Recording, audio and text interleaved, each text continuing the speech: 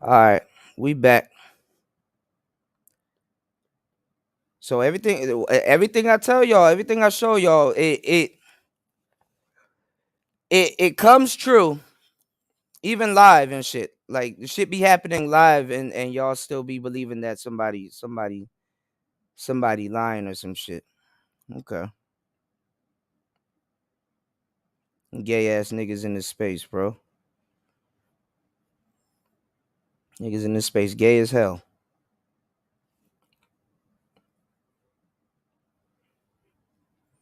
You see what I have to go through, cynical, and then I gotta deal with fuck niggas asking me stupid ass questions and stuff. Stack or starve. Stop talking to me, man. I'm not in the mood for the dumb shit you want today. You keep following my channel, telling me what I need to let go and what I don't need to let go. Just go somewhere, bro. I'm not in the mood for that shit today. Go somewhere, bro. I'm not in the mood for that shit today. Y'all niggas up here pulling dicks out and all kinds of weird shit on my live stream and shit like that. You think I'm in the mood for that shit today, dog?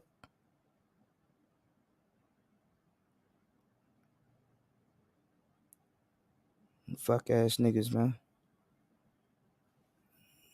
This is exactly why nobody fucks with y'all. The type of shit you gotta do. Talking about let some stuff go. Yeah, whatever.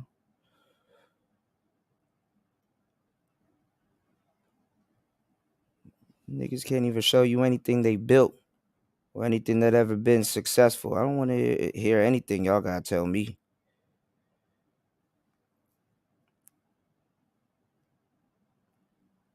It's exactly what they've been doing for years on this channel. And then y'all be having the nerve to be like, yo, Kuda, why your channel ain't growing? Why don't you fucking ask a lot of these fuck niggas that's running around this damn space? Because I'm pretty sure it's one of these content creators.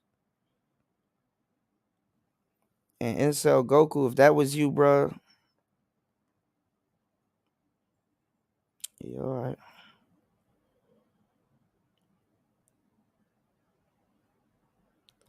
But anyway, we got some stuff to do. That ain't gonna hold us back. Yeah, I'm gonna private it because they that's what they do. They really trying to come after my channel.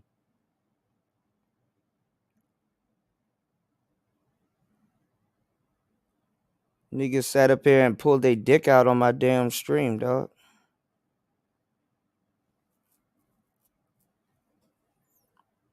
I ain't gonna stop nothing. And usually I'm on point, so shit like that don't happen. But yeah, that's why I be asking. I'll be like, yo, can y'all please support the channel? Because after a while, dog, you keep going through too many of that, you're not gonna have no channel. Y'all ain't gonna have nothing. So it ain't even though it'll be a L for me, it ain't that'll be a bigger L for y'all. They fucking it up for y'all, man.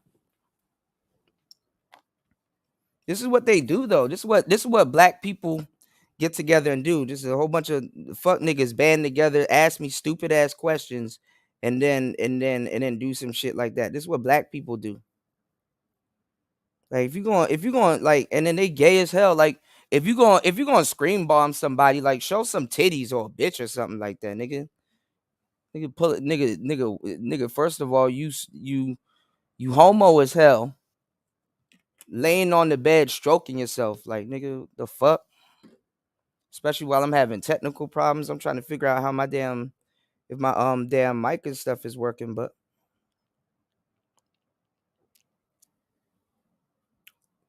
it is what it is, man.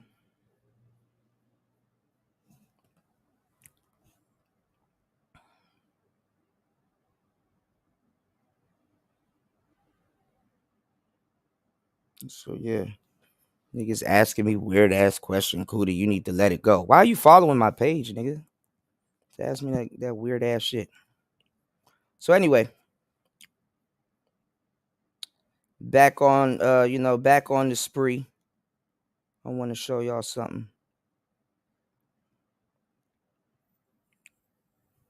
Let me go here real quick. Oh look, Austin Holloman is live. Why don't y'all go over there and talk to him?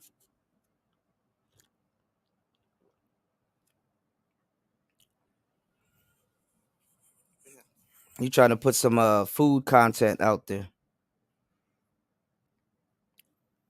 Hold on, y'all. Let me share this. We're gonna do a full-fledged show.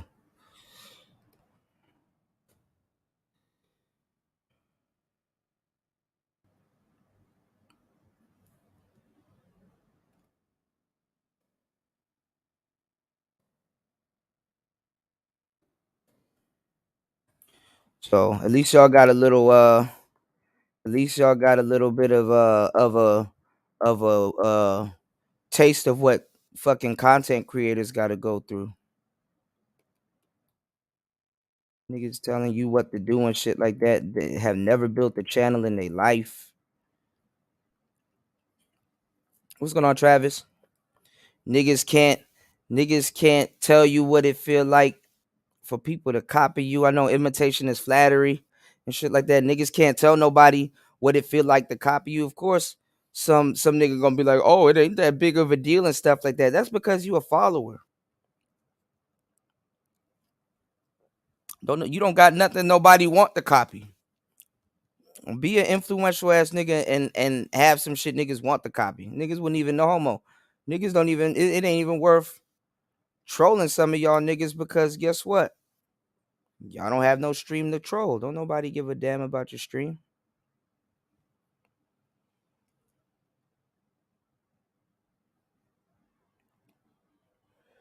And I tried to turn on I tried to turn on my what you call it, but they won't let me do it. Let me see if I can do that right here. Where I could turn on my subscribers only. We're gonna nip that in the bud. So if y'all ain't subscribed, well, I don't know what to tell you, bro. Y'all done had enough chances to subscribe. All right. I'm gonna take my hoodie off because it's a little bit hot in here, and I got my air conditioning on.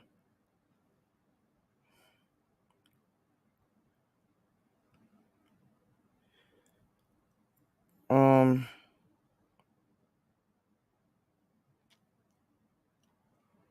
we're gonna switch gears. Okay.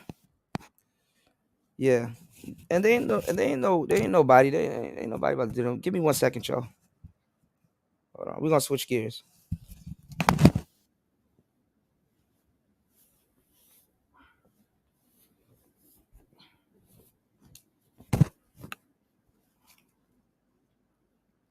Let me make some more content. Let me make some more content for people to steal. And then pretend like they like that. All right. So,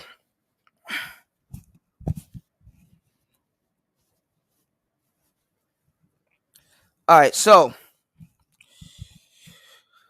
we were talking a little bit not too long ago. I told y'all I'm gonna start doing like I'm gonna start doing a little bit of content basically talking about some of the stuff that's going on in Jacksonville, right? So in Jacksonville, they got a lot of cases going on. Recently, um they got a case with Fulio going on. And I think that's like a case where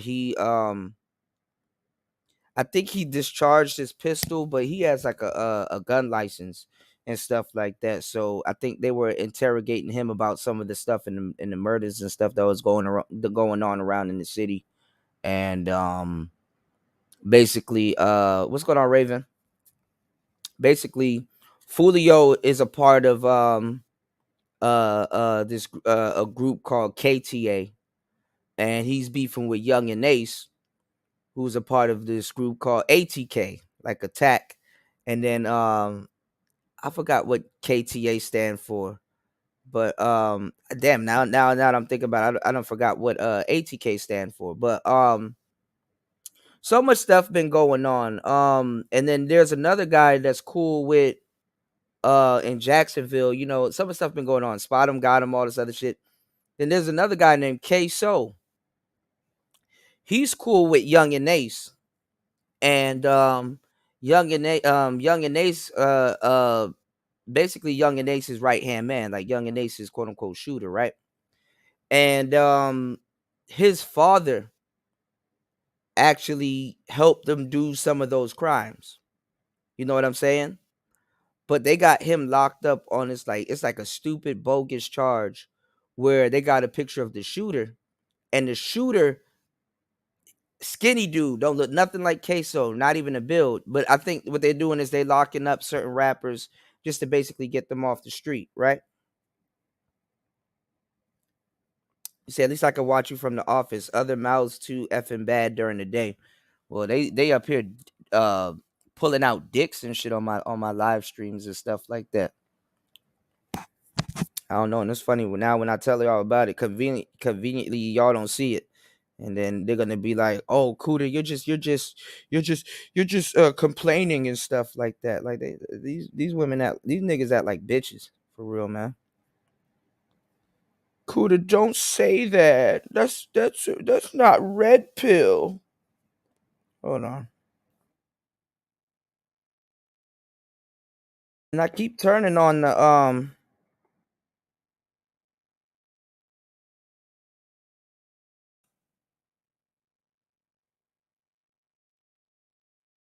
I keep turning on the fucking subscribers only mode, and YouTube keeps shutting it off for some reason.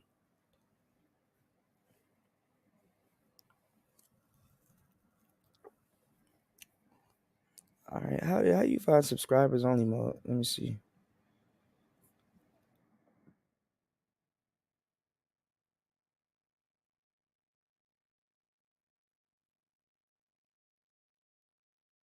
Let me turn that on before we do anything. I wanted to show y'all something though.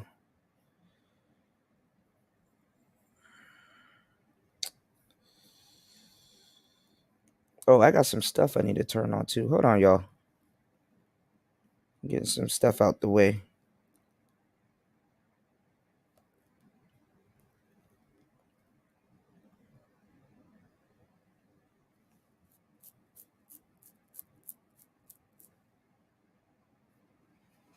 Okay. Make sure y'all like and subscribe. Make sure y'all like and subscribe and support today's show. Support today's show. I'm trying to figure out how to turn on the fucking subscription mode. But anyway, let's what we're gonna do on today's show. We're gonna you said does correct, does it's against my moral to even do copy and paste hustling. Yeah. Like dudes don't have no fucking pride in themselves to be original and stuff like that. Copy and paste dudes. Like you know, dudes have no fucking pride.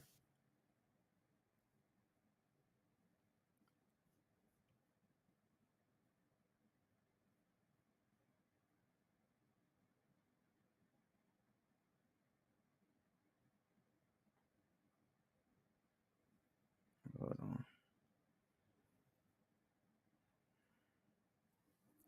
Y'all know I'm not computer literate.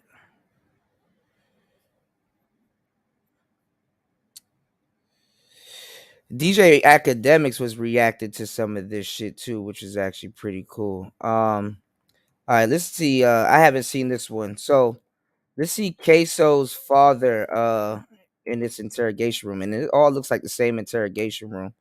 Give me 1 second, y'all. And they've been sitting in jail for a minute. And he know damn well this particular murder his son didn't do. But he gonna snitch on him to get out. And it's one of those cases where it's like, damn, you gonna snitch on your son to get out. So you would let your son do life in there, knowing damn well he gonna live longer than you. But then again, if your son gonna be a menace and you know he about to get out and blow his freedom, then it's like, nigga, I'll just create another kid. You know, as a man, we have that option. So give me 1 second, y'all. And I want to hear some. I don't know why this is only doing left ear. I want to hear something too. 21 Savage was like on the like on Clubhouse, right? Like night before last night, saying a bunch of incriminating shit. And Bruce Rivers, the little lawyer dude, I watch him more than the lead attorney. But Bruce Rivers, the little lawyer dude, he did a reaction. So I wonder what the hell he gonna say about what 21 Savage did. Cause nigga, if they got open RICO cases and stuff like that, why are you openly talking about murder? Why are you openly talking about murder on the fucking internet? So all right, give me 1 second. Play. All right. Mr. Robinson, again, Joel Cooper with State Attorney's Office. Here to take a sworn statement from you. If you would please raise your right hand. Mr. Robinson, do you swear to tell the truth, the whole truth, and nothing but the truth? Yes, sir. All right. You can put your hand down. You understand that Damn, he looked different. It's just like taking an oath in court, and that if you lie in a material way, that is a felony. It's called perjury, punishable by up to 5 years in prison. Do you understand that? Yes, sir. Okay. Today, Mr. Robinson, are you under the influence of any?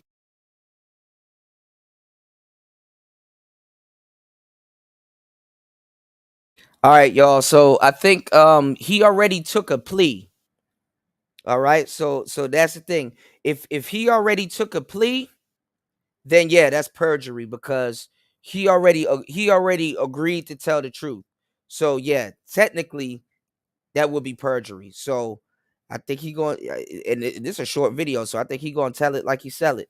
So say looking too good for Queso. Not looking too good for Queso.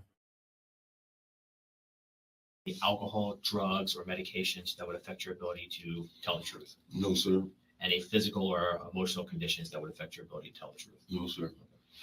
Has anybody forced you or threatened you in any way to give a statement here today? No, sir. And you also understand giving these statements under oath freely and voluntarily that they could be used against you in your case. You understand that? Yes, sir. Okay. Do you need any more time to discuss anything with your attorney, Mr. Rockwell, who's also present? No, sir. Mr. Robinson, do you have a nickname? Yes. And what is your nickname? Blue. Do some people also refer to you as Big Dog? Yes, sir. Now, in your case that you have pending involving myself, 20 CF 8261, there are multiple other individuals, co-defendants, that are also pending involving that matter. Is that correct? Yes, sir. And that includes one of your sons, Abdul Robinson Jr. Yes, sir. And what do you call him? Kareem. Karim. Yes, sir. And that's his middle name? Yes, sir. Does he also have other nicknames? Yeah. Do people sometimes refer to him as Little Blue? Yes. Do they sometimes refer to him as Crazy or K Crazy? Yeah, Crazy K. Crazy K. Okay. Hakeem Robinson is also your son. Yes, sir. And a co-defendant in your case. Correct? Yes, sir. And does he have a nickname? Oh. What do you call Hakeem Robinson? Keeman. Do all other people also call him Queso? Yes, sir. Yes, sir. Leroy Whitaker is another co-defendant. Yes, sir. What is his nickname? Scotty. Okay. And finally, we have Dominique Barner, who is another co-defendant. What is his nickname? Butter. How long have you known Dominique Barner? I've been knowing him I knew his father. I've been kind of knowing him all his life. Most of his life? Yes. Did your family also know Butter? And what I mean by that, does Hakeem Robinson know? Yes, sir. Yes, sir. He knows Dominique Barner. Yes, sir. Does Little Blue Abdul Robinson Jr. know Barner? Yes, sir. And does Scotty Leroy Whitaker know Barner? Yes, sir. And do Hakeem Robinson, Scotty, and Dominique Barner, Butter, all hang out together? Yes, sir. Now, going back to January 2020, was your phone number 904-866-2370? Yes, sir. Now, the subscriber information for that account came back to a Daryl Watts. Do you know Daryl Watts? Yes, sir. Who is Daryl Watts to you? A friend of mine, a close friend of mine. Is he actually deceased? Yes, sir. And did he die in end of 2019, approximately? Yes, sir. Now, why were you using Daryl Watts' name as the subscriber account name for a phone that you were using? Well, I was we went and got the phones together. I was a subscriber, user subscriber with the phone. Like an authorized user? Authorized user, yeah. Okay. And so was it common for you to have a phone with Daryl Watts as a subscriber name on the account? Yes, sir. Would it also be common if another member of your family had a phone that the account information said Daryl Watts? Yes, sir. Now, prior to Abdul Robinson Jr.'s arrest, in this case, did he commonly use multiple cell phones? Yes, sir. In January of 2020, did Abdul Robinson Jr. use two specific numbers? I'm going to reference one that I think you've seen before as part of your discovery, but 904-624-3684. Yes, sir. You recognize that as one of his numbers. Yes, sir. An area code 478-491-2831. Do you recognize that number? Yes, sir. And is that a phone number that Abdul Robinson Jr. also used? Yes, sir. Now, prior to Hakeem Robinson's arrest, did he also use multiple cell phones? Yes, sir. And was it common for you to speak to Hakeem Robinson over the phone? Oh damn, yo, he telling, you know. And shout outs to everybody here. Make sure you guys like and support the channel, man. That getting flash shit kind of that shit kind of I don't want to say fuck my head up, but it's like, dog, you know. Anyway, Insane One said this is why the mob don't let everyone know all the details. Yeah, you know what you're supposed to know, right? That's the communication network they're establishing. Yeah, so even if you did know a thing or two, you know what I'm saying, they practice omerta, you know. So Insane One is giving you the game on that one. That's real. They practice omerta, you know. That's where the word omerta came from. So they telling.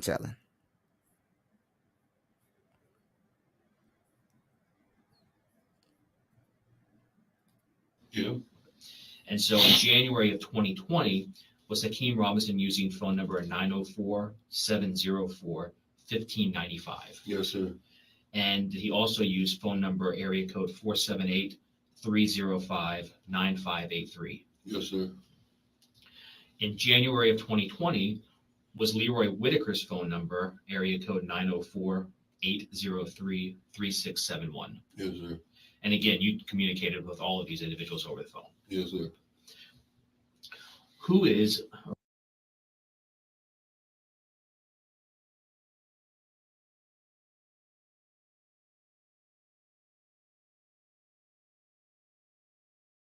Leroy Whitaker? Figure out who was responsible. Yes, sir. Was Leroy Whitaker close to?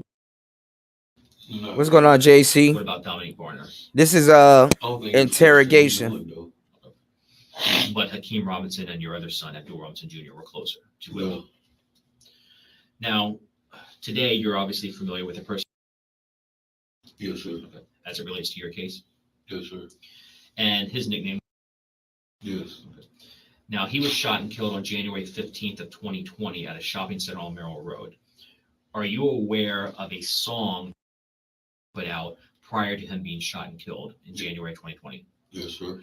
And what was your understanding of what that song was about? It was a diss song about. So you said a diss song. Yes. Yeah. So it was Talking bad about it. talking bad. I'm sorry, I didn't mean to talk over you. Talking bad. Who brought that song to your attention? Oh, really social media. Did Hakeem Robinson know about the song? Yes, sir. Did he ever talk to you about the song? Yeah. Okay. And how did he feel about the song? He ain't like it. What about Abdul Robinson Jr.? Did he ever mention the song to you? Yes, sir. How did he feel about it? He ain't like it either. Now, going again back to January 15th of 2020, that day, were you called by Abdul Robinson Jr., your son? Yes, sir. And was that from a number that you recognized as belonging to him? Yes, sir. What did he want? He wanted me to go pick up the Scotty. Okay. And I know it's hard to just if you can keep your voice up for me, but you said Abdul Robinson Jr. wanted you to go pick up Scotty, Yes. Leroy Whitaker. Yes. Did you also get phone calls from Leroy Whitaker? Yes, sir. And what did he want? Telling me where he was at to come pick him up. Did he tell you if he was alone or did he have anybody with him? No, he said him and Buddy was together. So Leroy Whitaker and Dominique Barner.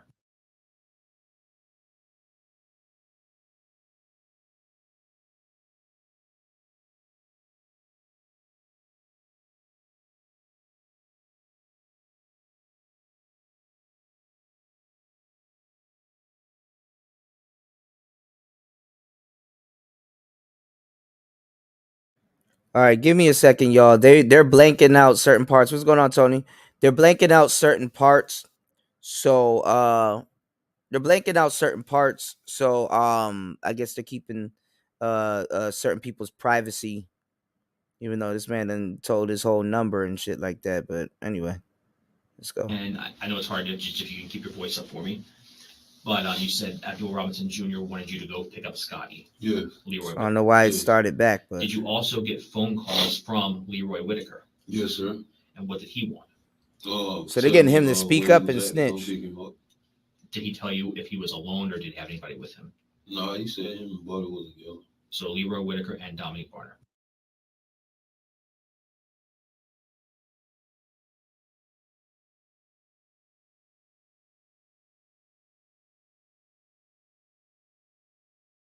I don't know why it keeps going in and out. What the fuck is going on? Hold on, y'all.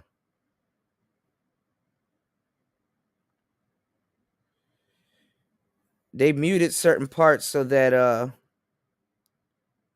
think so. here we Did go. they have anything in their hands as they came out of the house? Yeah, they had some more clothes in their hand. Both of them? Yes, sir.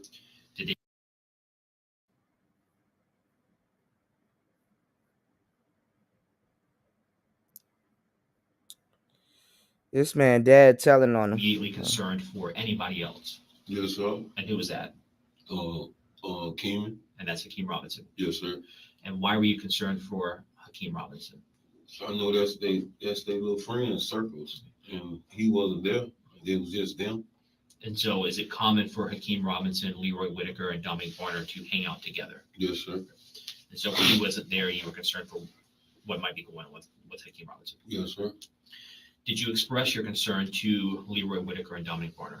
Yes, I kept asking like, where Hakeem at? Or Hakeem, where Hakeem at? I kept asking like, where Hakeem at? And that's when they finally told me he jumped out the car and ran another way. Okay. And I'm going to ask you just to be careful with your hands and your mouth just because of the recording. Who told you that did both Leroy Whitaker and Dominique Barner talk to you about the car that crashed? Yes. And what did you mentioned just a moment ago that they said Hakeem Robinson got out of the car? Yes, sir. Tell me specifically what did Dominique Barner say that to you as well? Both of them said it. What do you specifically remember them saying? That they crashed the car. The police chasing them, and Keeman jumped out the car. They went one way, he went another way. Did they say whether or not Hakeem Robinson, Keemy, had anything with him when he jumped out of the car? Yeah, they say he had a gun with him. Did Leroy Whitaker and Dominique Barner mention to you if anything had been left behind in the car after it crashed? Yep, they said they left a gun in the car behind. Okay. And did Leroy Whitaker and Dominique Barner tell you anything about what may have transpired? Damn, this man father telling like shit. God damn. Before the Yeah, let me rephrase that. Before the car crashed, did Dominique Barner and Leroy Whitaker say anything about what someone in the car maybe was going to do as they fled from the police? Oh yeah, shoot at the police. And who was going to specifically be the one shooting? Keeman. And hearing all of that information, were you still concerned for? Yeah, Yeah, I was very much concerned. In addition to that information, did you learn about being shot and killed? Yes, sir. And who told you that? Scotty explained to me that it was a guy that got shot. It was a little while back before this situation at a gas station that made the song. So Leroy Whitaker was explaining to you it was a person that had been shot once before? Yes, sir. And who shot him the time before? He did. Scotty? Scotty. And the reason was because of a song that he put out? Yes, sir. And so when he told you that information, were you aware of who this person was? Yes, sir.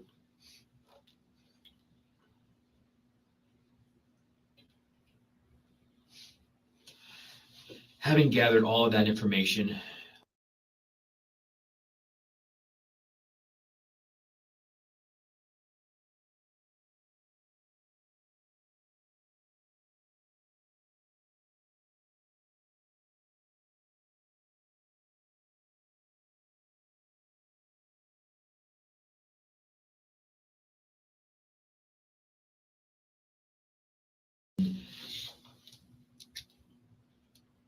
what questions or statements, communication, I guess, did you have with Leroy Whitaker and Dominic Barner about where Hakeem Robinson was located? Where he was located Yeah. at? Oh, I asked him where he was at. I kept, pressing where he was at, and that's when they told me that the young lady had picked him up. Who told you that? Scott with Leroy Whitaker. Okay. And what lady are you referring to?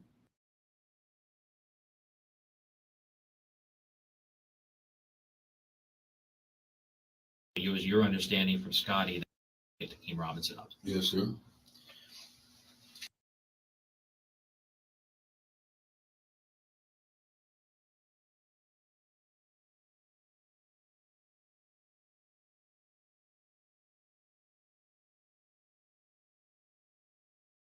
Yeah, they asking him some personal questions because it keeps blanking out. Dollar Washer, what's going on, man? You said niggas be singing like crazy. That no snitching shit died 40 years ago. Yeah. And technology made that. I said technology. Now, Tekashi made that shit a couple crazy. Days of the murder, did you see anything on social media posted by your son Hakeem Robinson that concerned you? Yes, sir. And what was that specifically? Oh, it was they call it a story. It's on the story saying that killing the toes done. And was that depicting Hakeem Robinson? So what? Did that, you said it was on the story, was that like Instagram story? Yeah, Instagram story. And was that something that was posted by Hakeem Robinson? Yes, sir. When you saw that, were you upset? Yes, sir. Did you try and reach out and speak to Hakeem Robinson? Yes, sir. And when you spoke to him, what did you tell him? I told him you need to take that down. Did he deny being involved when you told him to take that down? No.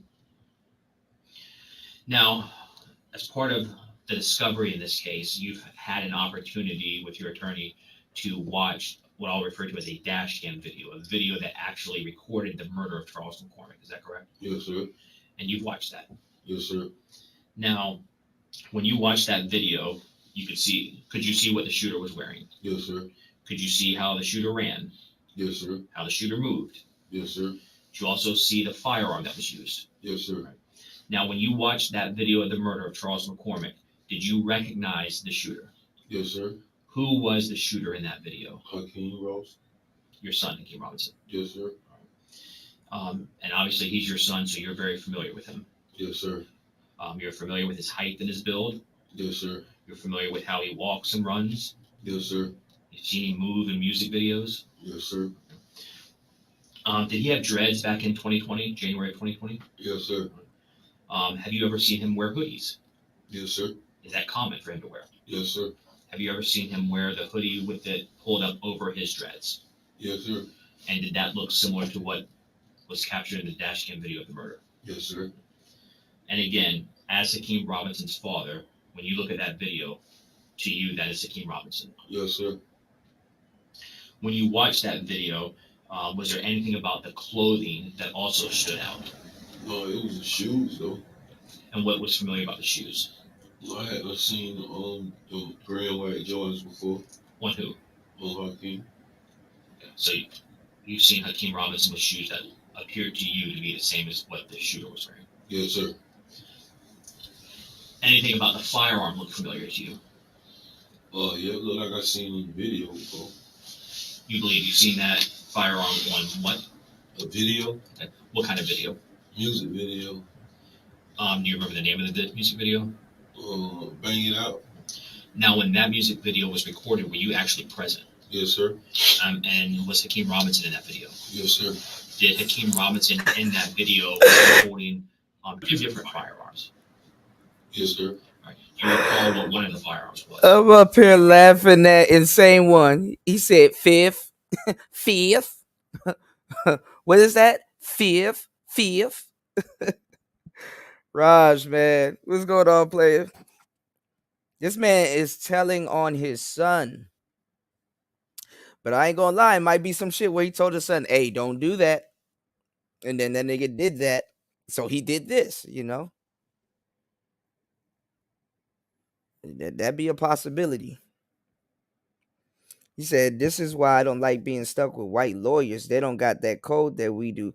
I mean, shit, even after you snitch, man, them white lawyers look at you like you damn, dog. That's crazy. They'll be like, yo, we're trying to protect you. You did the right thing. I'm gonna let y'all wait until we get to y'all. This is gonna get really good. Wait until we get to YNW Bortland's story. So I'm gonna show you a basically an overview of what happened with YNW Melly and YNW Bortland. And he literally just had an interrogation the other day. So we're gonna go through that. So that shit was good. Yeah, 1, 2, 3, 4, 5th. Right. Right, man. This nigga tripping. Yes, sir. Draco. Right. And then the second firearm, was that could you describe it? What color was it? Black, short. And is that the I firearm? ain't gonna lie, the Florida's an open carry state, but if your kid running around toting Dracos and making rap videos, bro, you need to be locked up in there with him. You ain't do something right. The black short firearm in that video that you believe to be the same or similar firearm that you saw in the dash cam video of the murder? Yes, sir. Now, since you were present for the filming of the banging out videos, were the two firearms, the Draco and the short black firearm Hakeem Robinson had, were they real firearms? Yes, sir. And did Hakeem Robinson have that short black firearm that was depicted in the video prior to the death of Charles McCormick? Yes, sir. After Charles McCormick was shot and killed, did you ever see Hakeem Robinson with that firearm, that short black firearm again? No, sir. Did you still see him with the Draco? Yes, sir. Now, Draco season with the book during bag. this case, Abdul Robinson Jr. Rat he Tat was got a little arrested last, kickback. correct? What's going on, Yes, sir. Toya? Prior to him getting arrested, was he aware that there was an arrest warrant outstanding? What do you mean, Melly? Yes, sir. And once he was aware of that, did he Melly flee Florida Monaco? and go to another state? Yes, sir. And he Y'all was see trying what I had to hide go from through on the last Yes, show? sir. Do you also know a person?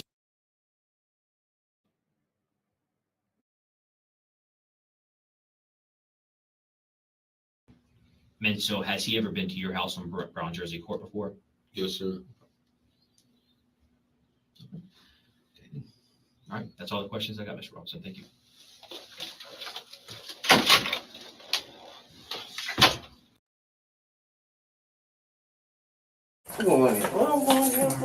Stand right there. Have a seat.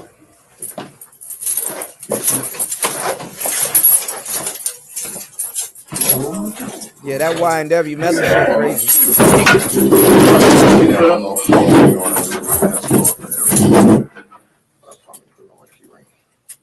That YNW Melly shit is crazy.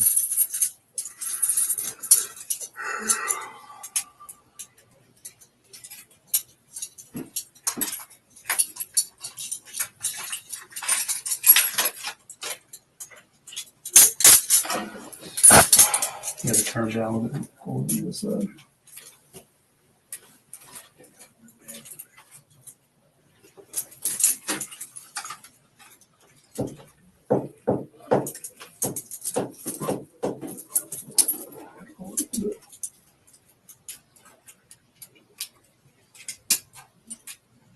Roll your wrist out. All right, we'll do it in just a second. I'll see. It's crazy, man.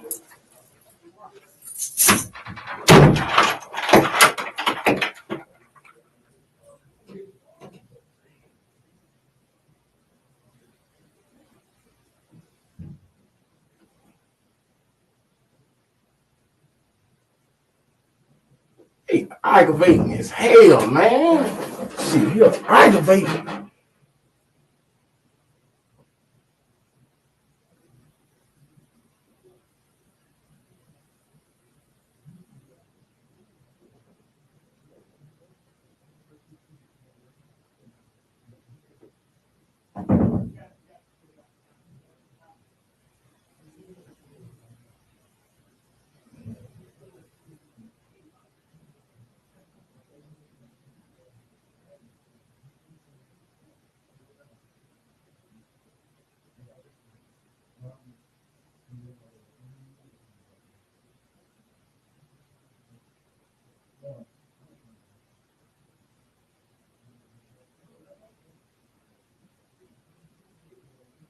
Boy, my man thinking of the best lie, like he can tell like shit. What's going on, Omega? What's going on, Aaron B?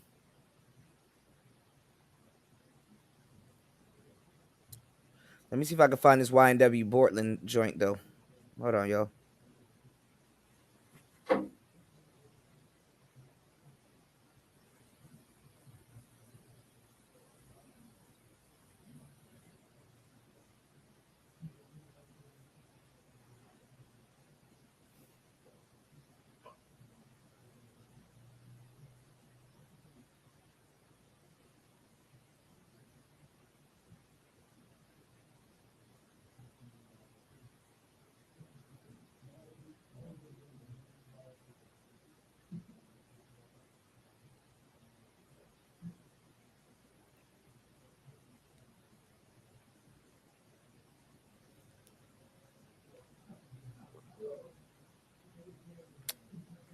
Draco season with the book bag. He said, at least ask for some Popeyes chicken and a Pepsi. What's going on, Tyrone? Link said, home RM labeled on the right told everything. This nigga just said, let me go. I don't even care about y'all wife. Let me go, bro. What's going on, Nicer? That shit aggravating, bro. Aggravating hell, bro. Let me go, bro. For the go. Shit, you're aggravating, bro. I ain't gonna love that.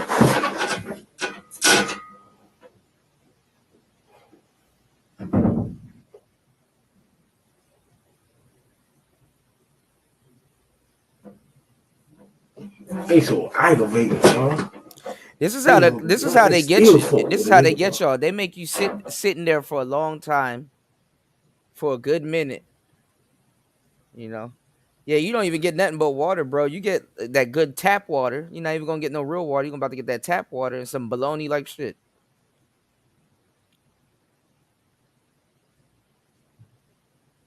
You fucking pigs feed your ass baloney.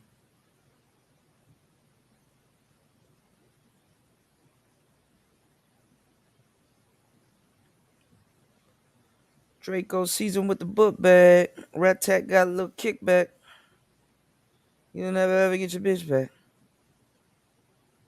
All right, let me speed this up, yo.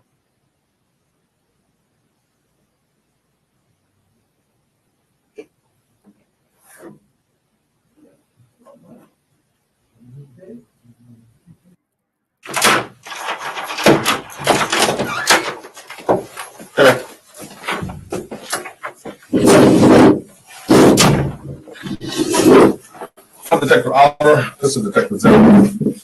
We want to talk to you about some things, but before we talk to you about anything we want to go over right now.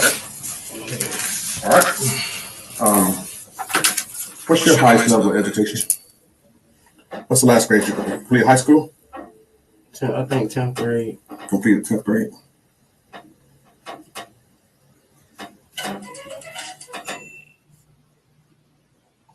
So you can read and write, correct? Yes, sir.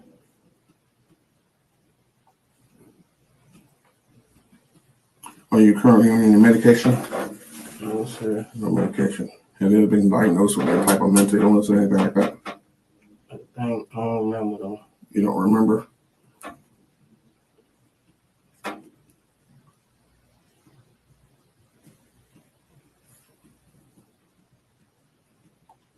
I have to ask you this, but you've been in jail for a while. You had any drugs or alcohol lately? No drugs or alcohol?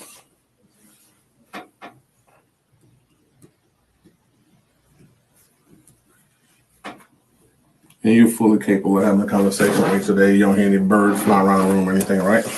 Okay. We're at 501 East Bay Street.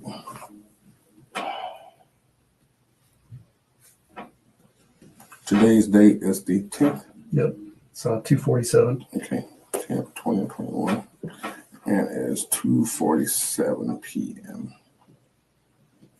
Can you do me a favor and read that first line out loud for me? You have to follow under the United States Constitution. Okay. I'm going to read the rest of it. We're going to go over it together, okay? It says you do not have to make a statement or say anything. You understand that? Anything you say can be used against you in court. You understand that? You have the right to talk to a lawyer for advice before you make a statement or before any questions are asked of you, and to have the lawyer with you during any questions. You know, the crazy part is that his dad already snitched and identified his own son as the shooter. You know what I'm saying? The Papa already snitched. Papa like, look, as soon as I get out, I gotta make another kid. We're gonna get this right. Papa already snitched, bro. If you cannot afford to hire a lawyer, one will be appointed for you before any questions, if you wish. If you do answer questions, you have the right to stop answering questions at any time and consult a lawyer. You understand your rights? I need you to sign right here saying we've gone over your rights with you and you understand your rights.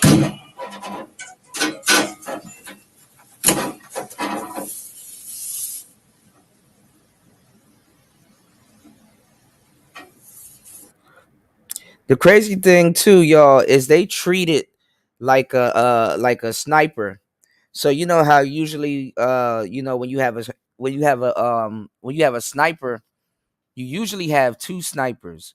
You have one person that's a spotter, right? And then you have you usually have one person that's a spotter, and then you either have one sniper that that's taking the shot. So while he's asking them these questions and stuff like that, the other dude is basically staring at him and basically taking note of body language and is he sweating and stuff like that. And they kind of I'm doing well. They kind of somebody porn ball my stream earlier. They kind of what they do is they kind of basically fill you out, basically, if that's the case. Like, he'll kind of signal to each other and they will okay, yeah, he's kind of sweating, or he's this or he's that. So give me 1 second, y'all. I will be right back. Let's go.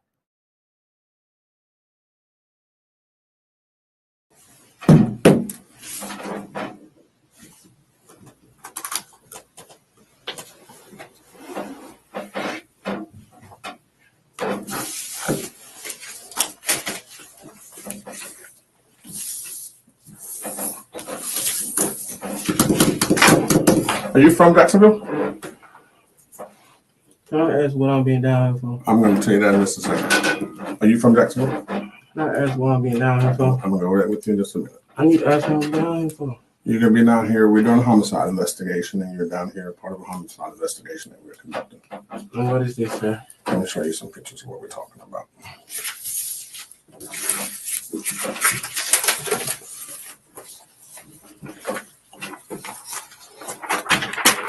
You know what that is? No, sir. You don't know what that is? Bibby ring a bell to you?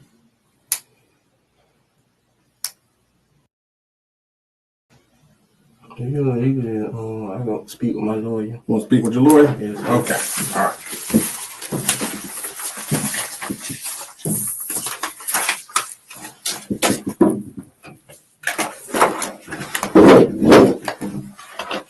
It's going to be a bit. We're going to be out there doing some paperwork. You do have a warrant for your arrest. We have a rep for your arrest for murder today. What? Yes. For what? You want your lawyer, so I can't tell you no more, but you'll be in trouble. What the hell?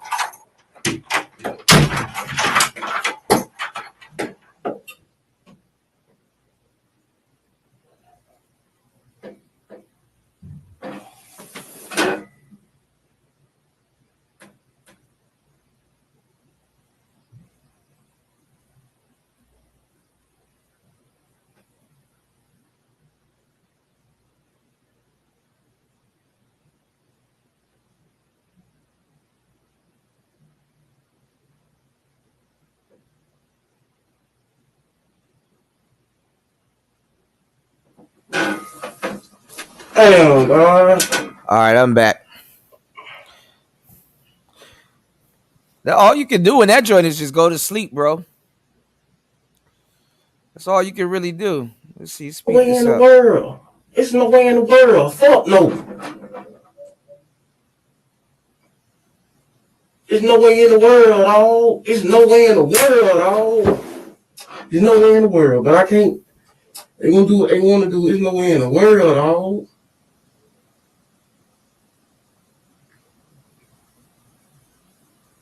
There's no way in the world.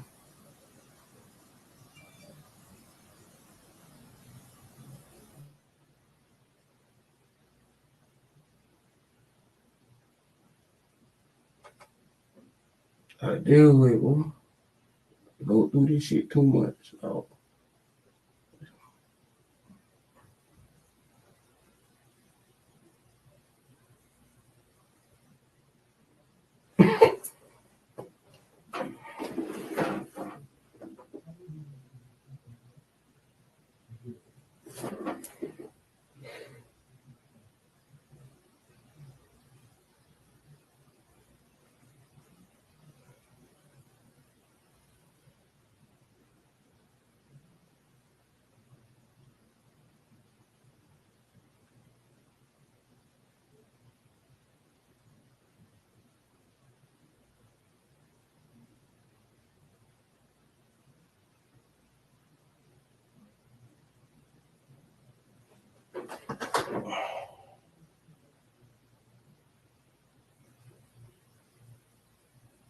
Jacksonville evil as hell. Goddamn Jacksonville, dog. Aggravating. Jacksonville, dog. They done made up some more bullshit. I hate Jacksonville, dog.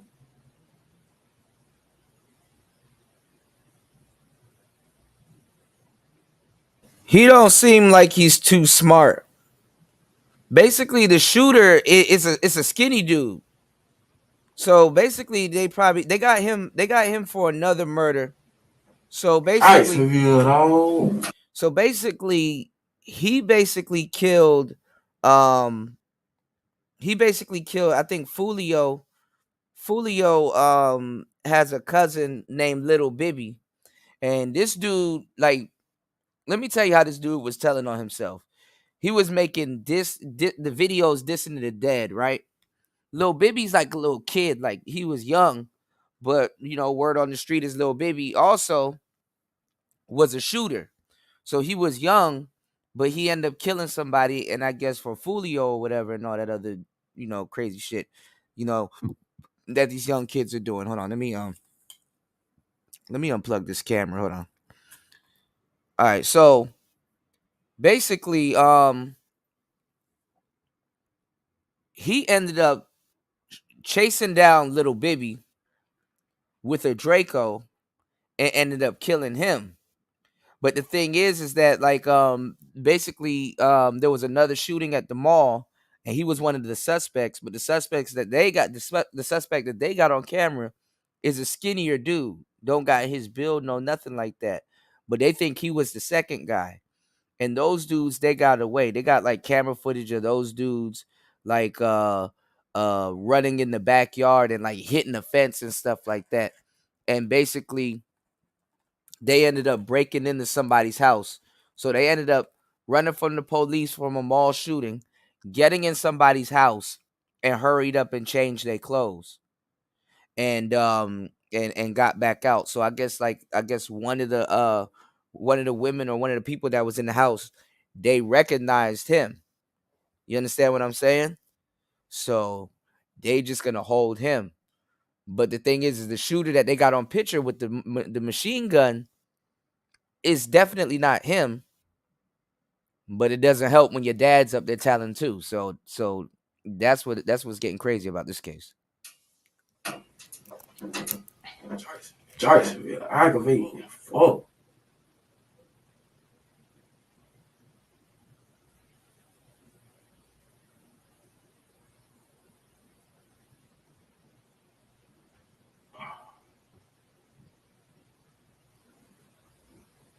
Jacksonville, dog.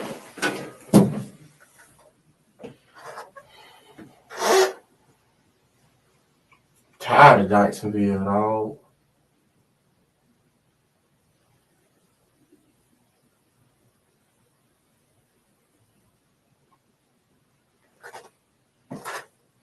Soon as I get out, no, I'll never come back to this shit again. Can't wait, dog. I ain't never coming back here.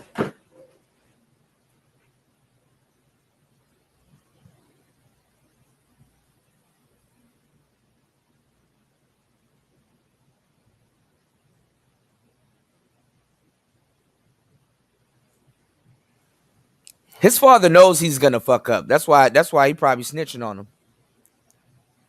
Some people are just a big ass fuck up.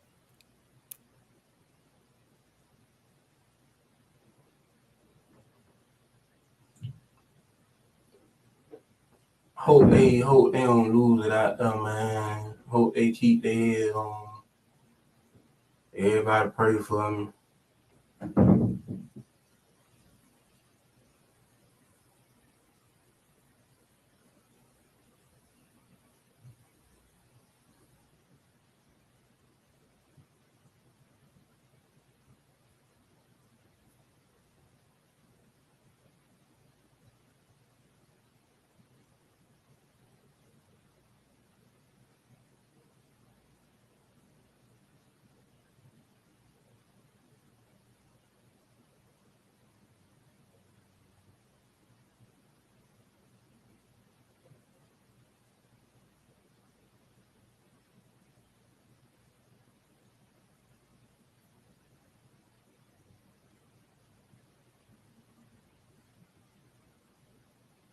Man, y'all need to take me back to my cell, man. Stop being aggravated. Oh, y'all ain't got. Hey, you want something to drink? You good? All right, knock on the door if you need something, if you need to use the restroom or if you want something to drink, okay? Can I when I'm still, I can't go back to my back to jail. I'll get with the detective in a second, okay, for you. And have him to come back in here and talk to you. Thank you. No problem. You're welcome.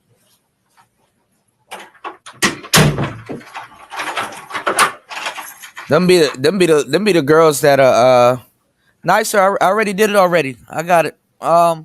Those be the girls that be messing around with the prisoners and stuff. Their whole objective, y'all, is to keep you in these rooms for like, is to keep you in these rooms for like, for like a good hour. It's all a mind game. Then they come in, ask you questions, leave out, and then come right back in.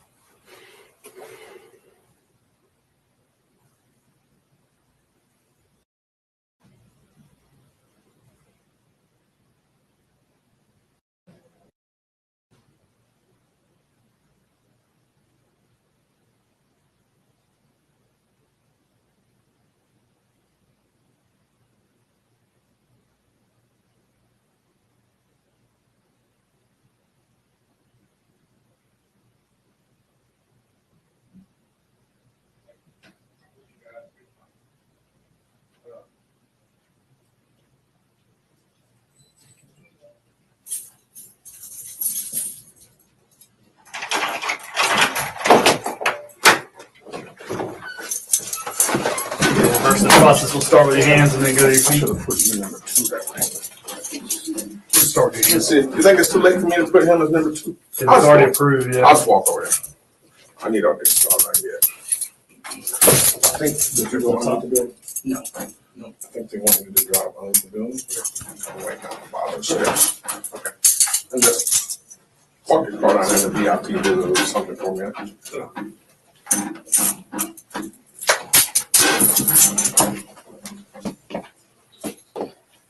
Thank you again. You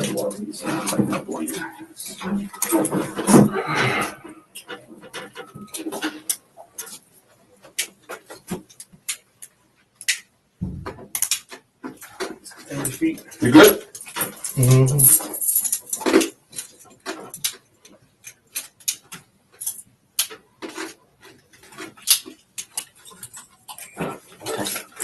Sit like 4 seconds. We got a window and thing down there. We're going downstairs.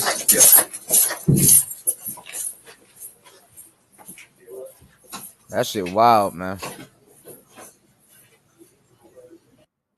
Let me see what they got coming next. Let me see. There's a lot of people talking about it too, but I wanted you know what? I can show y'all this. We could do a brief intermission. Like we're in court or some shit.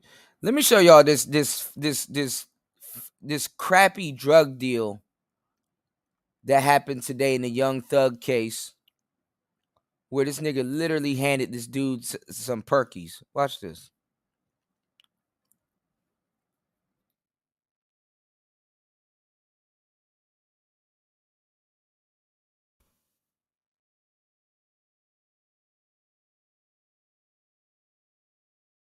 Look at this.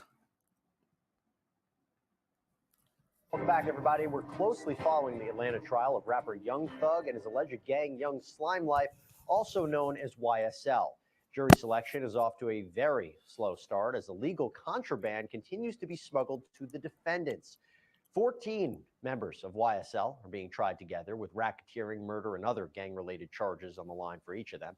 28 YSL members were initially indicted, with 8 members taking plea deals and 6 members having their cases severed. Jury selection started earlier this month and was slated to last 5 to 6 weeks, but that timeline might be even longer now as the court addressed 3 contraband incidents in 3 days. You see, someone smuggled marijuana to one co-defendant in a pair of shoes. Another co-defendant's mother was arrested for trying to sneak tobacco products and rolling papers in with a bag of clothes. And most recently, a different incident caused jury selection to halt for the entire day on Wednesday. Check out what the judge had to say when he addressed the court. And you know what's crazy? Hold on. Okay. You know what's crazy, y'all? This is probably the only time Young Thug. What's going on, Tom Malone? This is probably the only time. I got a nice thank you, love. This is probably the only time, right? This is probably the only time Thug gets to see probably any type of outside. So the only time they probably can get a chance to smuggle something to him is when he's going through court hearings. You know what I'm saying? And these dudes be looking around and scoping the court, thinking that it's like, oh, it's smooth, or you know what I'm saying? It's clear. You know what I'm saying? Oh, it's clear. So we could smuggle in anything that we want. And it's like, nah, bro. It's not that sweet. You got 1 billion cameras on you and you on FaceTime.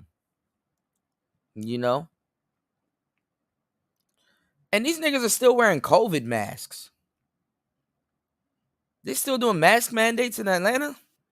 All about it. We've had yet another instance of alleged contraband being introduced to our space.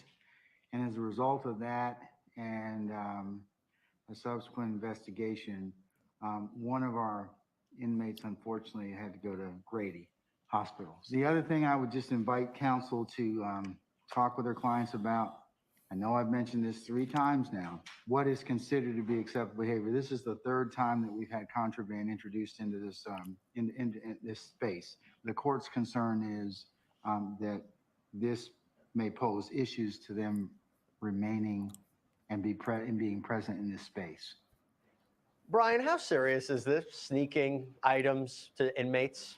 Unfortunately, it happens a little bit more than it should, but specifically in Georgia, it's a felony. I mean, you could do 1 to 5 years in jail. Now, when you look at the statute, it mainly talks about drugs or guns. I'm not sure who's sneaking guns into jails, but also what I've seen a lot is cell phones. You don't get a lot of cell phone time in jails or prison.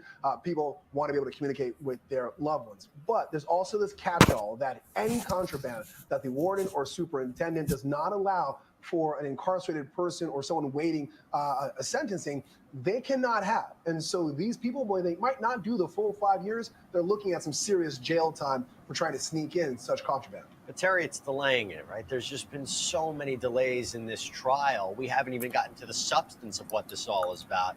How long do you think it's going to actually take to try the case? Oh, I think it's going to take quite a while. They estimated it was going to be 6 to 9 months. It's had such a slow start. It's going to be 9 to 12, if not more. They started out with 56 pages in this count as far as the, indictment was concerned, and they had multiple 27 defendants, and as you mentioned, some of them have pled out, some of them have had their cases separated. This is a weird looking woman. It's going to be a very long trial, and don't forget, it's a RICO charge. That's not an easy charge for the prosecution to prevail. They have to show that there's an enterprise and that there was investments in that enterprise and that it was maintained. And with all of these defendants, you're going to have multiple witnesses to show that each and every one was contributing to That's that a weird enterprise. looking woman, y'all. I don't think that they're going to Reptilia. even finish picking a jury as far as this is concerned for weeks and weeks. And, the opening statements, just imagine each and every defendant having their own individual attorney is going to do an opening statement because they're going to have different interests. So I definitely think it's going to take quite some time, and you may lose jurors. I was going to say that. Good luck to the jury being able to stay on such a long trial. Brian, Terry, thanks so much. Everyone out there, thanks for joining us here on Law and Crime Daily. We'll see you next time. And that's the thing. What's going on, Stafford? That's the thing. How they get a lot of those cats, and to a degree, y'all. I kind of would agree. Like Young Thug, he gonna have a good ass lawyer. But if you up there and you in that RICO case and you don't got a lawyer at all, shit. Look at this nigga though. If you're gonna hand something to him, y'all should have eye contact. You should nod or something and know that at some point you're gonna come over to him and dap him up. Look at this man just basically just give him the drugs. Look at this. Y'all can see. Hold on. And they caught the dude with some other perkies and a bag of weed, and then he swallowed some other drugs.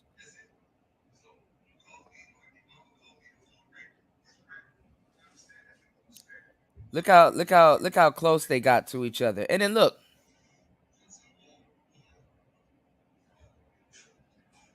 Look at this nigga.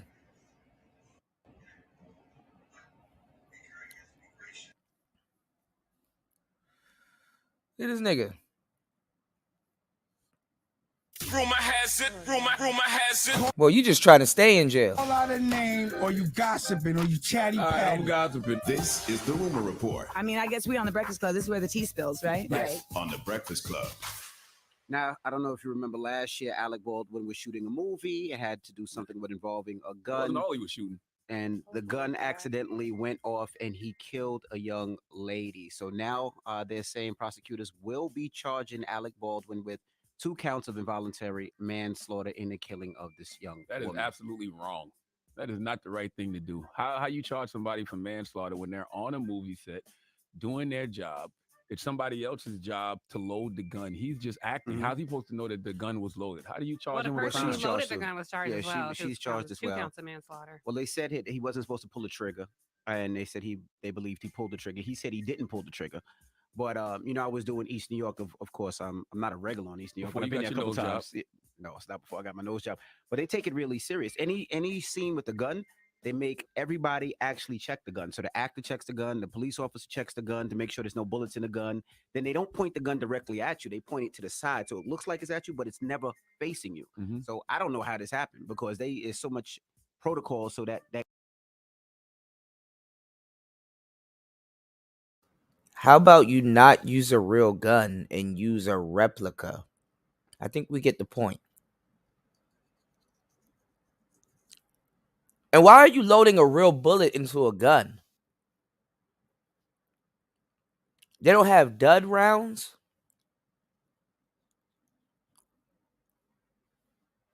Shit. If them cops are killing people with them damn BB guns and them BB guns look convincing, don't you think you could just take the orange part off of it and use that? Right. I was just that made me think about Bruce Lee's son. I thought I was going to be the only one that was going to say that. Yeah. Oh shit, Stefford, I didn't even think that far into it. Damn. Y'all see, I got to watch my audience now. Y'all know how to do premeditated murder. He said that's the perfect crime. That's true. Insane One said first Alec Baldwin should get a charge no matter, right? But what involuntary manslaughter is best.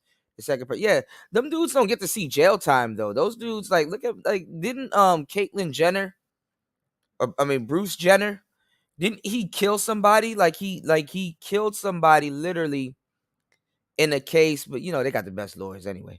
But he killed somebody in a case of vehicular manslaughter. You know?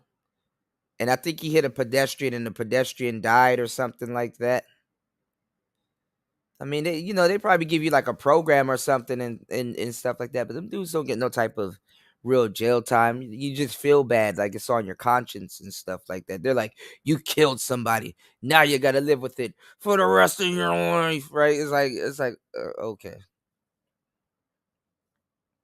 And I think you get paid you pay a fine or something like that. All of that shit gets swept up.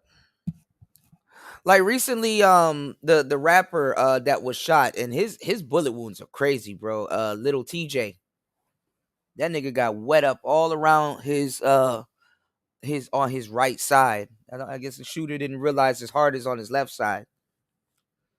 Nigga caught like 7 bullets all in that right little corner side of his chest. He was lung shot and all kinds of shit. He really survived a crazy shooting, because you get hit 7 times like that. You know, I'm pretty sure some of those bullets exited, but still, you get hit 7 times like that in your chest area, bruh.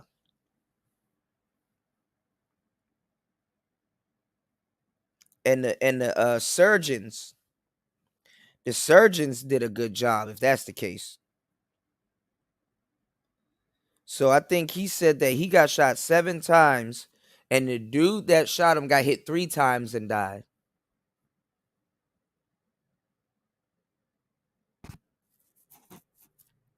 He said, yeah, they swept that away. Then he became a woman. Yeah. Oh, I want to ask y'all that question, though. If you could get away with murder, or let's just say you find yourself, right, randomly, fighting a murder charge, right? What's going on, Beef and Brock? Randomly fighting a murder charge.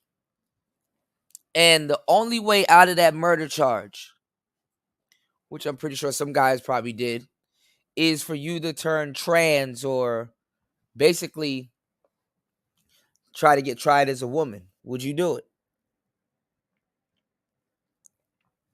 I know this sounds crazy, but listen, y'all. We fighting murder. You know? What you gonna do, player?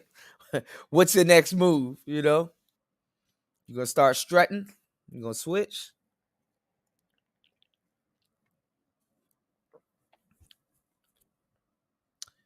You dig? You said there's a white girl that was supposed to secure the weapons on the set. Yeah. Yeah, they said she got hit with a same thing.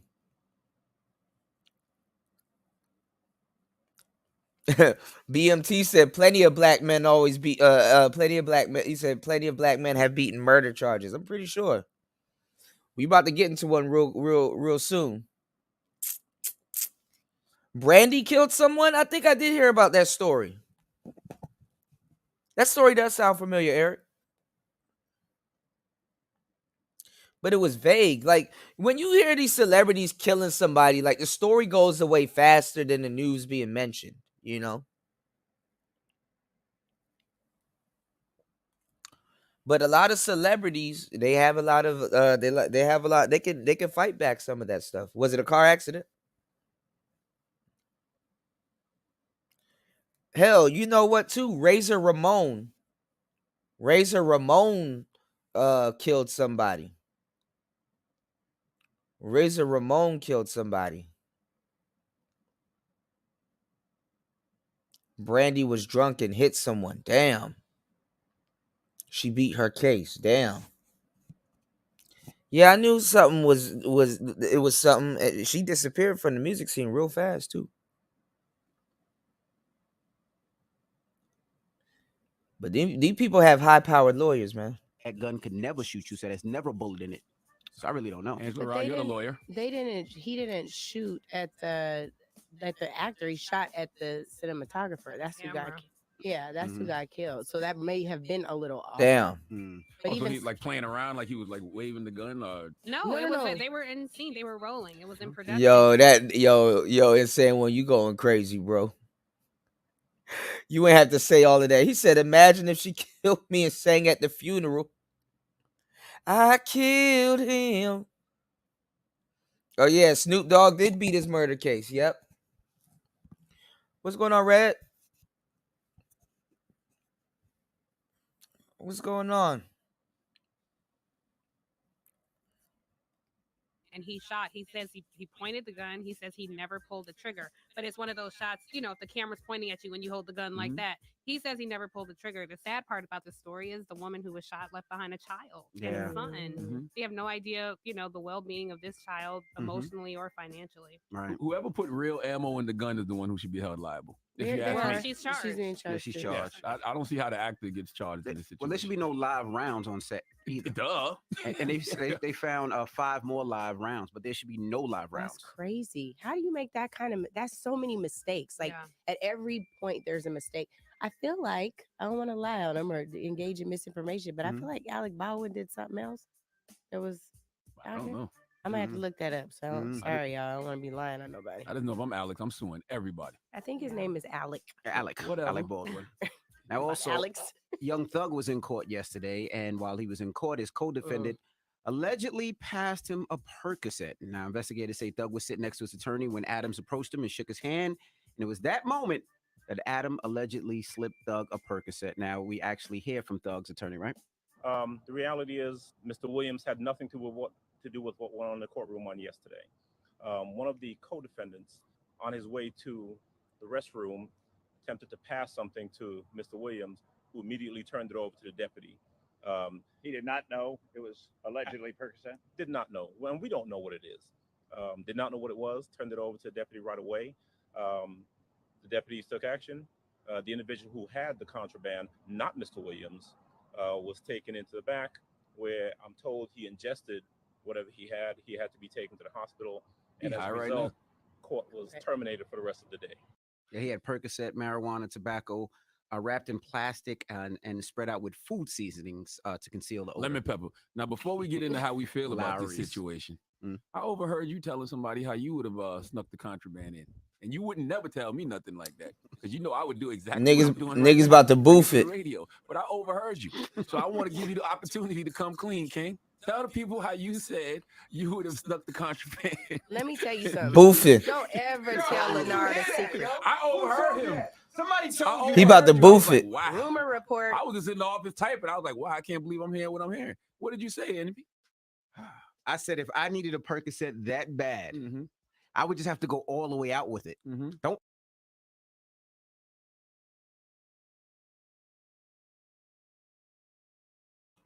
They always doing some type of homo bromo type shit. He gonna boof it. He gonna put the crack. He gonna put the brack in his brack. I put the crack in my crack. Or I put the brack in the brack. He gonna put the brack in the brack. He gonna boof it. Pass it to me. Just kiss me and spit it in my mouth. Oh. Drop on the clues bombs for Envy. Oh fuck no. Wow. Living his truth. Who's gonna stop that? At the trial? You gonna kiss somebody in court? He passed a minute with his hand. Well, he shouldn't have done that either. You looking to get somebody tased. Like, you can't be engaged in all that physical I was contact. joking out there. How did you I get ain't hear that. It sound like no joke to me. You sounded dead serious. What do you think, Tiff? I mean, Young Thug, he did hand the substance right over Right to over, the he did, deputy yes. immediately. I think I'm more concerned about the brazen disrespect of the young man to hand this to him. And there's something about being young where maybe life is abstract to you, that you don't really take seriously the consequences of your actions. But that young man is going to face increased charges. Now, he was already being, A co-defendant, yeah. right, exactly, with the RICO charges. And to add this, it doesn't help his case at all. And it's really sad to see. I think Angela brought up a good point about it punctuates the issue of addiction in our community. It is, and it's not even just in our community. We're seeing this running rampant all throughout this country. And I think we really have to take a look at what is going on. They're willing to risk it all. They need to fire their either their sound man or the cameraman, because they sound good. I think they need to fire their cameraman. They got latency issues going on. Like, their mouth is moving faster than the audio is moving faster than their mouth. At this trial, for whatever this high was, whatever this I pick up on all that you shit. have to really look at what's going on with addiction. So if I'm a judge, I have to factor that in, right? Like, Yeah, that shoulder shit funny as hell. These things he's being accused of, if true, could be fueled by drugs. We hope the judge would do that. Exactly. So maybe jail isn't the solution. Maybe it's intense rehab. Jail likely is not the solution, but It unfortunately, never we are subjected to a very punishing criminal justice system in this country, sadly. So if you're a lawyer, wouldn't you use that to thugs' But advantage? it's not at this only point? drugs. Well, There's murder is more than just drugs. It's not. Y'all ever seen that Yu-Gi-Oh card Shinzo?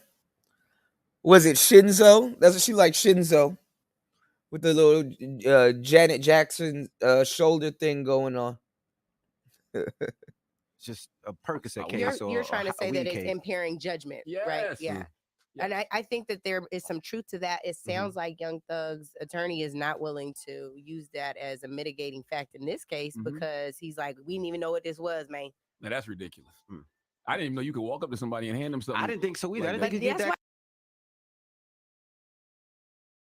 He openly did it, and the security guard was watching him. There's like 3 people that approached him. There was a guy that was behind him, and there was a guy that's in front of him. Like, everybody in court saw your big black ass walk over there. You know they got to protect Thug, because y'all be looking at some of these court cases, right? I mean, we're gonna dive down some of these court cases. I got to get Ms. V up here though, when we dive down in some of these court cases where like somebody like murdered someone's son and shit, right? And the father literally leaps across the courtroom and get to the dude. So you mean to tell me you could just walk up on Young Thug in court, this high profile case, and not like, come on, you didn't even get his attention. Young Thug will be able to dap you up. Of course, Young Thug's supposed to put it on the table to make it look like a good Samaritan. And if I was his lawyer, I would have ate that shit up. Got me fucked up. See, Your Honor, my client is a good Samaritan. People are trying to slander his name. You know what I'm saying? That dude going to jail for that little bit of charge or whatever can change the judge's decision because you seen a good act of morality right in front of you. You know, I'd be using that shit. Free Thugger.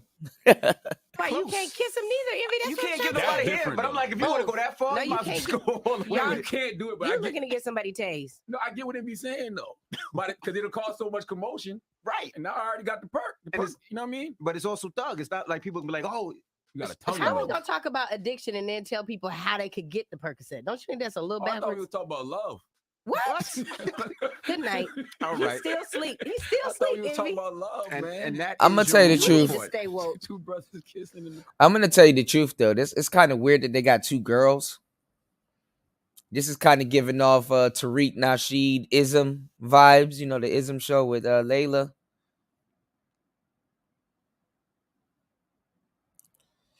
Your boy DJ Ghost. All new tonight at 11, contraband in court. Atlanta rapper Young Thug is already Young facing a slew of Thug. RICO charges, but now there are new allegations against him and a fellow YSL defendant. Here's what happened. We got this video from court. Take a look at the part we highlighted here. Do you see this? Right there. According to court motions, Young Thug's fellow defendant Khalif Adams passed. Where the hell was he Young gonna Thug go? Under the guise of a handshake right in front of the entire courtroom. Adams is serving a life sentence for murder. Now, right after what you see there in that video, court documents say that law enforcement immediately moved in to search Adams, who resisted. But once they searched him, the documents say they found more contraband, including Percocet, marijuana, and tobacco, all wrapped in plastic, and food seasonings to mask the smell. The court documents go on to say officers thought Adams swallowed even more contraband, so they rushed him to Grady Hospital. They say court had to be delayed for the rest of the day. Wow. Wow, that's cold. That's cold-blooded, y'all. All new tonight. That's cold-blooded. Oh, let's see this. Uh-oh. Welcome back, everybody. We're closely following the Oh, I think we already trial saw of this. Yeah, we saw Their this. loved ones. But Hold on, y'all. All right. Let's jump into this YNW. Let's see if we can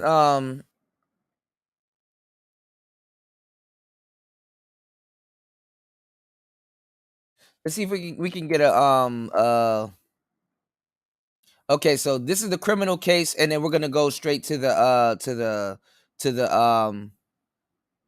this nigga name is Sack Chaser.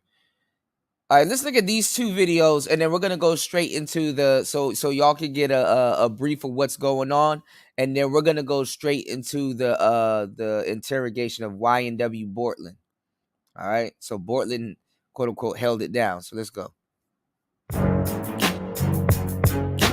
YNW Melly hit the hip-hop scene with a bang. That 40, let that pistol single melody. Upon securing cosigns from Kanye West, Fair use. Lil B, T Grizzly, and more, Melly was on a clear path to fame until his alleged criminal past recently caught up with him. Although his melodic sound has captivated the rap game and his hit single Murder on My Mind continues rising up the charts, Melly's current legal battle has put his budding music career in jeopardy. The 19-year-old rapper, born Jamal Demons and raised in Gifford, Florida, began making music at 15, but didn't start to buzz heavy until late last year. On the come up, Melly created a rap crew called YNW. He described its meaning for an interview with XXL.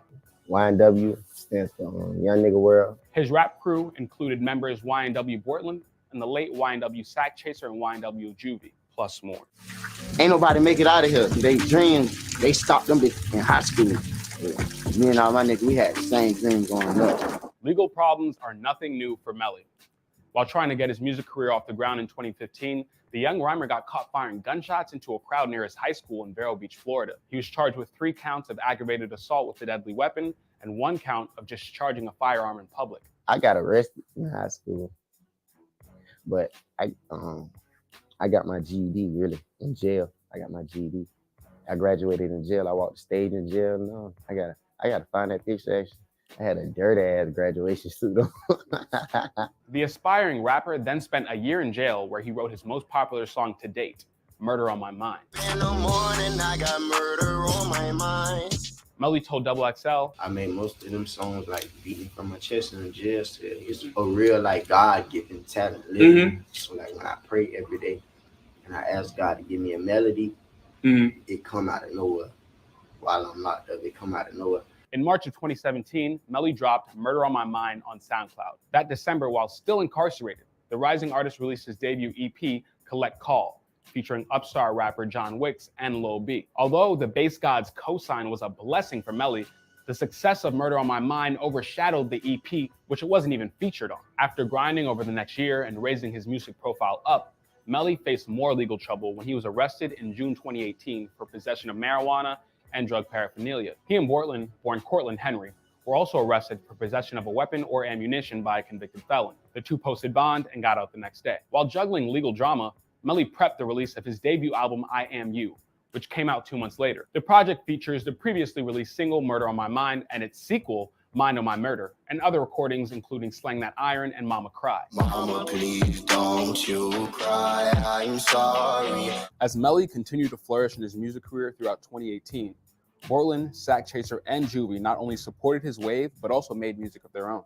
Yo, tissue after tissue, tissue after tissue. With the YNW crew's popularity on the rise, tragedy struck on October 26, 2018, when Sack Chaser and Juvie were murdered during an apparent drive-by shooting. Chris Thomas and Anthony Williams, they died at Memorial Miramar Hospital after arriving with multiple gunshot wounds. After the incident, Melly paid tribute to his deceased friends on social media and on clothing and got tribute tattoos. 1 week after the shootings, Melly gave a shout out to his deceased friends on stage. In a social media post, Melly said, "They took my brothers from me over jealousy. I know y'all watching over me. They want to see me break down and..." So basically, and if you look at the gun, like if you they basically show the scene. Hopefully the next video shows the scene where Bortland said it happened and stuff like that. Bortland was the driver. So if he didn't pull the trigger, he knows that the other person that probably committed both of the murders is Melly, right? So what they did too is they got the car. I think it was like a Jeep or something, y'all, right? And the police are very smart. They get like these sticks, and with every bullet hole in the car, they can show where the bullet traveled, where it came from, where the shell may have dropped. Whoop-de-whoop. Did the bullet go through something? You know, and they were saying some of the shots looked like it came that were fired in the car. You know what I'm saying? Somebody was like, there was a meme where they showed like YNW Melly in the car. They were like, "I'll never have Melly sit behind me," and stuff like that in the car. But they try to say Melly probably killed them in the car, you know, and then they try to simulate a drive-by. They try to say, okay, well, he got outside the car and then start shooting up the door or whatever to make it look like it was a drive-by. But the fatal shots that they said that were there, what's going on, Ism? What's going on, Psycho Candy? The fatal shots said that they said basically happened in the car. You know what I'm saying? Or right outside the car. If he wasn't in the car shooting, they were like he stood like right outside the door and killed them. And then reports said that they both were asleep. So I guess they were on the way back from a show or something, or they were leaned out or whatever was going on. My bad, y'all. I find this shit very interesting, by the way. Basically, they were saying that well, I think the next video, I think it's gonna show that more in depth. This kind of shows you more of the glory kind of behind the whole, okay, they were rap stars, they were on the way up. And this is gonna play a good I want you to keep in mind, this is gonna play a good prominent, this is gonna play a good role when you start hearing the interrogation, because to a certain degree, the story that YNW Melly gave them and the story that Bortland gave them is kind of falling apart. You understand what I'm saying? So the FBI or the feds, they have like their own story, what they believe happened. And they believe that there was a first location where the shooting happened, and you know, and they're not telling. You know, they had another location where they think they found, you know, the shells and stuff like that. The thing is that they don't have enough evidence to charge Melly. So the thing is that they're trying to wait this out so Melly could walk away and be a free man. So they need somebody to tell, or they need to actually get a confession from Melly or whatever. And then there's a lot of evidence stating it, but they just don't have anything hard, or they need something to really just, you know, to say, okay, YNW Melly did it, right? So, you know, they have their own story, but you know, the two people that's alive and there's two people that dead. And people were like, oh, well, Bortland should have told, he has to plead a fifth and stuff like that. Niggas are dumb as shit. Okay? Nigga, you're not gonna show up to the hospital with two dead bodies in your car and you and they're quote unquote your friends, and you not know what's going on. Like, come on now. And then also too, you know, because he has an alibi because he's the driver. Also too, they were tracking like cell phones and all kinds of stuff. So they kind of really are on these people's case. It's just they need somebody telling, or they need hard evidence, basically. So Melly can probably walk away from this. So let's get into it. Let's go back. Stop, or in a jail or a box. While locked up for 22 days for marijuana possession in January 2019, Melly dropped his second effort, We All Shine. The album landed on the Billboard 200 chart, powered by the hit record Mixed Personalities featuring Kanye West. Say you want someone. Say you want someone. During his bid, Melly's audience continued to grow thanks to the success of Murder on My Mind and Mixed Personalities. But that wasn't enough to save him from crashing. The latest on a South Florida rapper arrested and charged with murder. His name is YNW Melly, and he's accused of gunning down two friends and then trying to cover it up. On February 13th, just 20 days after getting out of jail, Melly and Borland were each charged with 2 counts of first-degree murder stemming from the deaths of Sack Chaser and Juvie.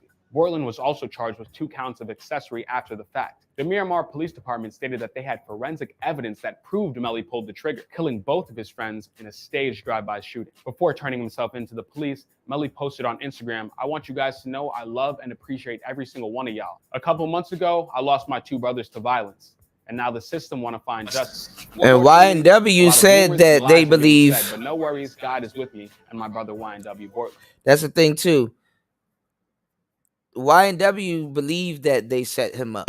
That Borland and Melly set Juvie and Sack Chaser up. So, and we want y'all to remember, it's a YNW family. I love you. Borland was arrested in Houston, Texas, and extradited to Broward County before Melly turned himself in. Both are currently being held without bond. A week after Melly and Borland's arrest, 2 high-ranking anonymous law enforcement sources identified the rappers as possible suspects for the 2017 shooting death of Deputy Gary Chambliss of the Indian River County Sheriff's Department. The officer was shot by a stray bullet. 2 weeks after Melly's arrest, documents were released by investigators on the case of Sack Chaser and Juvie's murders. The docs included investigators' claims that Melly shot Sack Chaser and Juvie from inside the vehicle. And then this nigga's last name is Demons. This nigga's last name is Demons. How can you troll the police like this? Your last name is Demons, nigga? Before shooting up the outside to stage a drive-by shooting. After driving around with the dead bodies in the car, Melly got out of the vehicle and Borland drove the deceased to the hospital, claiming they were victims of a drive-by. Cell phone records, bullet casings, and conflicting stories have also helped investigators build their case. Additionally, authorities shared a Snapchat conversation Melly and his girlfriend had 2 weeks after the murders occurred. Despite Melly's current incarceration, streams from his hit song Murder on My Mind continue to skyrocket. According to Spotify's music charts, the record has garnered over 1 million daily plays since Melly's arrest, reached #1 on the Apple Music chart, and continued to climb up the Billboard Hot 100 chart. Melly and Borland remain behind bars. Melly has pled not guilty, but Borland's plea is unclear. So what do you think? Let us know in the comments below.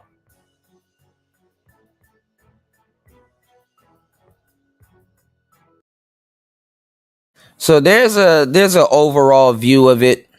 But see, XXL is gonna give you a hip hop perspective of it. It kind of did go into what was happening, but I think this right here, the final hours, I watch all this shit, y'all. Y'all don't mind me, so come down the YouTube rabbit hole with me, okay? Oh, look at this. Oh, we might have to look at this. YNW Melly's friend talking to the police, and this is the guy, Bruce Rivers.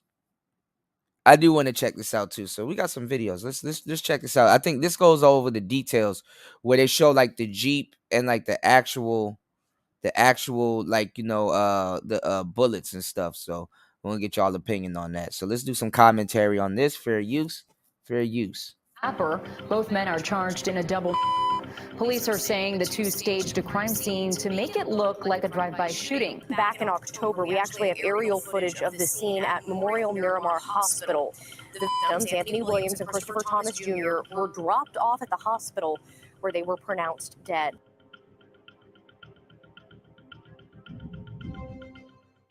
October 26, 2018, at 4:35 a.m., Cortland Henry, a young rapper known by YNW Borland, entered the emergency room at Memorial Miramar on 1701 Southwest 172nd Avenue, requesting assistance for 2 passengers in his vehicle.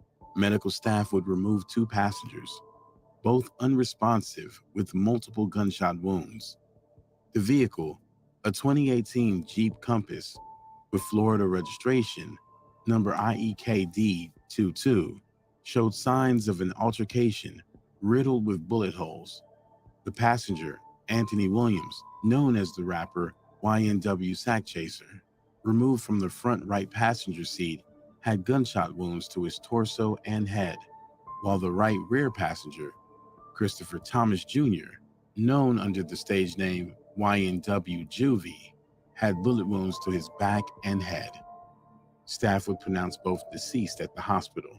The driver, YNW Bortland, was questioned, and initial recounts of what led to the two deceased went as follows. They all departed a recording studio in Fort Lauderdale, driving on I-595 to the I-75, exiting at Miramar Parkway, heading west. The moment they drove past Southwest 106th Ave, Dykes Road, a vehicle pulled next to them and started shooting. Portland, realizing the danger, lowered his body position to the floorboard in a protective posture to avoid being shot. But when he got back up, his friends Juvie and Sack Chaser were noticed injured. But rewinding the 2 hours before the two lost their lives.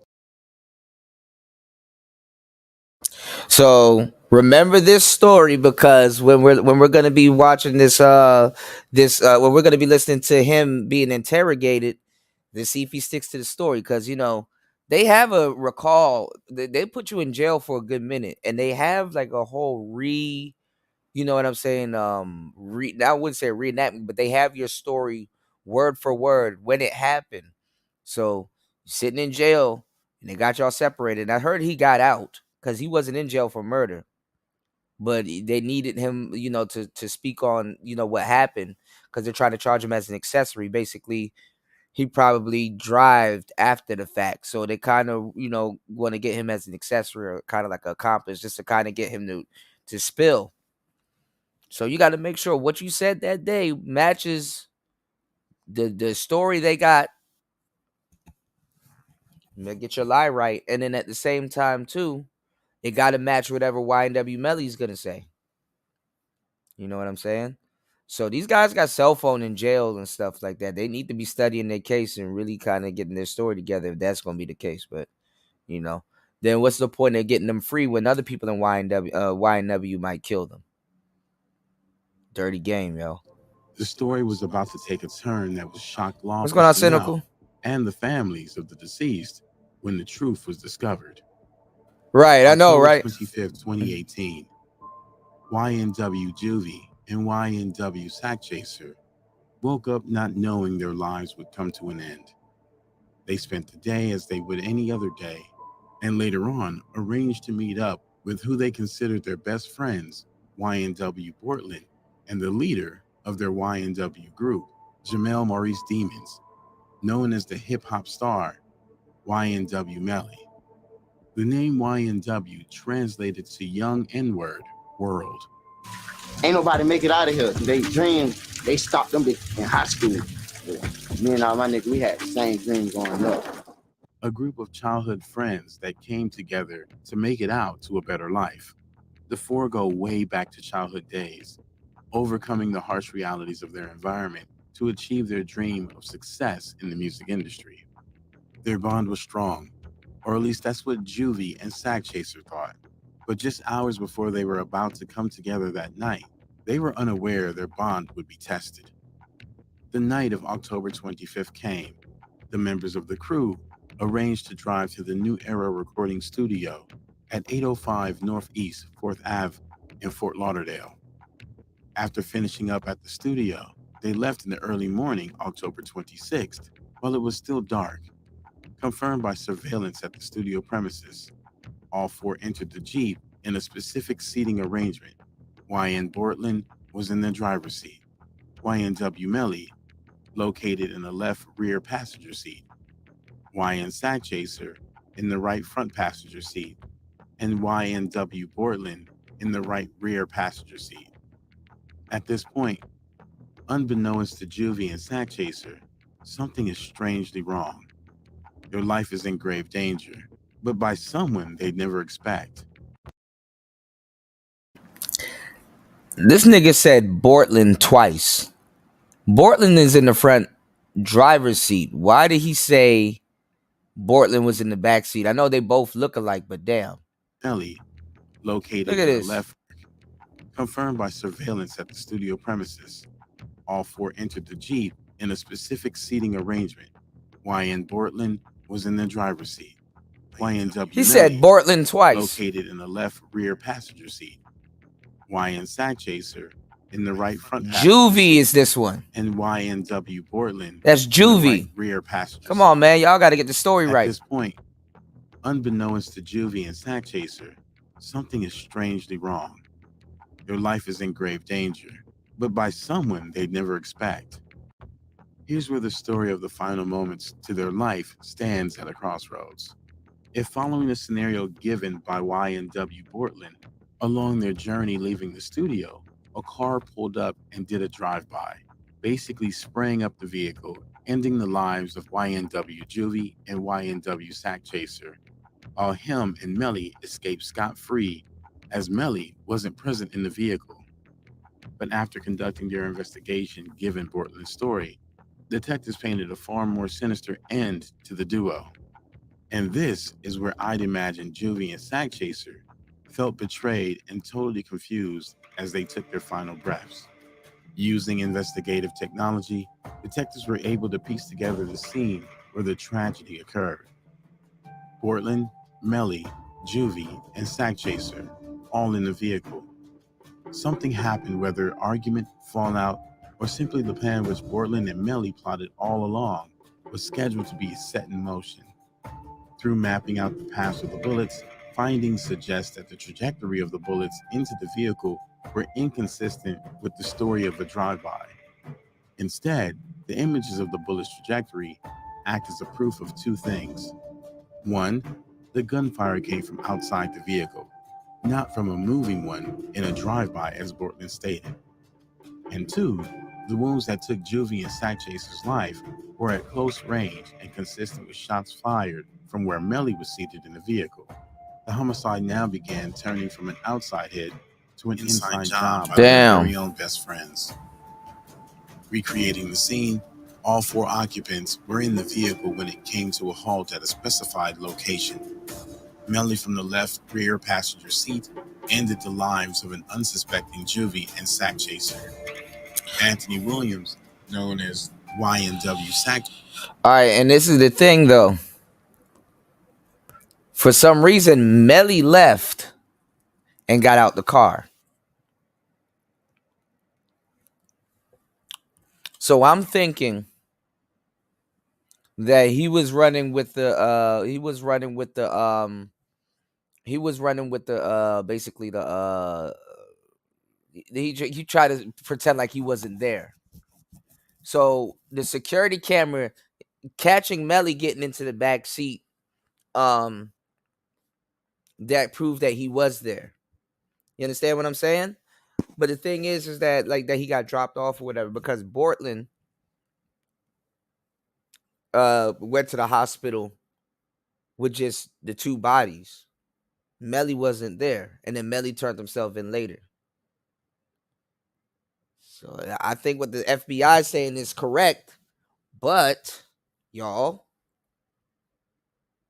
no evidence. But they said they were close blank range, and it was consistent to, you know, where Melly was sitting, which would be in the back passenger. Or the back driver, behind the driver. Chaser received bullet wounds through his neck, angled back to front, left to right, and upward, along with wounds to his right shoulder and chest. Christopher Thomas Jr., known under stage name YNW Juvie, suffered bullet wounds entering the left side of his face, head, and back after he received a headshot and leaned to the left. Given the seating of the group when they left the studio, the scenario painted by the trajectory mapping held true. Autopsy results also revealed both Juvie and Sack Chaser had wound paths to their head from the left to the right direction, which contradicts Cortland Henry's drive-by scenario and supports YNW Melly as the one who ended his friends' lives. Now, this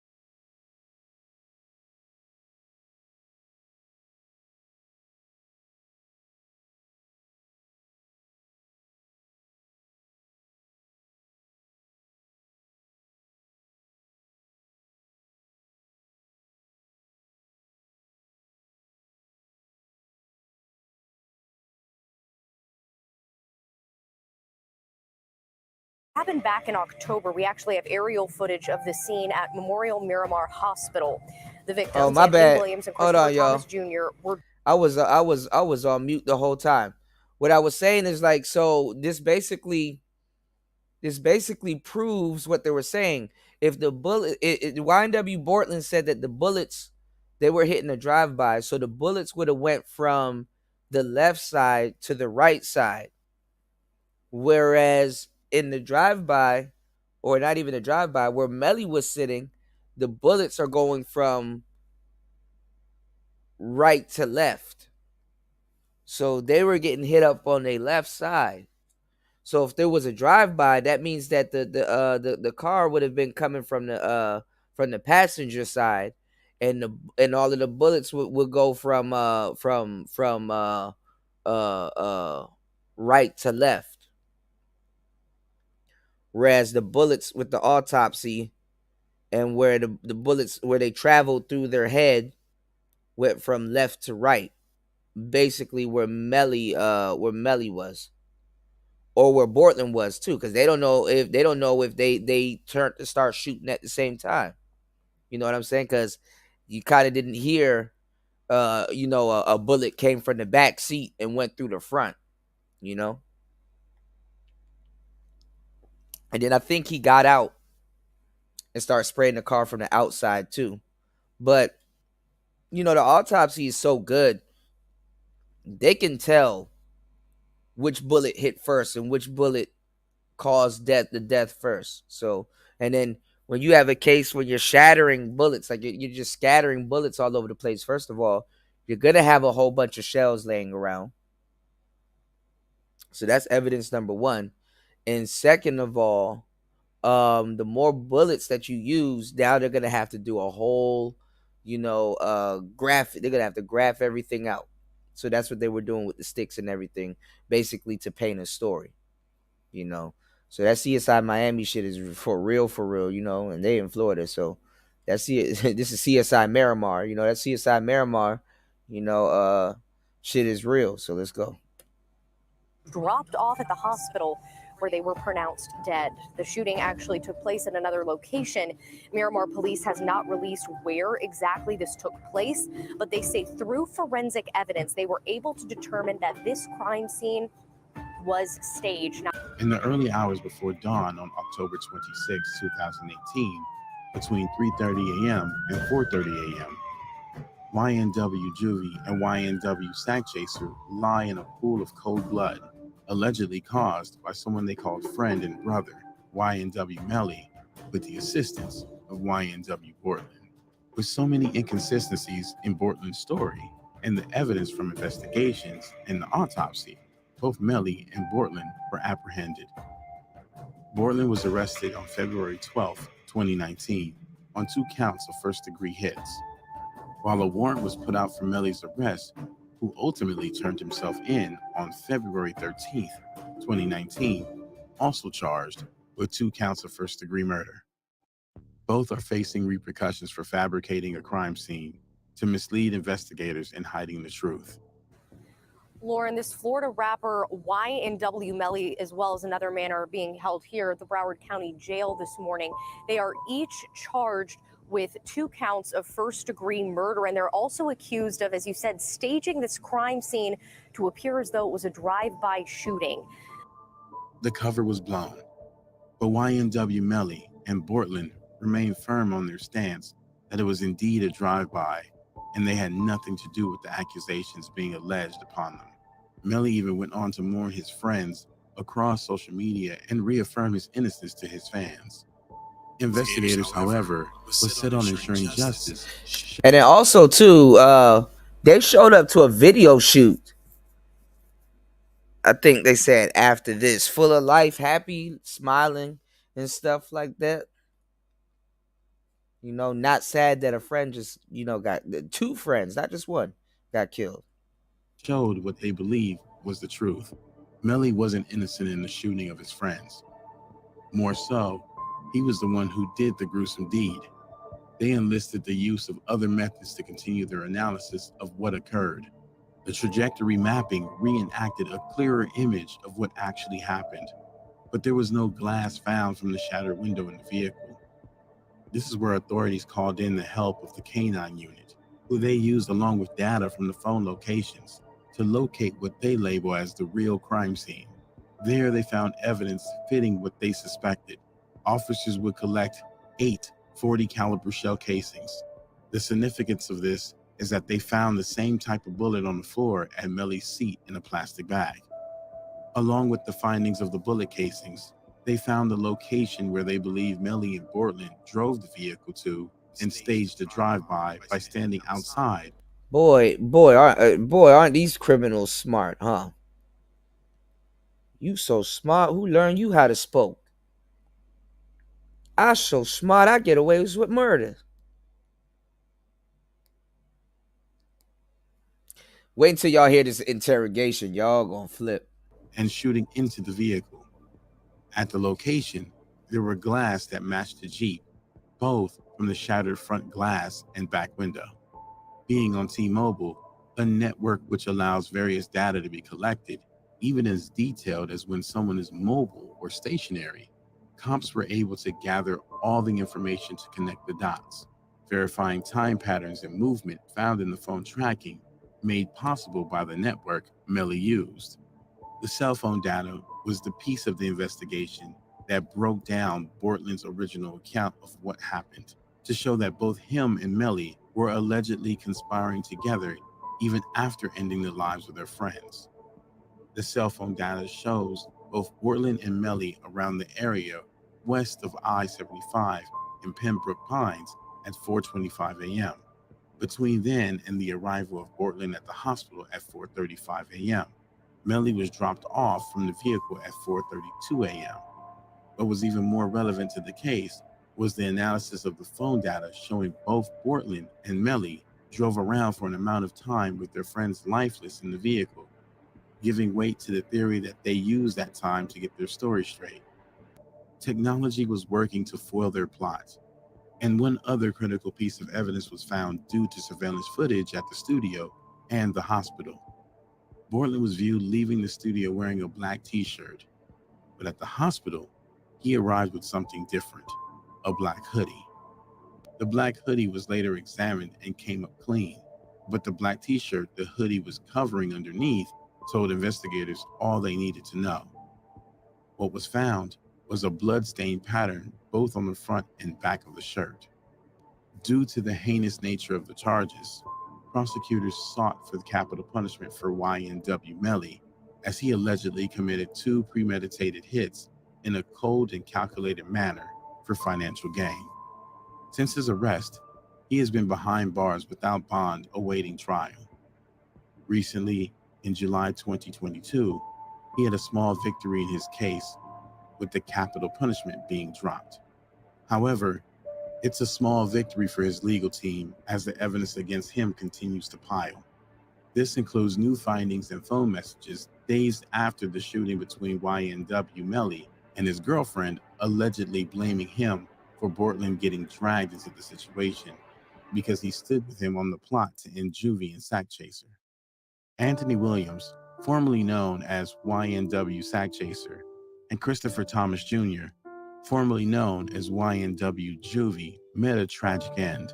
No matter if the jury believes Bortland and Melly's recollection of their passing or the prosecutors, which details them being murdered by people they thought were their brothers. Time and the strategy of I ain't gonna lie. Wait till we get to the Chicago series, man, where we get into like T-Roy and stuff like that. Y'all gonna see how much of a fucking demon Vaughn was. Vaughn was a cold demon. All right, let's see what this is. And then let's check this out. New recordings have surfaced from the night that YNW Melly allegedly killed his 2 best friends. The recordings are of YNW Bortland talking to the police. What's going on, telling Mike? them what happened, because if you remember, Bortland showed up to the hospital alone with the 2 deceased bodies in the car. Shout outs to Mike, double M in the building. Mike, like, man, these niggas crazy.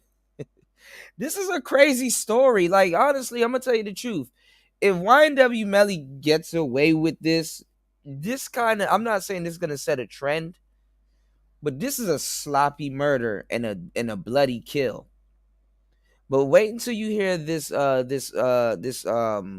interrogation of YNW Bortland, the guy that's the driver. That shit crazy. All right, let's go. I was listening to it the other day. I didn't get to finish it.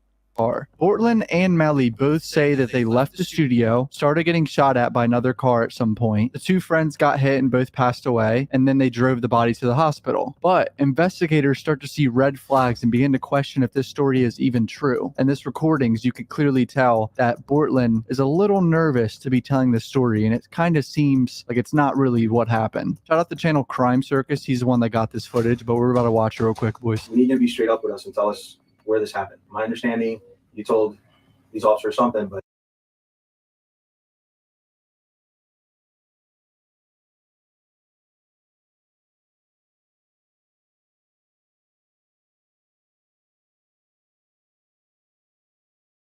Bruce Rivers, he's the criminal lawyer. Who is he? Bruce Rivers, he's the criminal lawyer. And who is he? Bruce Rivers, he's the criminal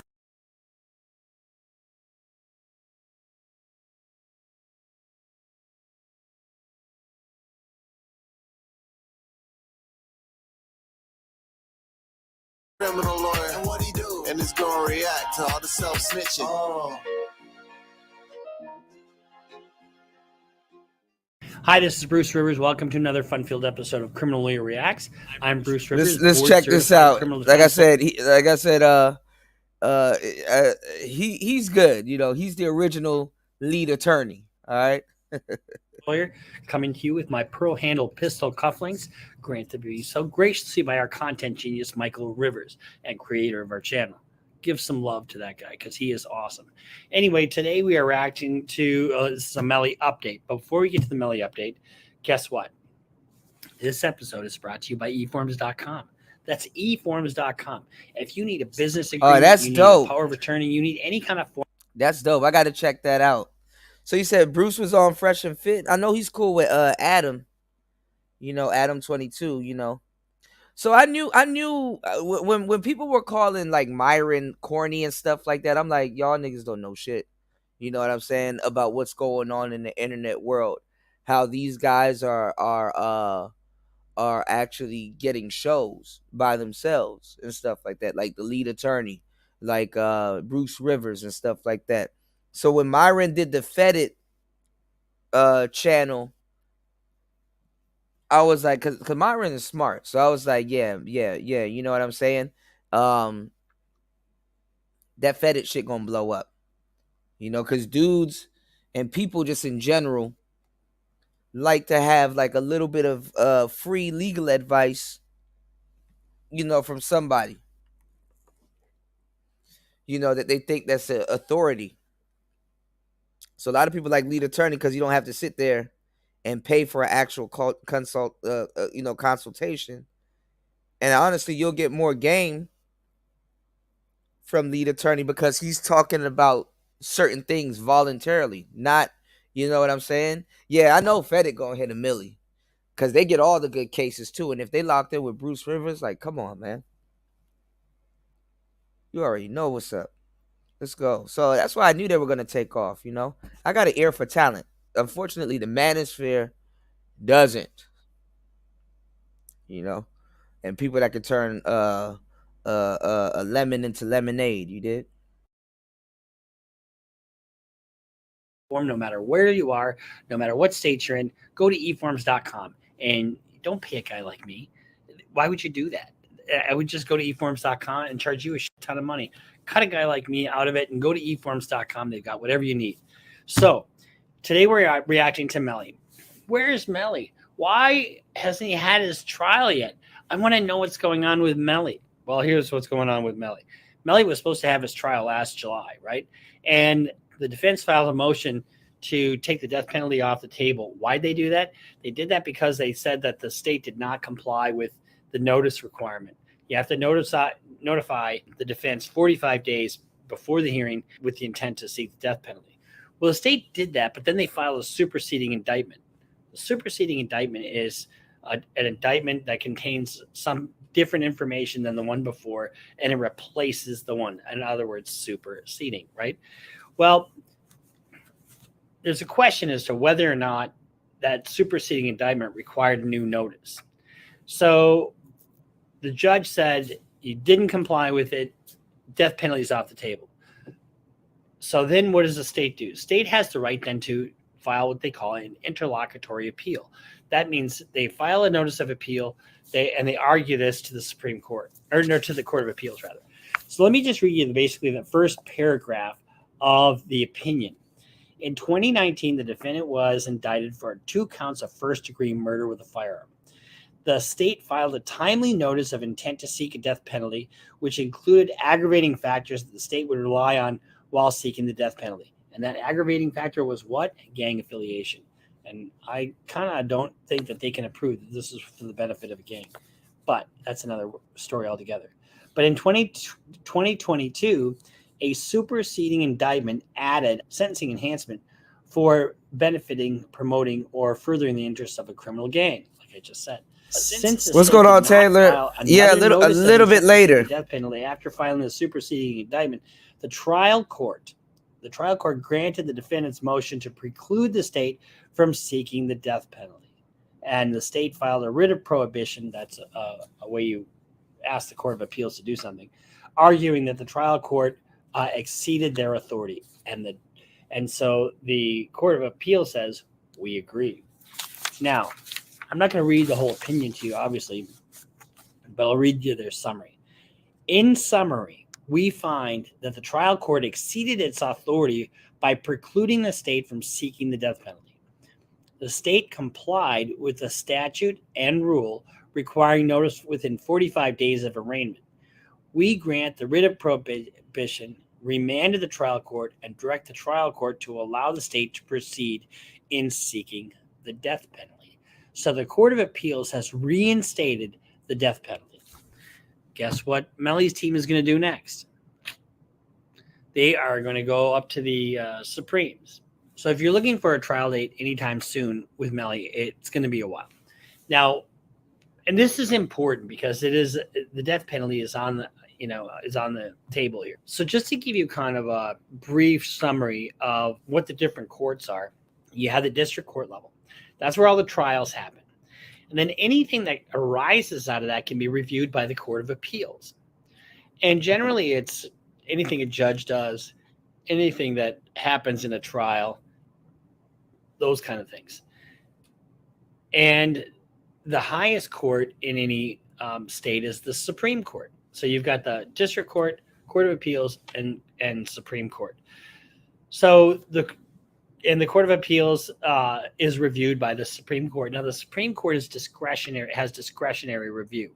So let's just say they don't take this case up. So Melly's team will file what they call a writ of certiorari. Means that they are making application to the Supreme Court to review the state court's decision. Now, one of the things that the Court of Appeals did in this case, in addition, we certify the following to the Supreme Court as a question of great public importance. Whether the filing of a superseding indictment, which adds only a statutory sentencing enhancement, requires renotice of an already timely filed notice of intent to seek the death penalty. So they're asking the Court of Appeals to answer that, or the Supreme Court to answer that question. So Melly's team is going to file a writ of certiorari. And if they don't take the case up, then then the lower court's ruling will stand, and that death penalty enhancement is on the table and is no longer thrown out, and he's looking at the death penalty. But my guess is that the Supremes are going to take this up because the Court of Appeals has asked them specifically on a matter of public importance to address that issue. So this has just been a quick Melly update. So the death penalty right now is back on the table, but we'll have to wait to see what the arguments at the Supreme Court level would entail. So it's really just as a fairly simple issue, whether, because they filed a notice before, but then you get a superseding indictment, which means you have to be rearranged on that new indictment. And so the issue is, what does that prior notice is that still good, or do they have to renotice because there's a superseding indictment? The Court of Appeals has said that you don't need to renotice. I know it's kind of a boring legal thing, but it's super important. And it's super important because it's somebody's life that's on the line here. So we'll see you next time here on Criminal Lawyer React. And they're basically doing this, y'all, to stretch the case out. So the longer the case goes on, the less evidence they'll be able to find. They're doing the same thing with the Young Thug case, but he fucking up. You know what I'm saying? And they fucking up, try to sneak drugs into the damn courtroom where there's cameras all over the place. What's going on, Jazzy? How you doing, love? Mike Taylor and Jazzy in the building. What's going on? All right. Now let's get into this interrogation of YNW Bortland, the guy that was the driver in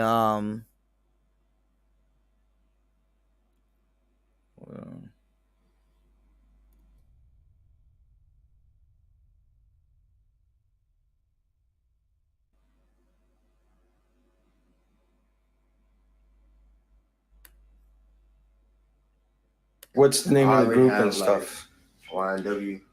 What is it? YNW. YNW? Yeah. What's YNW stand for? Young Nigga World. Good evening, ladies and gentlemen, and welcome to Crime Circus. My name is Drip Drop, and I'm your host as always. On this channel, I present interrogations and true crime videos. This video right here is Melly's co-defendant, Bortland. This interrogation takes place in a hospital, so it's audio only, and it's with homicide detectives. The state of Florida alleges that Melly and Bortland did a fake drive-by shooting on their own friends. I don't know one way or the other. Leave me a comment down below and let me know what you think. I'm going to keep this short and sweet for you. Let's just jump right into this and see what Bortland has to say for himself.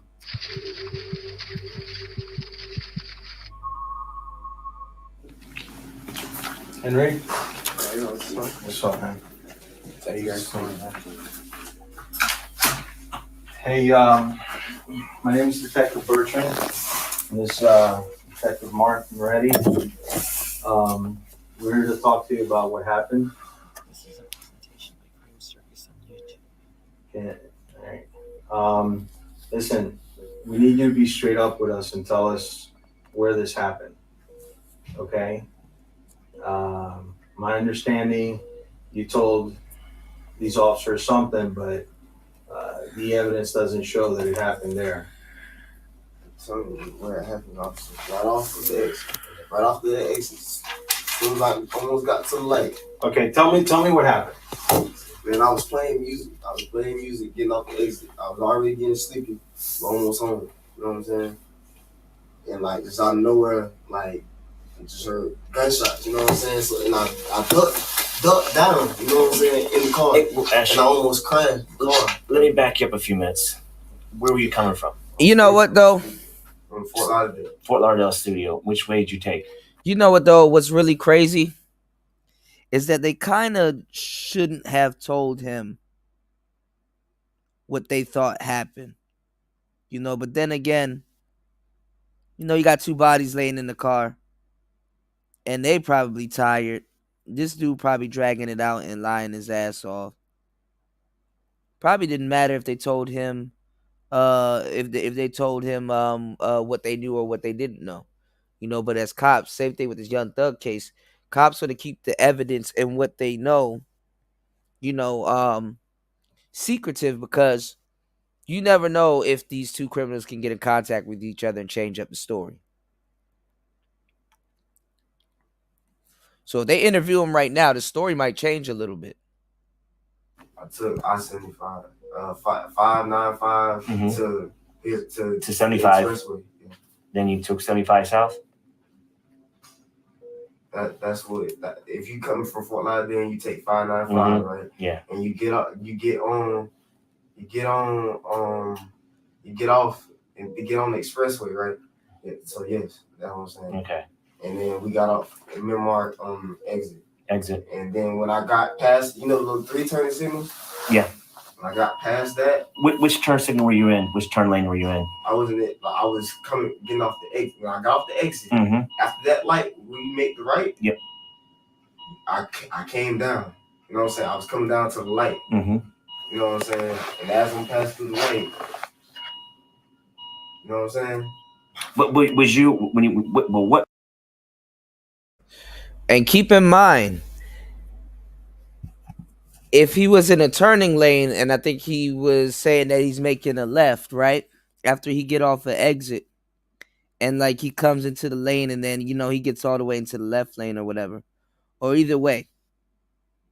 If he said the bullets came from the left side, remember, they said the evidence they got showed that the bullets went from left to right instead of right to left.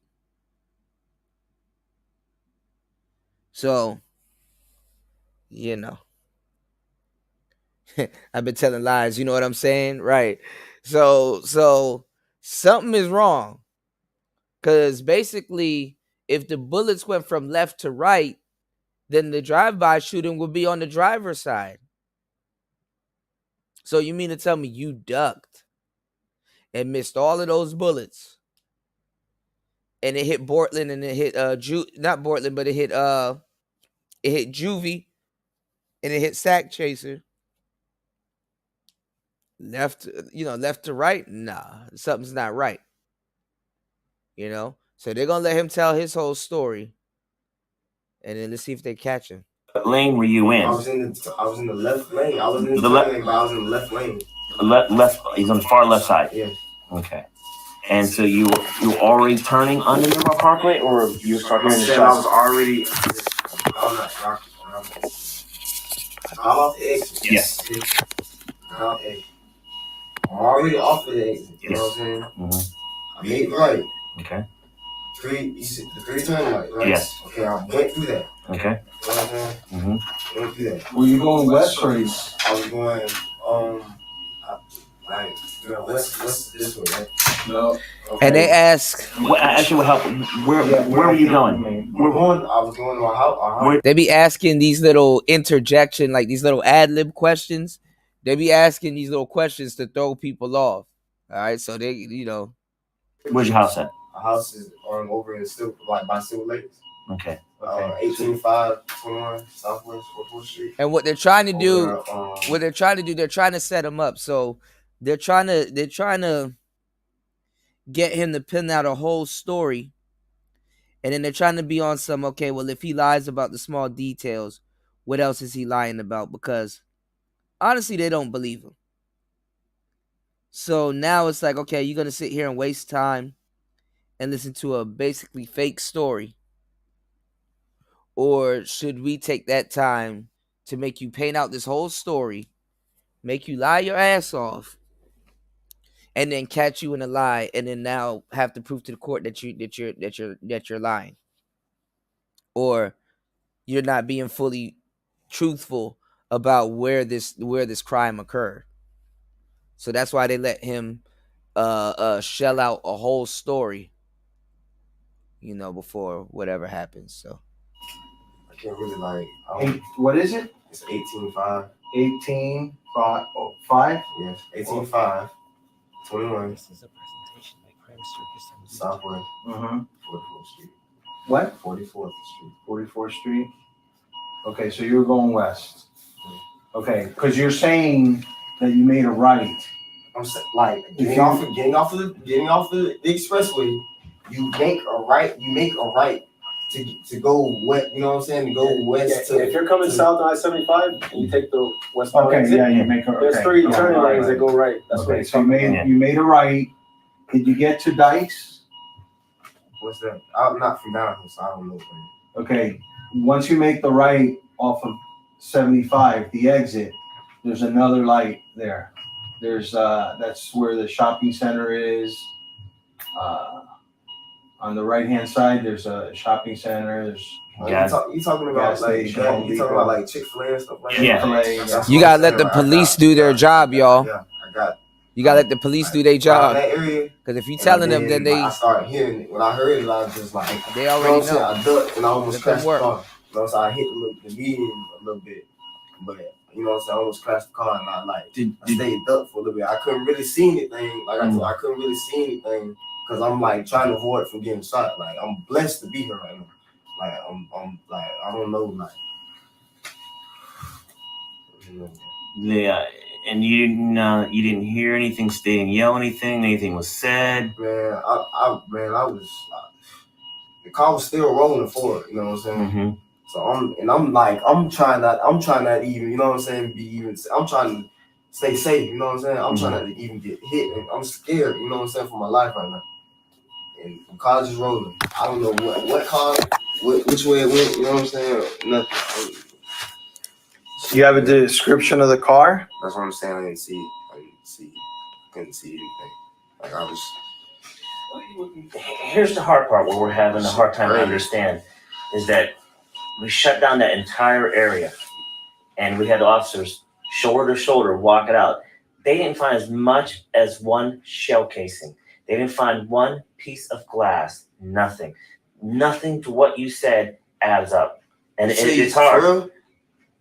Bro, I'm telling you, bro, that's the class. I mean, for whatever reason, your two friends died. Are these your good friends? Yeah, that's what I'm saying. These your two, I'm assuming close friends. Yeah, and you're doing them an inservice by not telling us the truth. I'm telling you the truth, son. I don't like. What do you want? How do you make shell casings disappear? I don't know. How can I tell you about a shell case? And I'm driving, ducking for my life, trying to make sure I don't get hit. And you telling me, you telling me about shit. I don't know. You know what I'm saying? I'm trying to make sure I don't get hit. I'm driving. I'm trying to make sure I don't get hit. You know what I'm saying? What I'm gonna be worried about? You know what I'm saying? I know it's not for you to worry about. That shit crazy, bro. But if you tell me it happened there's got to be some evidence there.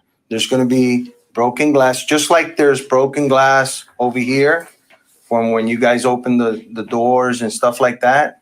Okay, there's going to be broken glass over there when the windows got shot out. There's going to be casings from the people shooting at your car. Okay, there's going to be evidence over there.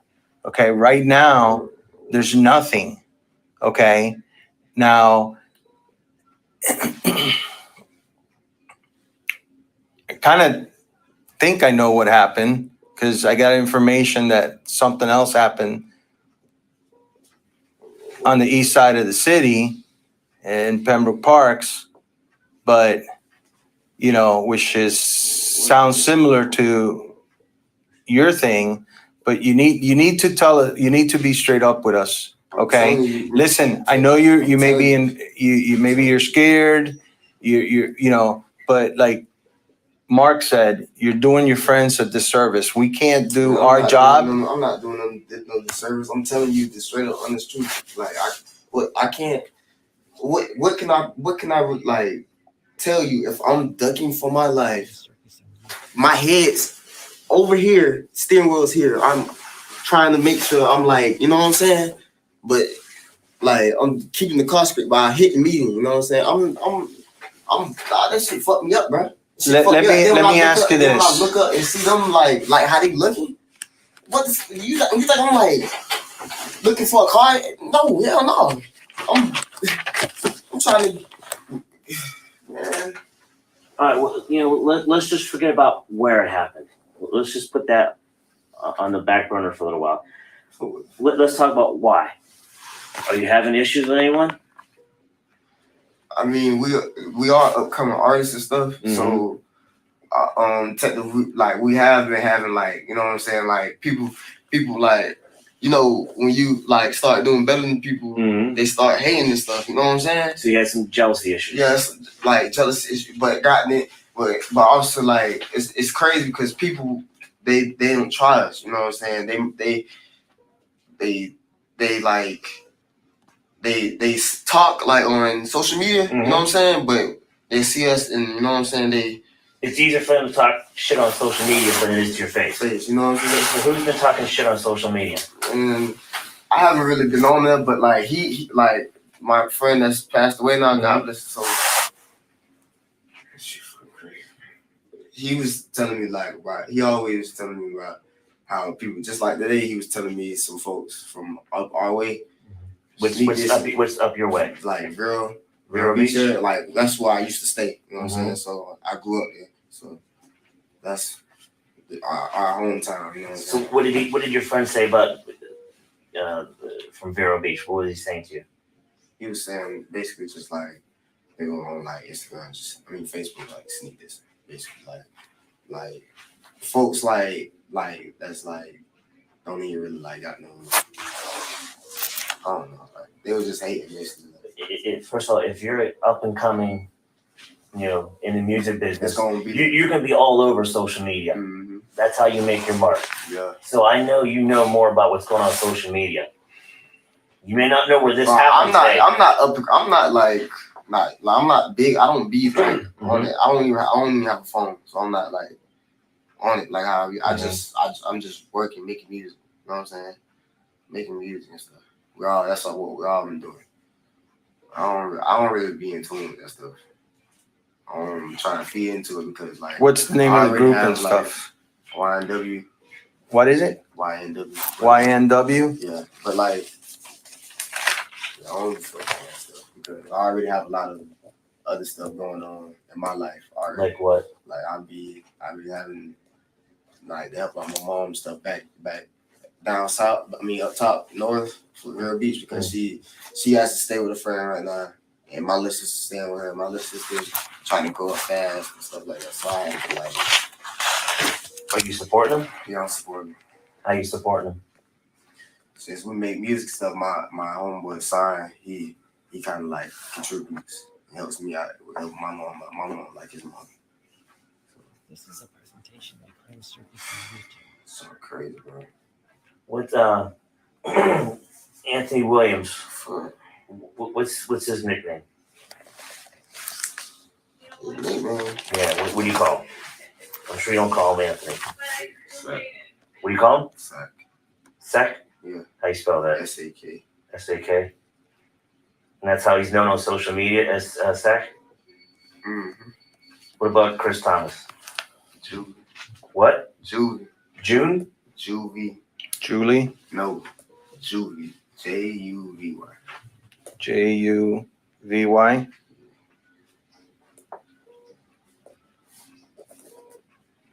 And what are you known as? I'm just known as my name. My man? My name. They call me my name. My name? No, my name. But your name? Yeah. Court. Okay. Let me show you this real quick. Okay. I'm not a great artist, but this is the exit to I-75. Okay. You said you made it right here. These are the lights. This is the exit. This is Miramar Parkway. This is Chick-fil-A. That's this like the the gas curve. That's station. like the curve. The part that curves. Yeah, yeah. And that goes like that. Yeah. It was Okay. like on down. Dude. You know what I'm saying? Huh? It was on down. So did you pass Chick-fil-A? Yeah, I passed. Did you pass this light here? Yes, that's what I was telling you. I passed. Oh, so you passed that light? Yeah, I got on down. That's what I was telling you. I got on down. Did you hear the Chili's? Where's Chili's? Like Polo Tropical type. Polo Tropical's on the other side of 75. No, they have one. Oh, they have a new one. Close to on- 172. Hey, do me a favor. Yeah, they have a new Go to Google Maps. I can't do it on my phone. Yeah. All right. So he's close to 172 according to what Yeah. So we gotta go check on something. They know he's lying. They're just trying to gas You it know up. where the Target is at? That's where the Pollo shop is. Yeah, that's what the point. Where the new Pollo Tropical is I being don't go built? there, but that's what I'm saying. Yeah, I never Pollo Tropical. Okay, the new one that's being built on Miramar Parkway. Did you get to that place? Yeah, I got like right around the area. Is that where the shooting happened? Yeah. So it's gonna be close to 172. So you know where Target is at? But yeah, I know The it's Target? all about Polo Tropical. I know. I just Okay, so is that where you were at? Yes, sir. Where the shooting happened? Yes, sir. I was just telling y'all that's why I got off the exit and stuff. I got off of. Okay, like, so give me you out got off the exit. At this point, was there a car following you that you noticed prior to? Like, really, I had to mute something. Like, we had Did you guys have a beef with anybody on the highway? We weren't. Like a road rage type thing or We anything? was vibing. Okay, so now you get off, you pass Dykes. The shooting hasn't happened yet, or did it happen yet? You passed Chick-fil-A. Mm-hmm. Yes, I passed Chick-fil-A. Did the shooting happen? I got on past the light, and then it happened like. So at the time that you passed Chick-fil-A, did the shooting already happen or no? No. Okay. You said at the time I passed it. Yeah. Like a little after. I was saying just a little. They up Okay, there. so you passed the light over here, the second light after you. Boy, that cough was rough as hell. They up there fake coughing like he lying. They doing cough signals.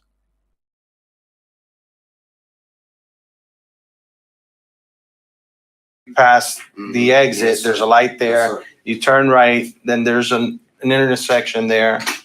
So you were past the intersection. The shooting hadn't happened yet. Is that what you're saying? And then I got right on past the light. Follow me? Mm-hmm. Right on past the light, sir. And I no bullshit, bro. No bullshit. I'm like, you know what I'm saying? Mm-hmm. And I swerve a little bit, hit the median, but like.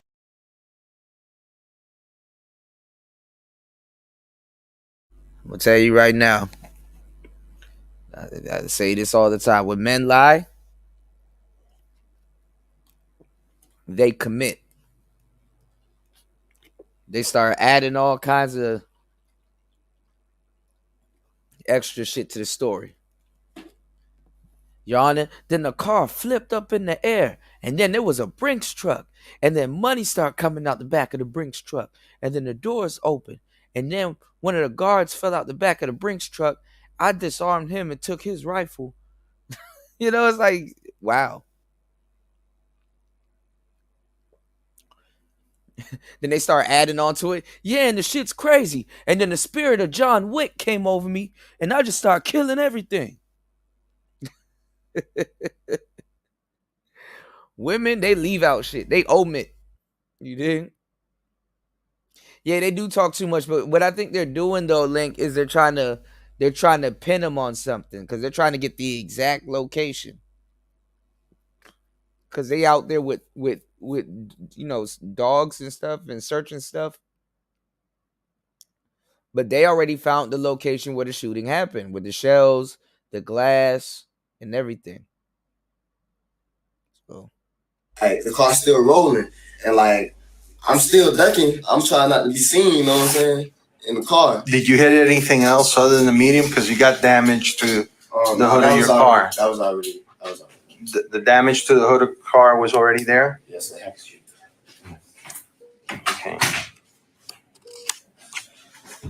That happened on the trip. Yeah, on the trip on Georgia.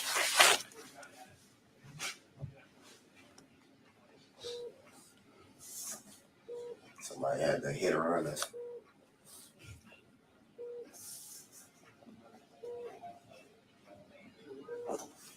they're just gonna let him add to the story at this point, Link.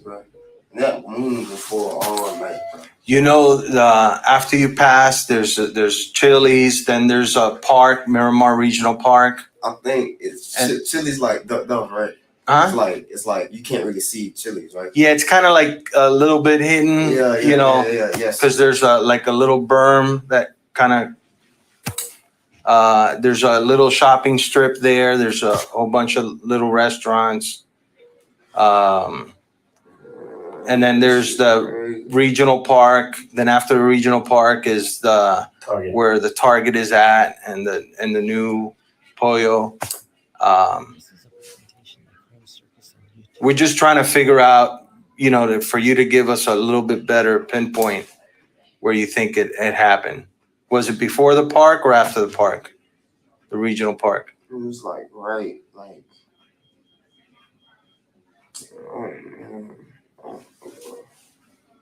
Hey, how about we get in the car and you show us? You want to do that?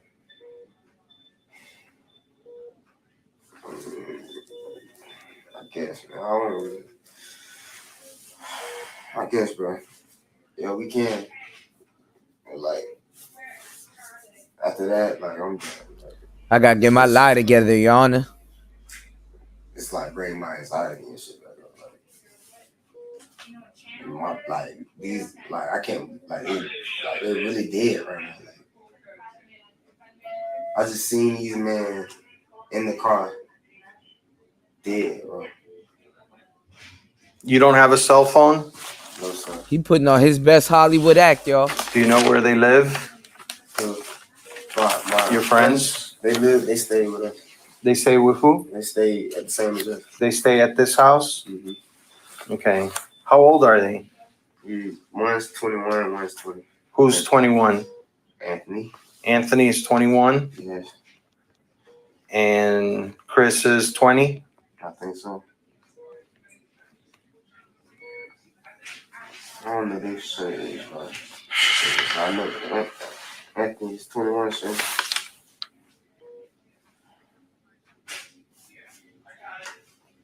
You can't give me any names that was you guys were beefing with, what was beefing with your other friends on social media?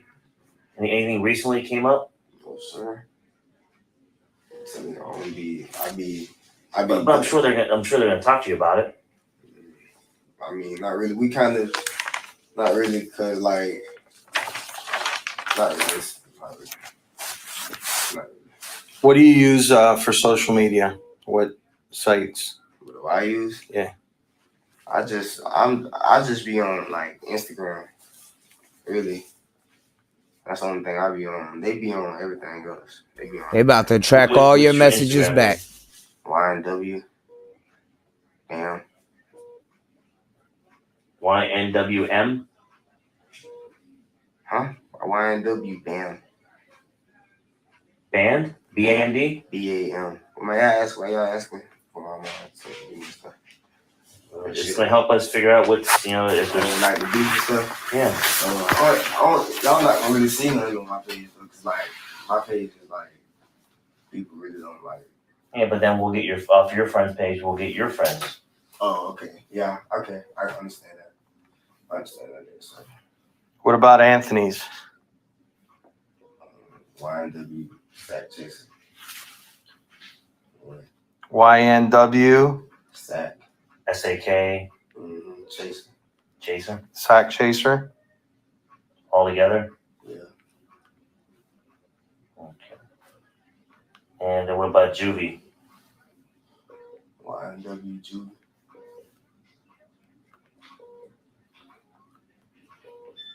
What's YNW stand for? Young Nigga World. This is a presentation by Crime Circus on YouTube.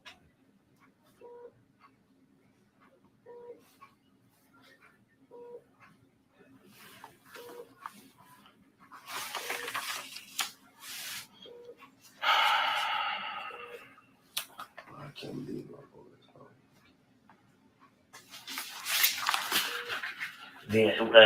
Chris and Anthony, are they both from Vero Beach too?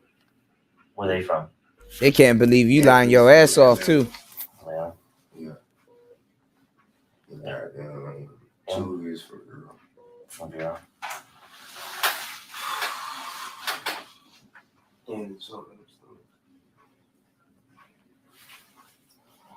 You don't have the parents,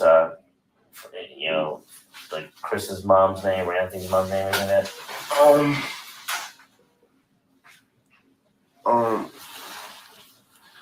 Anthony's mom's name is Jana, I think. Jana? Yeah.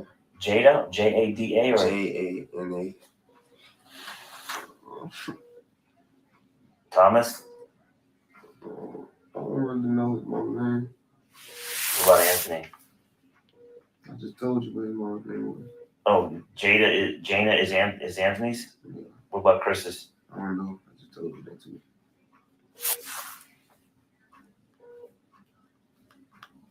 Do they live here or in Vero?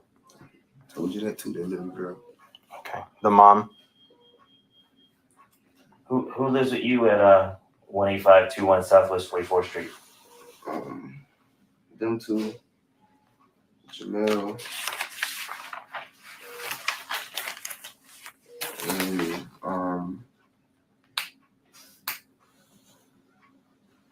Brother. Jamel's brother? Nah, and goddamn, nah, my cousin, Jacoby and Adrian. What's Jamel's last name? Demons. What is it? Demons. DEMONS. This is a presentation by Crime Circus on YouTube.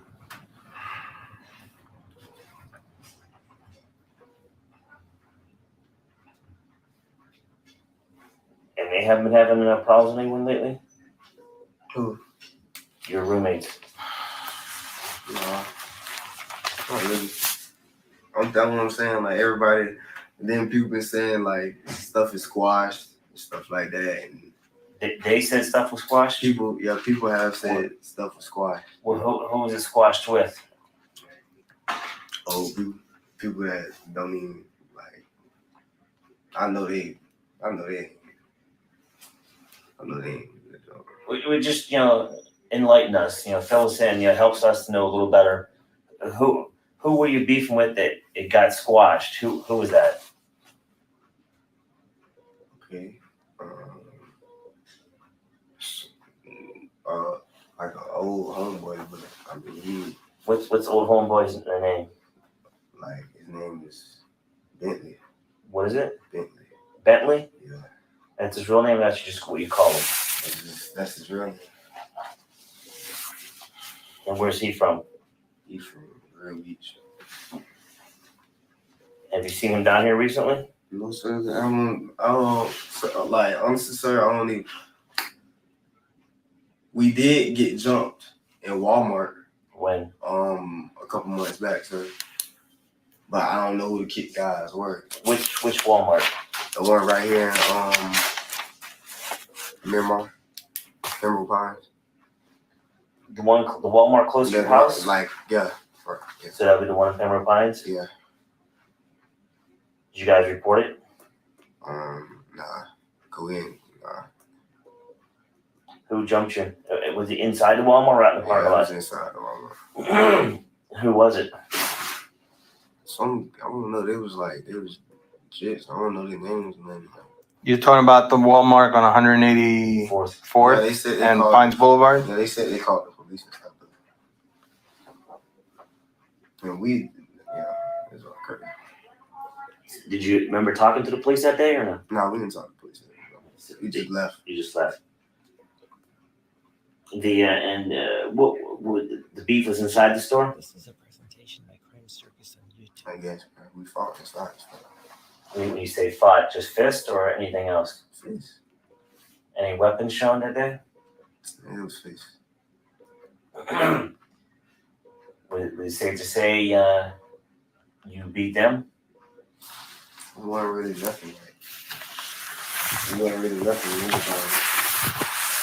We got a few licks and like they stole, like my homeboy's chain popped and they picked it up and they started like flexing on Instagram and stuff like that.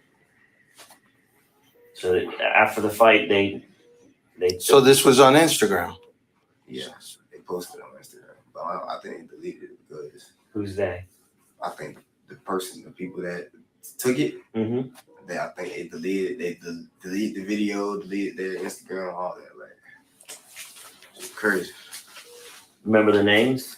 That's what I'm saying. They didn't know who they was. Period. I'm not from down. They was from down. But you know it was, but you knew it was on social media posting. Yeah, that's what I'm saying. I seen the post, but like, of course, anybody can go on Instagram and you know what I'm saying. Simply just go on Pembroke Pines and people from here gonna pop up. You know what I'm saying. Or it's like my homeboy, he's like big, you know what I'm saying? He's big. You know what I'm saying? Who's your homeboy? He's recording officer. His name is Jamel Davis. Like the guy you living with, Jamel? Yeah. He's known? Yeah. Look, that's what I'm saying. We didn't know him. Like it just came up out of nowhere. So like what I'm saying is like we didn't like know who they was. Like it it was like I know her, like, you know what I'm saying? Like almost like, you know how you just go to the store for something and like, all right, say you go in the store and you just feel like something finna happen. You know what I'm saying? Mm-hmm. And like your instinct tell you, and like you just, you know what I'm saying? That's what happened. Like we just called them when they bent the corner, and it just happened like that. Like, and they ran out the store after when they got. Do you have any affiliation with any of the gangs? No, sir. Nothing at all? No, sir.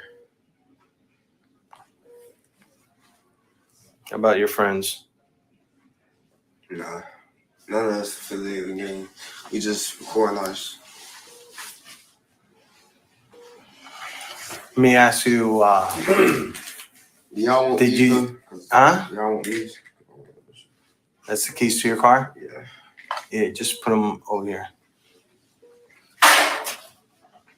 Have you fired a gun today? No. You know they're gonna be able to tell, right? Yeah, but I ain't firing no gun. Okay. But how I'm asking you. I'm not accusing you of anything. I'm just asking you because if somebody was shooting at you, you know, and you shot back, that's self-defense. So there's nothing wrong with that. Okay. Actually, the law allows you to do that. They're really trying to But I just tripwire want this you to be man. straight up with me, okay? Because if we test your hands and stuff, it's going to tell us if you shot a gun today. No, I didn't shoot a gun today. I didn't shoot no gun today, sir. I was driving. I didn't shoot no gun. This is a presentation by Crime Circus. Are there going to be any guns in the car? No.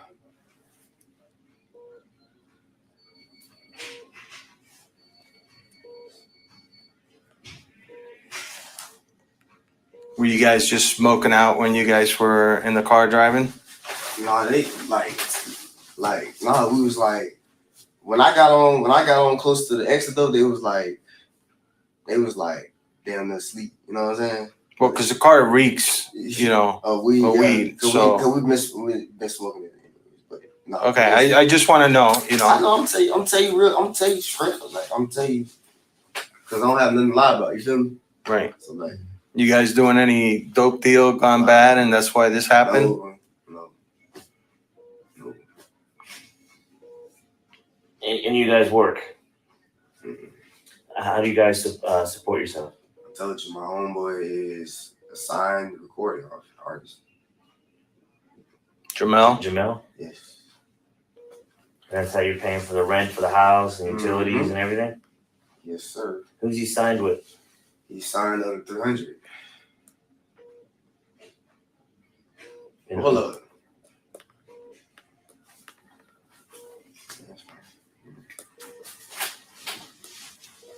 With 300? This is a presentation by Crime Circus on YouTube.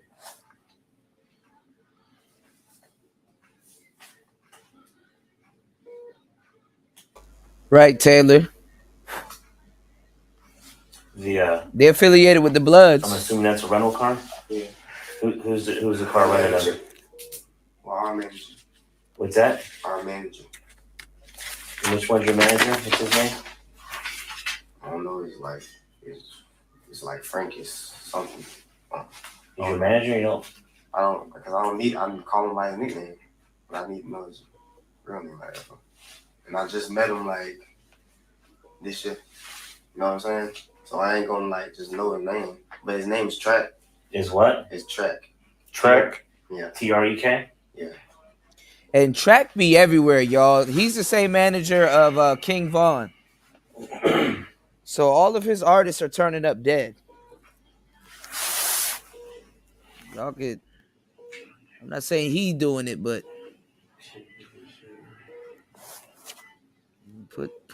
put a couple twos together. Is there anything else you can provide us that's going to help us for your friend's sake? This is the point. You know, anything They know he lying. Anything illegal, you tell us it's fine. It's a wash at this point. But we need to know the full story for Anthony and Chris's sake. Yeah, we don't care, man. As far as that, all we care about is your friends, who shot your friends. All right, we're homicide detectives, so I don't care if you were doing a drug deal. I don't care if you had a beef with somebody. I'm just telling you. I know. You know, I don't care any of that shit. I'm finna tell you. No. All I care about is solving All your right, friend's no. homicide. No, it wasn't nothing like that, bro. I told y'all the story, and that's it, bro. I don't even talk about it anymore. Like, cause I told y'all. Like, I don't know. Like, I don't know. Okay. Just so you know, all right, because you're saying, well, I don't want to talk anymore. There's going to be a lot more questions. There's, you know, and we're not trying to piss you off. The thing is, we don't know your friends. Yeah. So the reason we have to ask all these questions, because the more we know about your friends, your lifestyle, your friend's lifestyle, your friends, his friends, and the circumstances surrounding today, the more, you know, the easier it's going to be for us to try and solve this.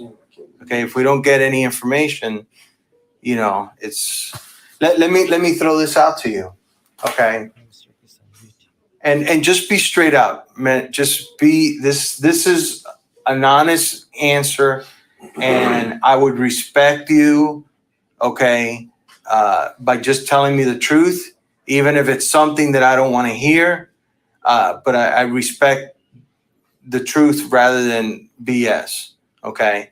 And a simple question. If you knew who did this, okay, you may or may not know. If you knew who did this, would you tell me? It's either a yes or no question. Answer. Honestly. Yeah, honestly. The truth. You wouldn't? Because I wouldn't want to be a part of that. I wouldn't want to be. Okay. I respect that. I respect that. Like, I don't like it. It's a lot that comes with that stuff, bro. Like, I could get killed. Because you rather just handle it within you guys? Okay. That shit fucked me up right now. I don't know how to think right now. I don't know how to feel right now. So that was a good question. You know what I'm saying? And that's a question for them too. It's like, all right, are we dealing with somebody that's living by a code? Is this person going to tell us the truth? You know, if we go through this, or does this person know a little bit more than what we think? You know? So that's what they're really trying to, you know, really trying to pry and ask the questions, and they're nudging him. You know, if you were smoking a little bit, it's cool. Drug deal gone bad, it's all right. You know, they playing games, right? Raven said, Taylor, I'm in a gang. We're called the PlayStation Nation Syndicate. He said, we have Yakuza and Triads with us. We play Street Fighter 6 every weekend. That's what's up. Shout outs to Taylor, a.k.a. Taylor Gang. Taylor Gang. Taylor Gang. You know I'm repping Taylor. Like, I'm so fucked up right now. Like, I don't know. Detectives. I'm sorry for my language, you know what I'm saying? No, sorry, not gonna I ain't find from down here. Like, this shit make me emotional, bro. Like, I ain't been asleep since yesterday, bro. You know what I'm saying? This shit just really fucked me up, bro. You know what I'm saying? And then y'all gotta take my shoes, and I just got them bitches back for somebody that got them took them from me. You know what I'm saying? Someone took your shoes? Yeah, and I had to get them back, and I had to clean them up. Who took your shoes? My homeboy had them took them, and I had to go get them. And he had them fucked them up, man. I just cleaned them yesterday. He stole them from you? He like kind of like switched them out, like for his shoes. Like his shoes weren't nothing compared to those. Yeah. You know what I'm saying? He lives with you, or is? Nah, he just came down there just to, you know what I'm saying, just to, cause he makes music too. Mm-hmm. So he came down there just to visit for the weekend. You know what I'm saying? At your house or at the recording studio? Hey, where's the recording studio at? I don't know the exact like location. You know what I'm saying? Cause it was my first time being there. You know what I'm saying? They brought me there. Mm-hmm. So like, give me some landmarks. I know it was in in the Dale, like that's probably like the only like In the where? in Fort Lauderdale. Mm-hmm. That's like the only like. You know what exit off of 95? Do you get off 95? Is it on East? Yeah, it's off of 95, but I think it's like, is that Oakland or something like that? Oakland Park? Yeah, I think it's something like that. That's where they got the footage. I had to use their phone for GPS.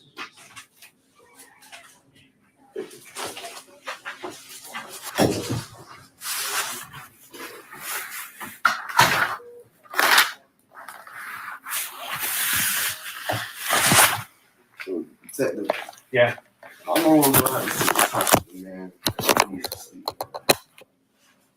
Well, we're trying to help, you know, your friends. I know what happened. I know. So, you know, I mean, if like, it was my friends, it's just like I can't like you know, like you if you was there and you was in No, I like, understand it. You know, getting shot at ain't, I'm sure it's not a fun thing. I've been shot at too, so I definitely know, but I definitely would want, you know, to find out or help the police as much as possible, you know, because listen, the bottom line is, man, you know, I know you're mad and you want revenge and all that kind of stuff, but the reality is, what's it going to bring to you? A momentary satisfaction. I'm just saying, what would that bring to you? A little bit of satisfaction, but then you get caught and then you end up, you know, in jail. Maybe you kill them, they're suffering or whatever is done and over. They don't get justice through the law, but then you end up in jail. You know, so who won? You know, is the truth, you know? They win because now instead of killing two people, they essentially kill a third, because once you go to jail for life for killing somebody, then your life is essentially over too. So, you know, you gave him the satisfaction of taking out the entire car. I'm not thinking of retaliation, man. I'm trying to make sure my mom and my sister, man. That's what I'm worried about right now, man. I ain't even trying to retaliate, man. That's hurt. This is a hurtful feeling. You know what I'm saying? That's a hurtful feeling. And lose two people you grew up with. You know what I'm saying? That shit hurt. How long have you known? Years, man. Years. Anthony, like how many years? Years, man. Like 5+. 5 years? Yes, sir. This is a presentation by Crime Circus on YouTube.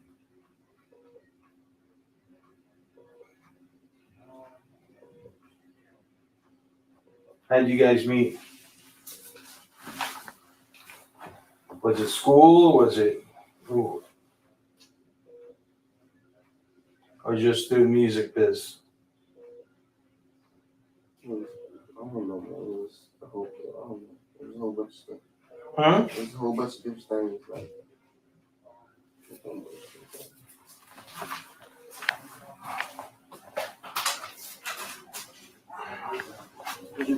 They said he took pictures of it already. Hold on a minute.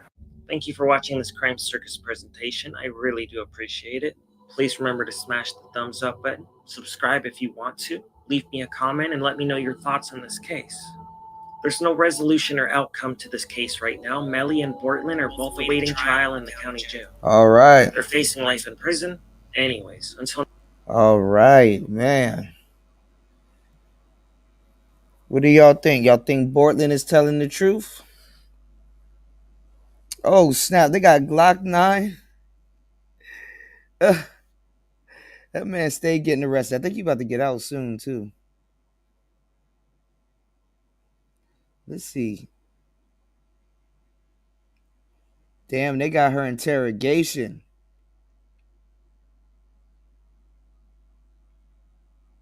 The OnlyFans model that killed that black dude. That the sisters was like, oh, they were kind of being back and forth on the brothers about that.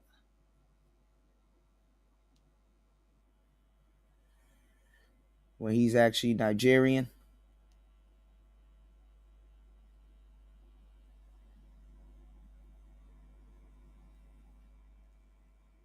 Damn, Queso's dad. Let's check this out. That man be telling off. Coming home soon. Soon, man. I ain't gonna tell y'all. I'm just gonna pop out on y'all now.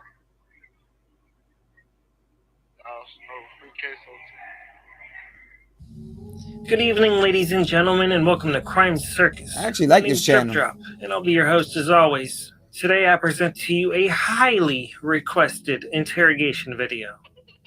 And I just want to give you a forewarning. It may not be what you're expecting or hoping for, but I have an explanation for that. For those of you that aren't familiar with this case, I'm going to give you a quick backstory because you overwhelmingly told me in the comments section that you want my intros and you love my intros. So thank you very much. I'm going to give you a good introduction right here and now. In Jacksonville, Florida, there's a rap gang known as ATK. The leader is Ace.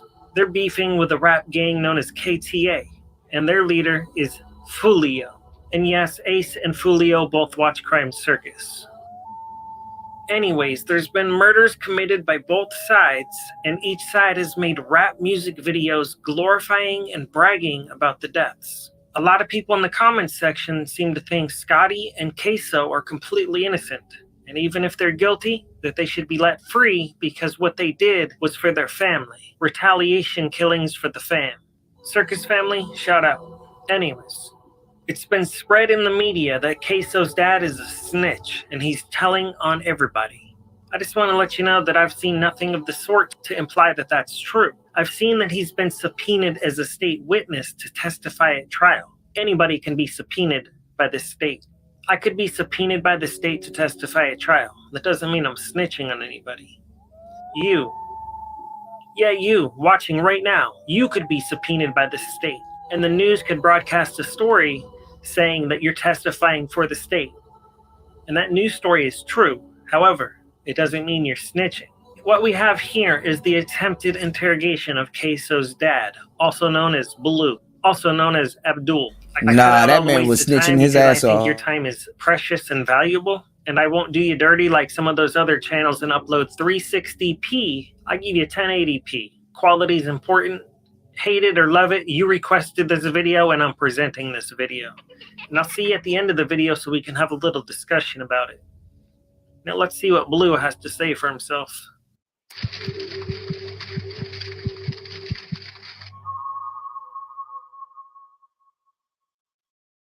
Yep, you're good. I can get that water. Yeah, here. There you go. Let me get it off of you. Let me get it cut that. There you go. I can get that water. Give 1 second. I'm going to just face one open.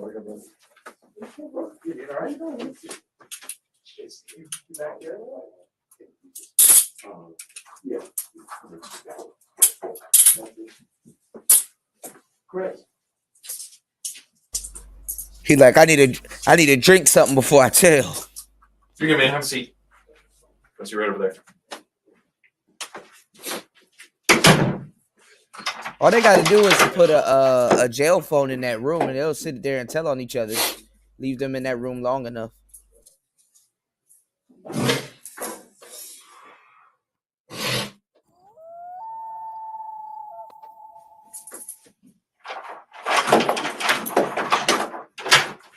I'm Texas Smith, Jackson Sheriff's Office. Here's your water. I'll be back within a minute, all right? You need anything else? Bathroom, anything? Just knock on the door if you need anything, all right?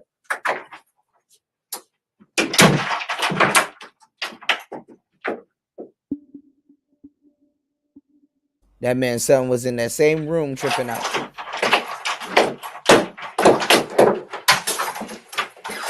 I'm Texas Smith. I walked in here a little bit earlier. This is my partner, Ted Dishman.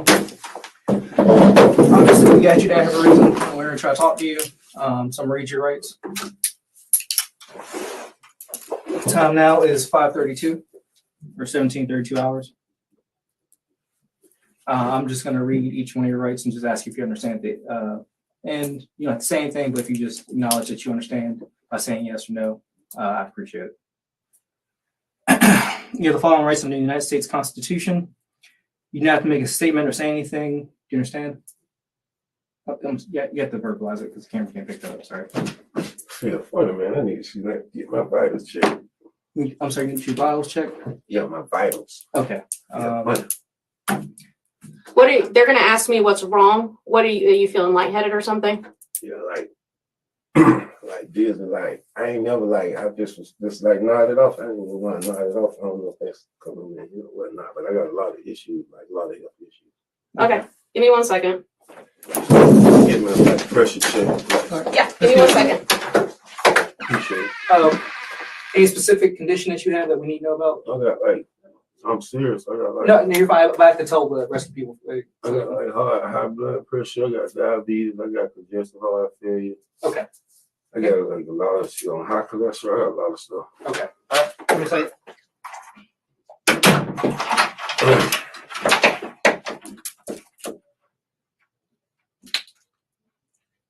Well, it sounds like jail ain't the move.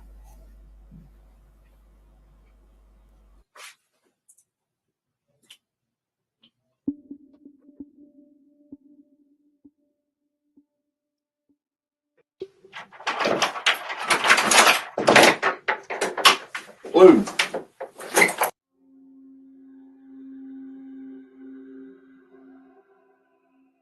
Anything else? No, we're good.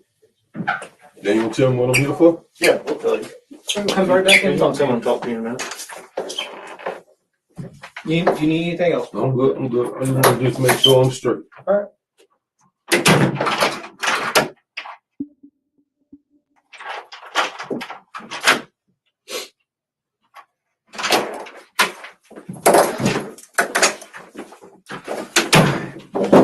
Glad you're in good health. So I got to start the form over again. Like I said, I'm Detective Smith. I'm part of Detective Dishman. Before I have to ask some questions, but before I can do that, the authority rights, obviously. So you have the following rights under the United States Constitution. Okay. Once again, I'm gonna ask you every time. I'm just gonna ask if you understand. Okay. Yes. You don't have to make a statement or say anything. Do you understand? Yes, sir. Anything you say can be used against you in court. You understand? Yes, sir. You have the right to talk to a lawyer for advice before you make a statement, before any questions are asked of you, and have a lawyer with you during any questioning if you wish. Yes, sir. If you cannot afford to hire a lawyer, one will be appointed to you before any questioning if you wish. Yes, sir. And if you do answer questions, you have the right to stop answering questions at any time with the lawyer. Yes, sir. All right. I'm just gonna ask if you for it. I'm just gonna I gotta sign that. You don't have to. It's just your way of acknowledging that I read these to you. You understand? You don't have to. All right. That's fine. All right. You want to talk to me? What I'm charged for? Sorry. You'll be charged with accessory to murder. Accessory murder? Yes, sir. My name is lawyer. You want your lawyer? Yes, sir. All right. All right, just some paperwork. And then take care of it, right? How long that's gonna be? Give me like 30 minutes. All right.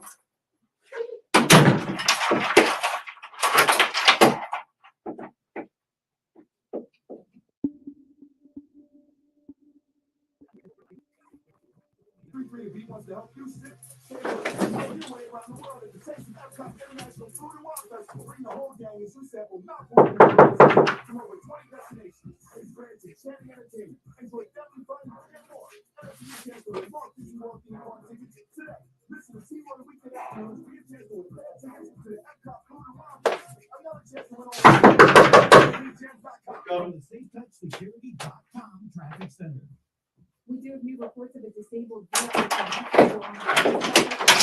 Yeah, hit that. Turn that off. I'm gonna make my prayer. Okay. Turn the music off. Yes, sir.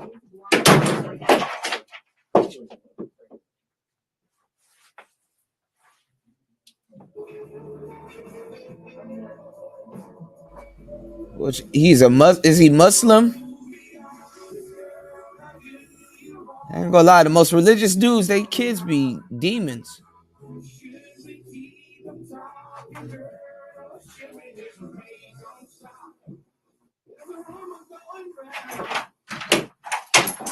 Hey, we're not on for a long time. We got it on for a reason. Sorry. Allahu Akbar.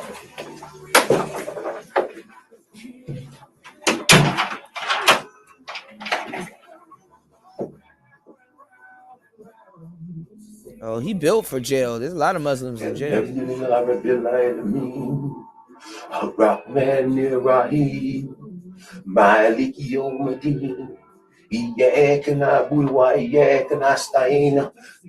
Dino Sarato Mustaqim, Sarato Rianum Torleum, Gloria Macdubialeum, Wadorlim.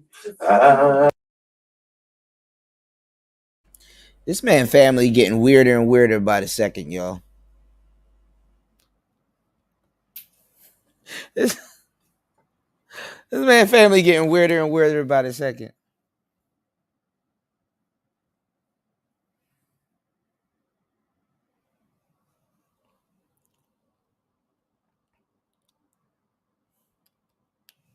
How the hell are you Muslim and your son is the devil? He's the goddamn devil. Not even devil, devil.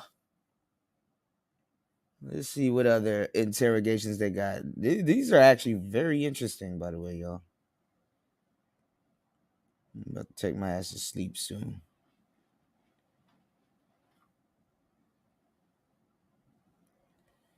Yeah. Got a couple of good joints here, but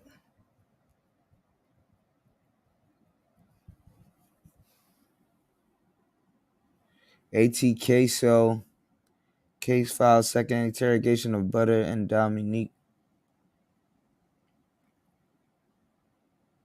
Oh, Butter's girlfriend.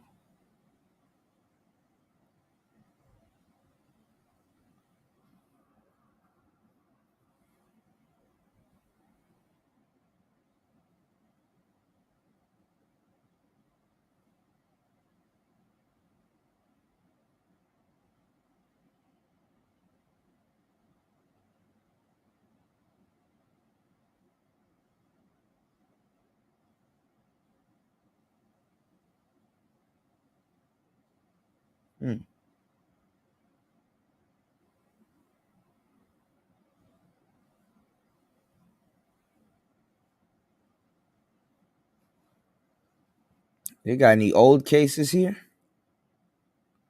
It's crazy how this man is finding all of these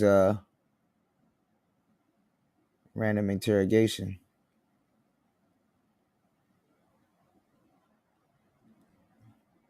Look at this one. It says intense. Hold on, y'all.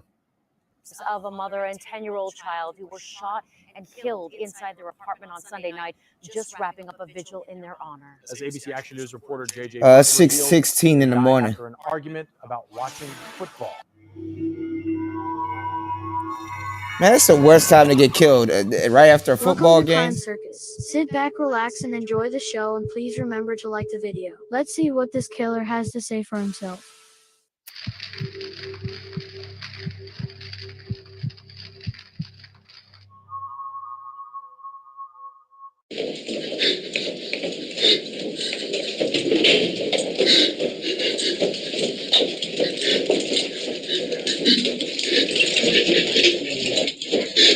Hey, sir, move your cuffs to the front, all right? Yeah.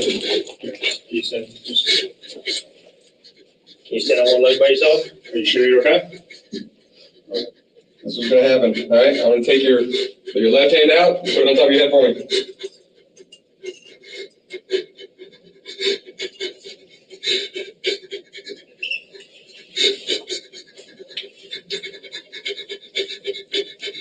That's it, remove them up.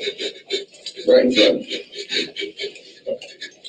Yeah, just have here. We'll have a seat, man. Go ahead and have a seat. You're good. You're good. There you go. Okay. There you go, buddy.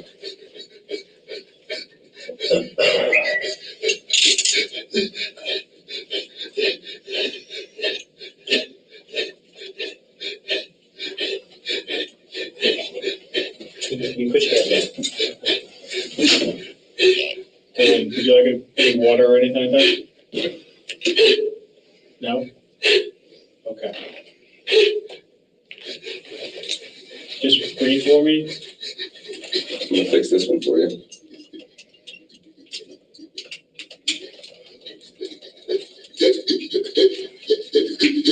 So do you have any medical conditions that I need to be aware of?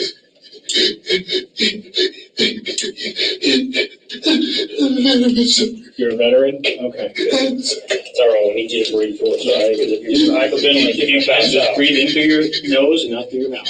Do it with me, ready? Just.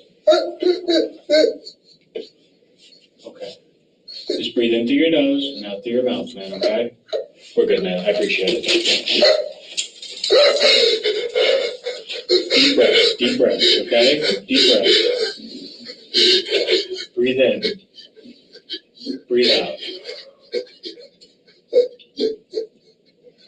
Tyrone, I don't want you to pass out. This man right here tripping. Breathe on that. You're gonna pass out. Yeah. Just breathe in through your nose. And out through your mouth. This man right here tripping, yo. So they said he's a killer. I think he's a football guy / Marine. A big dude. This shit scary. All right, let's kind of speed this up so we can do some commentary.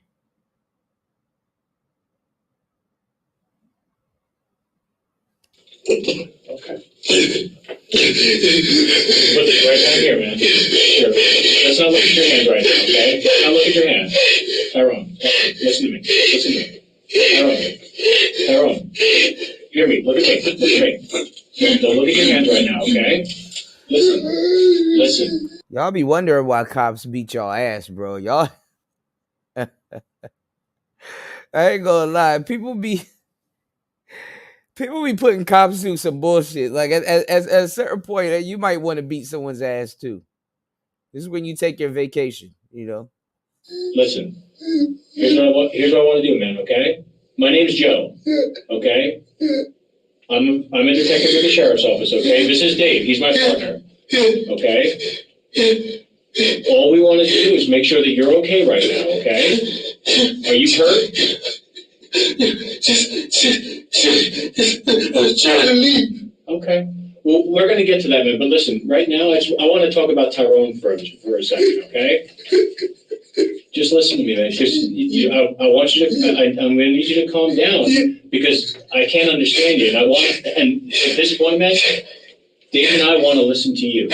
Okay, we do. But right now, Tyrone, listen to me. Let's just calm it down, okay? All right. Can you do that for me? You think we can try? You think we can try to do that? Yeah? Okay. All right. Keep breathing. Keep breathing. Okay? Tyrone, you told me that you were in the Marines for 10 years, huh? Okay, when did you get out of the Marines? 2000. Yesterday, like shit. 2003. 2003? Okay. Did you go overseas at all? Yeah. Where'd you go? Cuban Haitian crisis. I'm sorry, say again? Cuban Haitian crisis. The Cuban Haitian crisis? Yeah. So you did like a lot of the relief over there and stuff like that? Yeah. In Iraq. Yeah. You fought in Iraq too? Yeah. All right. Well, thank you. All right, hold on. All right, before this nigga said thank you for your service. He tripping. All right, before we get any deep into this, let's place our bets. Do y'all think he's using this as a insanity plea? So it says former Marine, Tampa, Florida, must seen I guess interrogation. Do y'all think he's using this as an excuse? You know, because some guys may use this as an excuse as to why they snapped and start killing shit. You know, so they'll at least this is on film. You gotta perform. So you know you gotta I guess you could plead insanity. That's what I'm getting at. So. But listen, Tyrone, keep breathing for me. Keep breathing. Okay? Keep breathing. All right? You good? You want some more water? No more water? Okay. Do you know where you are right now, Tyrone? Where are you? Jail. You're not in jail. You're not in jail. Okay, you're over at you're at a police station. Okay, you're at the sheriff's office in our one of our interview rooms. Okay, do you understand that? Okay, all right. Listen, man. I do want to get to what happened tonight. Okay, there's a couple of things I want to go over first. Okay, to make sure that you're okay. All right. Do you have any medical issues? He is the medical issue. PTSD. PTSD? Yes. Okay. Aggressive disorder. Aggressive disorder? Yeah. Okay. Do you take any medications? Yeah. What kind of medications do you take? Duloxetine. 6. I'm sorry. Six different pills. 6 different pills? Did you take those today? No. You didn't take those today? Okay. All right. Do you take any drugs or anything like that? Like anything that you're not supposed to take? I haven't smoked in a long time. What? I haven't smoked in 30 days. You haven't smoked in 30 days? No, sir. Okay, that's good. What did you smoke? Marijuana. Marijuana? Okay, that's not so bad. Okay, but you haven't smoked that in 30 days? No. Okay. Did you drink any alcohol today? Yes. What did you drink? Mike's. What? Mike's. Mike's? Yes. Like the hard lemonade stuff? Yeah. How many? 1, 2. 1 or 2? Okay. Are you a heavy drinker? Do you drink a lot? No? Okay. So are you feeling the effects of the alcohol at all? No? Not at all? Okay. Do you smoke cigarettes? No? Good for you. That's good, man. Okay. Tyrone, did you go to school at all? Where'd you go to school? Buford High? Where's that? South Carolina. South Carolina? Is that where you're from? Yes. Cool. What brought you down to Florida? Her. Her? Who's her? Stephanie. Stephanie? Yeah. What's her last name? Chisholm. Chisholm? Yes. Okay. Is that your girlfriend? Yes. Okay. All right. Tyrone, I want to talk to you about what happened tonight, okay? Is that okay with you? Yes. Okay. Are you hurt or injured right now? He said, I got too many questions. What happened there? I had surgery 3 weeks ago. You had surgery 3 weeks ago? Yes. Okay. What was it for? A war injury. A war injury? Yes. Okay. What happened? He's still in the war. I got crushed by a howitzer base plate, sir. Oh. Okay. Okay. What did have you been treating it and whatnot? Yes. Yes? Okay, good. I see you got an ace bandage around your foot. That's why I'm asking. Yeah. Okay.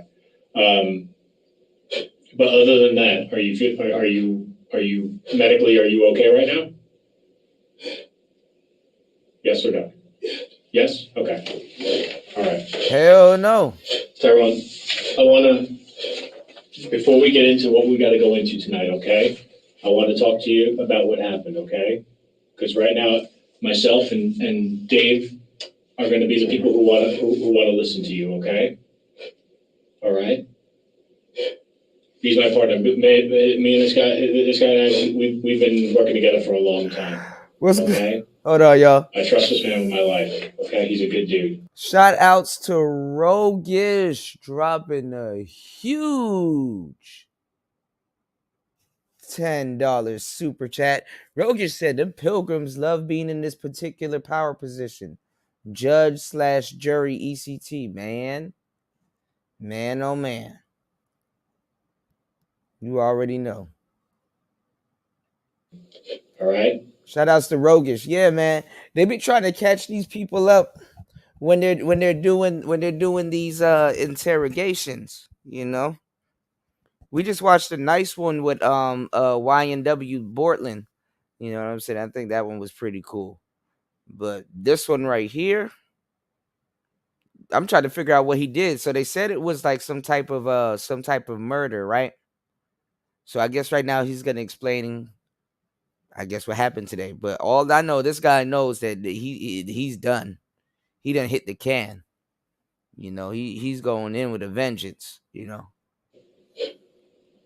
I think you know a thing or two about that, right?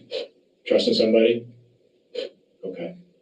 Well, Tyrone, what I'm going to do is I'm going to read a couple of things to you. They're okay? trying to establish rapport. Is English your first language? Yes? Okay. All right. Tyrone, if you don't mind, I'm going to pull this next to you, okay? Ebonics is my first language.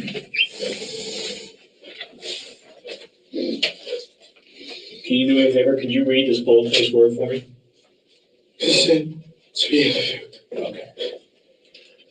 This says, I, Tyrone Johnson, do hereby consent to being interviewed by the below listed Hillsborough County Sheriff's Office law enforcement official concerning the above listed incident/offense.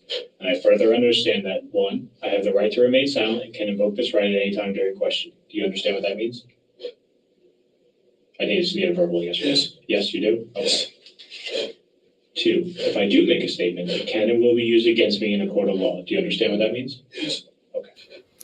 No, 3, I'm not familiar with I have the it. right to speak with and have an attorney present during questioning. Do you I'm not familiar with it, Jay, but do you I speak niggerian proud. Where you from? Niggerico. Throw a link that you think we would like in the chat, Jay, and then I'll see if I can bring it up. We'll kind of humor this a little bit, and then I guess we'll go down this a little bit of a rabbit hole before I get up off here. Let's go down a little bit of a rabbit hole. It's interrogation, or they do like stories and stuff like that we could critique. I'm from Niggerico. He got this man sitting up there reading his consent. The man looking at him, not even the paper. Like, come on, man. understand? My man ain't got no shoes on. If I cannot afford an attorney, one will be appointed to me without charge before any questioning if that is my desire. Do you understand? I don't think an attorney wants him. 5, if I wish to make any statement, I may invoke my right to an attorney or remain silent at any time during the questioning. Do you understand that? I understand these rights, and no one has threatened, coerced, or promised me anything in order to induce me to make a statement. I presently wish to make a statement and or answer questions without an attorney being present. Do you understand that? Okay. Is there anything about that you don't understand? All right, I'll go look for it, Jay. Would you like to talk to me about what happened? Right, he is. He Yes. hanging on every If you would, string, Ro. Can you I'll initial look for it, Jay. next to each one of these? This is just stating that you understood those rights, okay? And that you were willing to talk to me, okay?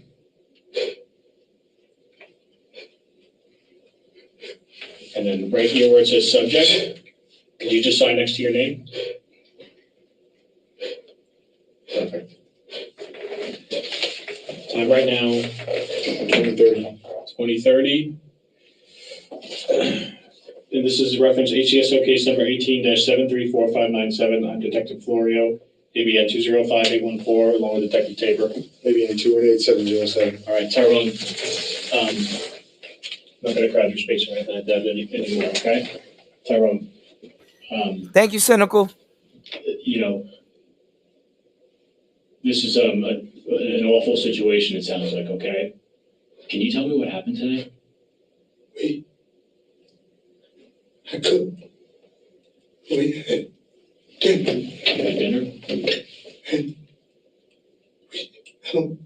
I can't. It's not arguing. Who's we? You and Stephanie? I changed the TV. I'm sorry. I changed the TV. You changed the TV? To football. Okay. It's not like you. Okay. And she was watching.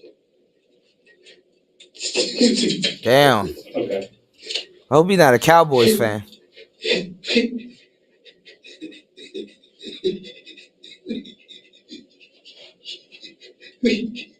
not arguing over the TV. Okay. And she I see why your son killed himself like a bitch. Because you're a bitch. Hold on, Tyrone. Yeah. Slow down for me. I can't understand what you were saying. What can you repeat that for me? She said, I see why your son killed himself like a bitch. Because you're a bitch. Okay. And I said this relationship. Oh. It's over. Oh. And I Oh. Did he?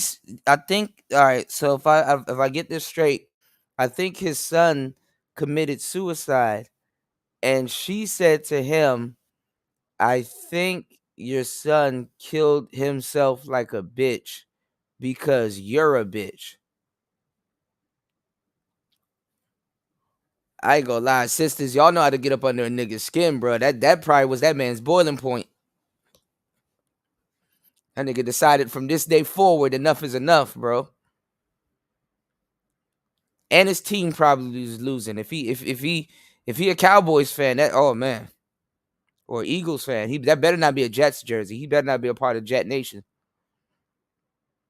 So I think she said to him, he came from the military.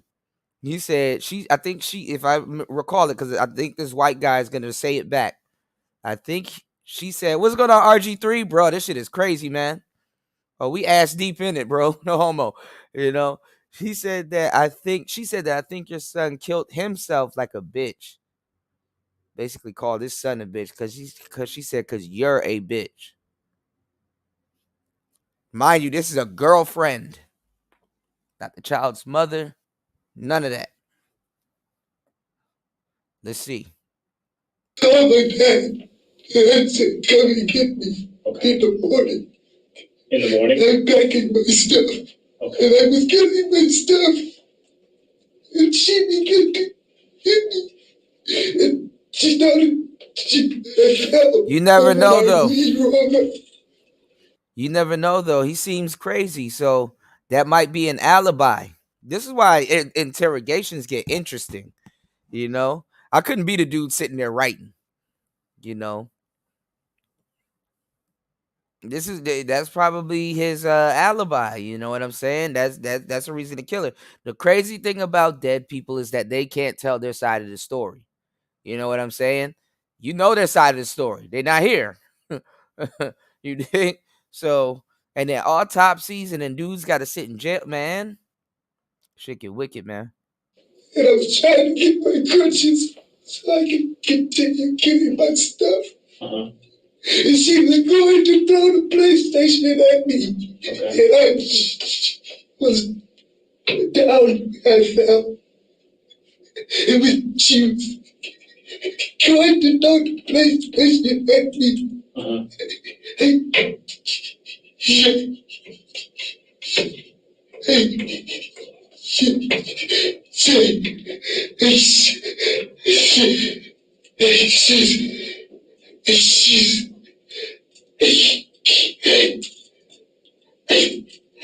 she grabbed my stop. I can't stop. I'm getting the shit. I'm leaving. She's getting ready to throw the PlayStation at her. He just started firing. And my son jumped on me. And I just kept firing. And then he went out and he came again. And I kept firing. And I went outside. I said, somebody help me. My phone is off. I don't know what the hell he's talking about. I don't know what the hell he's talking about. All I know is he wasn't playing and she wasn't playing, and she threw a PlayStation at him. I think that's what he said. She threw the PlayStation at him. Well, she was getting ready to throw a PlayStation at him. And yeah, I don't know, bro. I'm gonna have to sample him on my next lo-fi. Never mind. Okay. Right. I know you are, Taylor. I know you are. I was trying to get the stuff.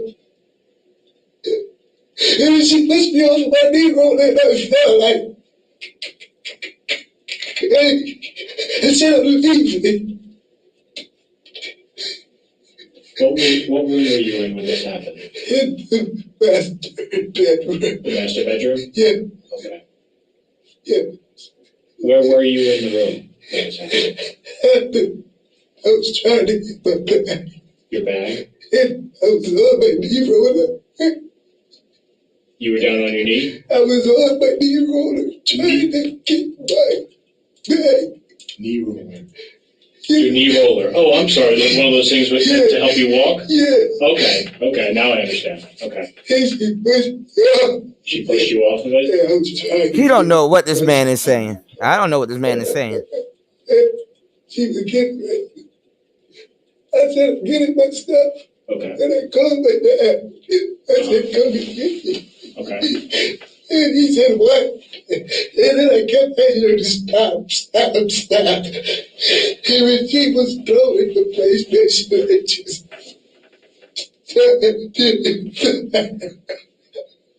How many times did you fire that round? You don't know. I just Okay. Where was your son? He ran into me.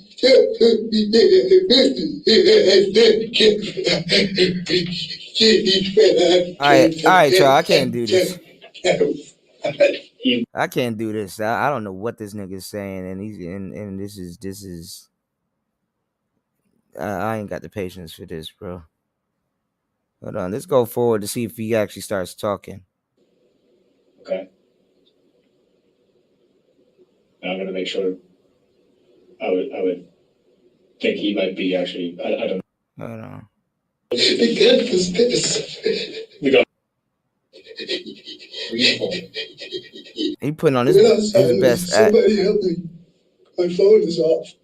And I went back to the house. A crunching person comes. Tyrone, we're gonna get you. We're probably gonna get you another shirt to wear. Yeah. Okay. We're gonna take your shirt. All right. We're gonna take all your clothes. Okay. We'll get you shirt, pants, all that stuff in there. That will be. We'll get you squared away. I ain't gonna let you lay.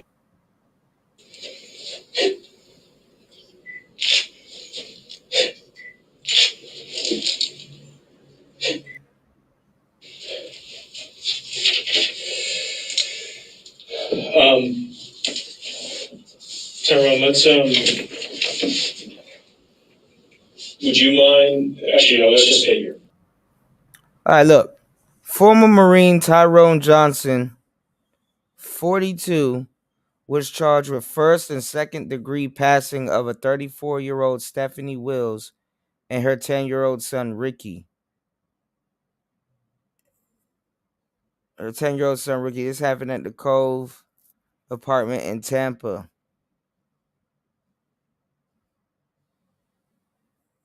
Damn, so who threw the PlayStation? The bitch or the kid?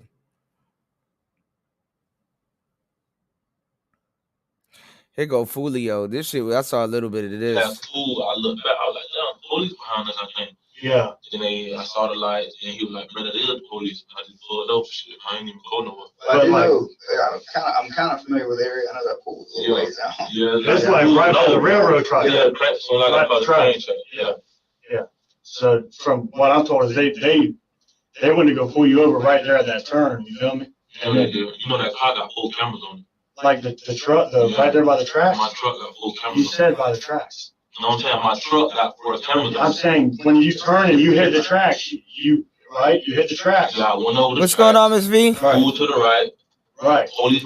Miss V, we gotta go down this rabbit hole. Okay, let me find what Cynical put in the chat. This is another rabbit hole. We gotta start going down these rabbit holes. I was telling them that I gotta find you, right?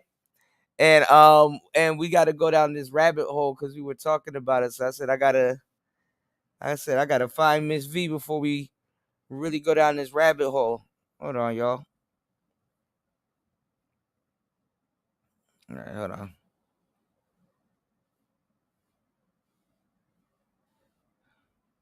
That last one was weird. I couldn't make out nothing that man was saying. But he killed her son,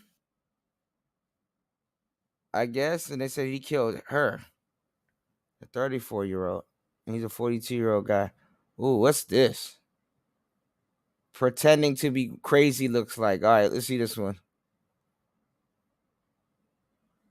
Suicide. Oh man. Oh, they start with the bullshit already. I don't know if I could do this, bro. As soon as I clicked onto it, it said that this thing depicts suicide. Hold on.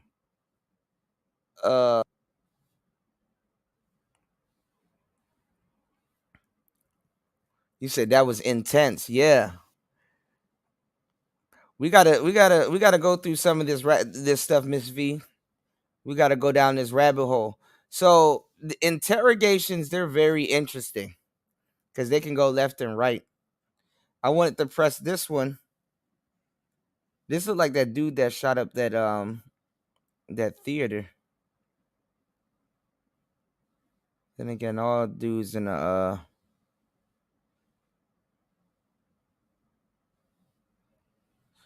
I remember this girl, and she ordered that hit on her husband.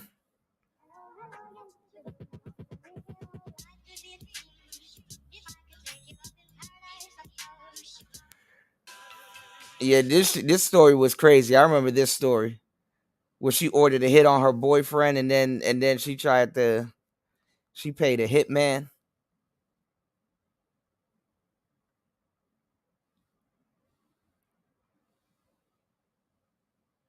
Let's get a short one. Stephen McDaniel. All right, I'll be right back, y'all. Health professionals evaluate stalking. 4 essential items are taken Fair into use. consideration. The nature of the relationship between the stalker and the victim, the stalker's motivations, the psychological, psychopathological, and social realities of the What stalker, the hell? and the psychological and social vulnerabilities. Oh, of the snap. victim. The Hold on. subject of this episode is 25. Wrong tab.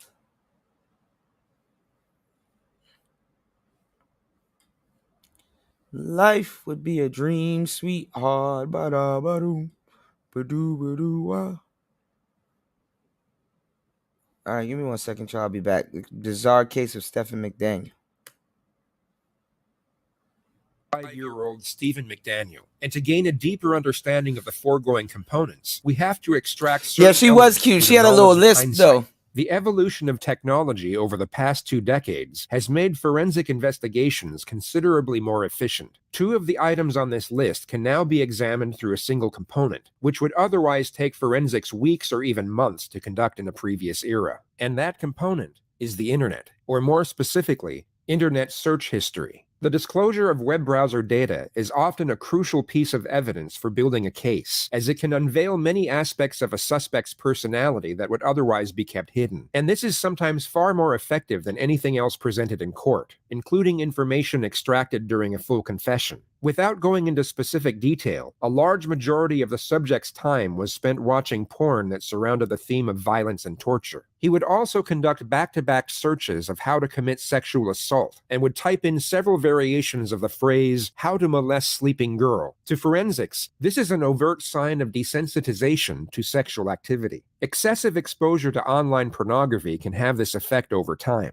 It can build up a tolerance to the traditional idea of sex. Therefore, the subject may continue a more potent form of stimuli to get the same rush. For Stephen McDaniel, this began with watching abstract material on the internet and eventually led him to planning and then carrying out what he saw on screen. His target was 24-year-old Lauren Giddings, his next-door neighbor of 3 years. And this takes us to item 4 of the forensic checklist. With respect to social vulnerabilities, the victim essentially had none. Lauren was outgoing and extremely popular. She was a well-liked member of her community and had a strong social support system. With relation to psychological vulnerabilities, the term perceptual naivety would potentially come to light during a forensic investigation. Stephen had asked her out on a date within 6 months of their acquaintance, which was reportedly only the second time they had ever spoke. Lauren declined, but stated she would like to remain friends, which was only her being courteous and trying to soften the blow of rejection. She would later tell her actual friends that Stephen made her feel extremely uneasy and was uncomfortable to be around.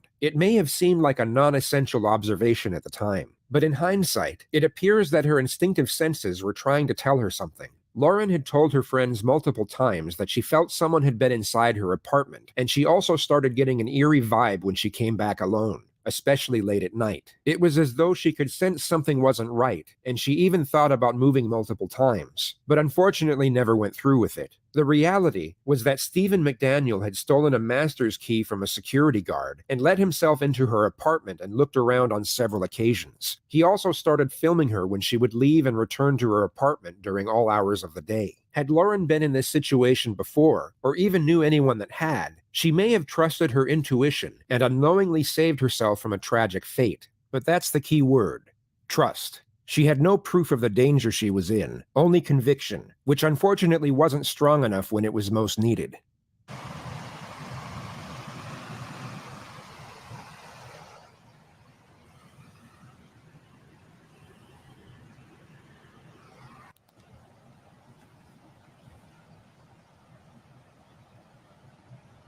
Stephen McDaniel snuck into Lauren's apartment once more, only this time she was sleeping inside. As he crept into her bedroom, she awoke and immediately panicked once she saw the intruder. McDaniel then pounced on top of her and proceeded to strangle her for roughly 15 minutes. Lauren put up a courageous fight and clawed at her attacker's face and chest, but she was eventually overpowered and died of asphyxiation. After the murder, Stephen dismembered Lauren's body in the bathtub with a hacksaw. He cut his victim into 5 pieces, placed each piece in a trash bag, and then disposed of each of them in separate trash cans around campus. 3 days later, Lauren's concerned friends would arrive at her apartment and let themselves in with a spare key. McDaniel would notice from his window and invited himself. Damn, that shit went from 0 to 100 real quick. What happened to the dog? The dog's okay?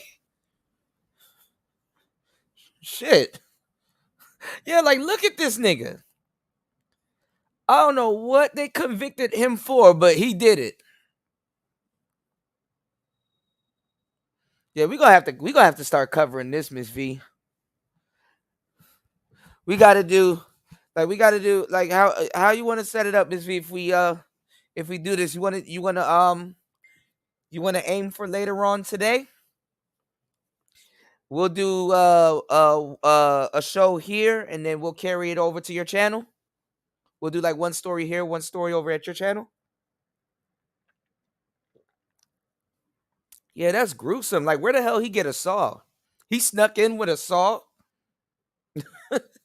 Inside as he offered to help. All of her belongings were still inside, including her cell phone, driver's license, and passport. A missing persons report was filed that night. The dog just left. The party commenced the next morning, and police would discover the victim's torso at 9:40 a.m. It was placed in a trash can next to the apartment complex. The rest of the victim's remains were never recovered. The investigation was then switched from a missing person to murder. Police canvassed the surrounding area and began conducting interviews with neighbors and classmates, one of whom was Stephen McDaniel. But he was first interviewed by the local news, and at the time was unaware that part of the victim's remains had been discovered. We're just trying to find out where she is at this point. That's him. No one has seen her since Saturday. I think that's him, right? I heard of this story, and then they asked him and stuff like that, and then they asked him a question, and then he stopped the interview. Hold on. I mean, the last time anyone heard from her was an email that she sent out, and no one's heard from her since. What kind of person was she? I mean, what did you see? I mean, she's as nice as can be. Okay, Miss V. Very personable, very much a people person. Miss V, you wanna? Any enemies she might have had? Hold on. That might want to hurt her. No, Miss V, you want to come up real quick? We'll react to one more story. And chat for a second. Do you have a little bit of time? I need to finish writing my book today. Or at least finish either write or recording. Yeah, he's a terrible actor. I'm not gonna lie. The other one though, with that lady with the lisp, that shit was crazy. It kind of was hot too. I know that dude was kind of turned on, but nah, that bitch, she tried to kill that nigga. She's like, it need to look like an accident. Her little lisp and shit. All right. I mean, we just don't know where she is. What about in the parking lot Nigga put area? her- I know they've been doing a lot of. Okay, I got you, Miss V. This man put her torso. This nigga put her torso in the trash can. There. Howdy. Had you heard it? Had you seen anything there? Oh, look at him. Had you seen anything there? Look at I mean, him. we don't know if this is the same person. You know what I mean? Like they took. This is a sick, twisted ass nigga. He thought he could do the interview, and then the bitch hit him with a question he didn't see coming. Have you found the body? Body? Yeah, we found it today. You have a body? Big dumbass. Yes, nigga. You forgot you put the torso in the trash can. Enemies she might have had, somebody that might want to hurt her. No, we just don't know where she is. What about in the parking lot area? I know they've been doing a lot of. I think that's where they had recovered the body or whatever they recovered from there. Body? Had you heard it? Had you seen anything there? Had you seen anything there? I mean, we don't know if this is the same person. You know what I mean? Like they. Like, if you were gonna really pull this off, you idiot, cry or break down and just be like, no more questions. But you sit up there aloof and looking forward, like, nigga, you're being interviewed, right? Like his inner monologue was like, McDaniel. He probably has like a creepy inner voice tone. It's like a leprechaun. McDaniel, you're fucked up. His inner voice sound like Conor McGregor. McDaniel, you done fucked up, eh? They got a body there earlier. We don't know if it's the same person or not. So that's how we're trying to ask people if they know who lived there. Oh, run. Run.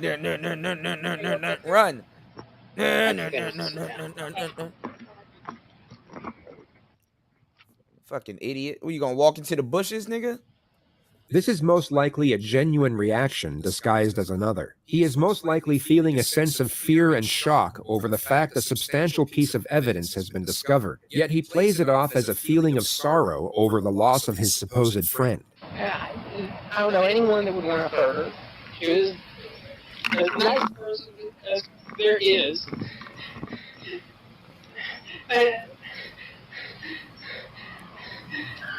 Was she moving? Did you know anything about her? Yeah. This nigga didn't even leave the area. Like a body. Yes, nigga, that body that you cut up and left in the trash can. She was going to be moving out today. Oh, you know a little too much. Maybe would do this. Maybe I could have helped. I mean, they went in, we looked around the place, no sign of a struggle, no sign that anyone had broken in, just nothing. He was interviewed by police at 11:50 a.m. and offered to help in any way he could, yet came across... Nah, man, I saw this crazy video, right? Of they pull over this random white dude, right? And they were getting aggressive with him, right? And they were like, get out the car now! Get out the car, right?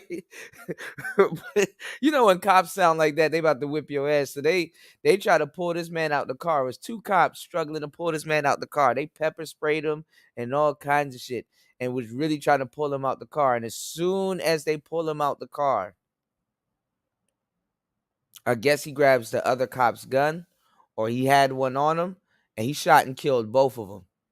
Shot and killed both cops. That shit happened so quick. I said, damn. Was a black man, they wouldn't have gave him all them chances, dog. They gave that white man that chance, that he took it. ...as fidgety and apprehensive the entire time. Yeah, it was both of them. Both cops got moments shot. Of the interview. The first was when Stephen asserted that he was a virgin, saving himself for marriage. The second was when the detective discovered scratch marks on his face and stomach, which he asserted were done by himself in his sleep. He at that point unknowingly became the prime suspect and was asked if police could search his apartment. Stephen reluctantly accepted and was then transported back to the complex with 4 other investigators. While searching his apartment, they discovered a collection of swords, guns, toilet rolls, stockpiled provisions as if he was expecting an apocalyptic event, and a mask made out of women's underwear. The most significant discovery, however, was a pack of condoms. Stephen was asked why he would have such an item in his possession if he was staying celibate before marriage, at which point he miraculously confessed to stealing them from another apartment. This gave the detectives probable cause for arrest, and Stephen was placed in handcuffs and brought back to the police station. His interrogation began just after 11 p.m.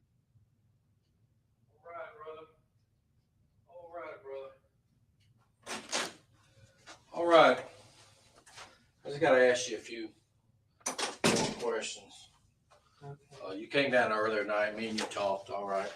You don't have any weapons on you, do you? No. That's just you are. What's wrong? Okay, I think I got my audio right. Let me know if there's an echo. You remember? Yeah, white boys be telling them to kill him. Right? Get rid of me, Mr. Officer Man. Yes. We came down here and talked a little bit, and then we left. Yes. You gonna kill me? The monotone dialogue and lifeless demeanor you see here reportedly started on the drive back to the police station, and the suspect's conduct. You gonna kill me, Mr. Officer? You gonna kill me, Mr. Officer Man? Okay, good. I finally mastered my speakers with no echo. My bad. It was an echo because I had it going through my external speakers, so I'm using the headset, y'all. I'm using my Burger King headset. Yeah, you gonna kill me, Mr. Officer Man? You have it in your heart to kill a gay man. Well, you gonna get out of a murder charge real quick. Throughout the entire procedure is not only mystifying, but almost impressive. This is one of the most extraordinary pieces of interrogation footage to ever reach the public domain. I need to know about this girl right here. You know, there's something wrong with my line. When I dial my baby's number, I get a click every time she can pipe down. When's the last time you seen her? 2 or 3 weeks ago. He don't even get the tone. Like, we know you did it. Was you friends with Lauren? Yes. Look at me when you talk to me, son. Okay? Look at The that. suspect has morphed himself into this abnormal and extremely even talk creepy to her. character. Whether it's a strategy like, or he some knows sort of he mental can't even breakdown understand is the man unclear. knows what he's But what's talking about. incredible is that it somewhat dictates the pace of the interrogation. The detective has just closed the distance and commanded eye contact, right? Both of which are recognized techniques to increase psychological pressure. 'Cause we Yet know the it's you. absurdly haunting manner Like, in why which the hell you this suspect close to turns me? his head and fixes his gaze unnerves the detective to the point where he becomes the one to look away and reset his posture. Yeah, he stared This right through your essentially ass. never Don't happens in look in the eyes of a interrogations, as killer. it can give the suspect an incredible boost in confidence. Look at me when you talk to me, son. Okay? Was you friends with Yeah, her? he's a little cockeyed too. Y'all don't see that? Look a little strange up in the eyes. Y'all were friends, right? Both of y'all are law students. You're studying to be an attorney, right? Yes. What kind of law do you want to go into? Criminal law? Jail. Is that what you want to do? You want to for go a into living? jail, Mr. Officer Man? The detective steps back from his initially aggressive strategy. He asks trivial questions for 35 seconds before. All right, there we go. Yeah, like he's like slightly cockeyed, like something's wrong with him, like a little, Down syndrome, but it's like, ooh, you all right, bro? Slightly cockeyed. Now, this is the thing. I forgot what I was about to say. I don't like calling these dudes black pilled because he's not what I would consider black pill. This nigga's just creepy and a killer. They have fetishes. Like, for example, dudes that are like arsonists. I think Life Jennings is an arsonist, if I'm not mistaken. He's my friend's cousin, my friend Cartier. That's his actual cousin. They're like twins too. It's funny. Some dudes though, y'all, that like to light shit on fire, and they have like this romanticism with fire. They masturbate before they light shit on fire. So if the police is dealing with an arsonist, they literally search the perimeter for semen. I mean, dead the fuck ass. Dead ass. The firefighters, they literally search and it's like, dog, that's your straight up DNA. Fingerprints and all that stuff can get burnt up. But goddamn. No, black pill are not black pill aren't violent. They're just crazy. What people are associating with like black pill are people that like gave up on life or some shit like that. You know what I'm saying? You have amazing story. Man gives up on life, takes the rest of his money instead of committing suicide, go to Mexico, go sniff cocaine off some stripper's ass, and realized he wanted to live again. End of story, You might as well go have fun. But no, these niggas want to kill themselves. Just somebody that want to kill themselves, they're not even black pilled. They're somebody that's convinced. You got to convince yourself, or maybe overdose, you know. Yeah, but black pill people, they hijack those terms. They hijack those terms. And those people ain't black pilled. Black pill people, it could be two different types of people. You can be enlightened. You can be enlightened, or you just kind of don't give a fuck. And it looks like black pill people that claim the black pill in the space, they're not enlightened. They probably don't give a fuck, but then again, they do. So what makes them more blue pilled is they give a fuck about giving a fuck. You dig what I'm saying? They give a fuck about giving a fuck.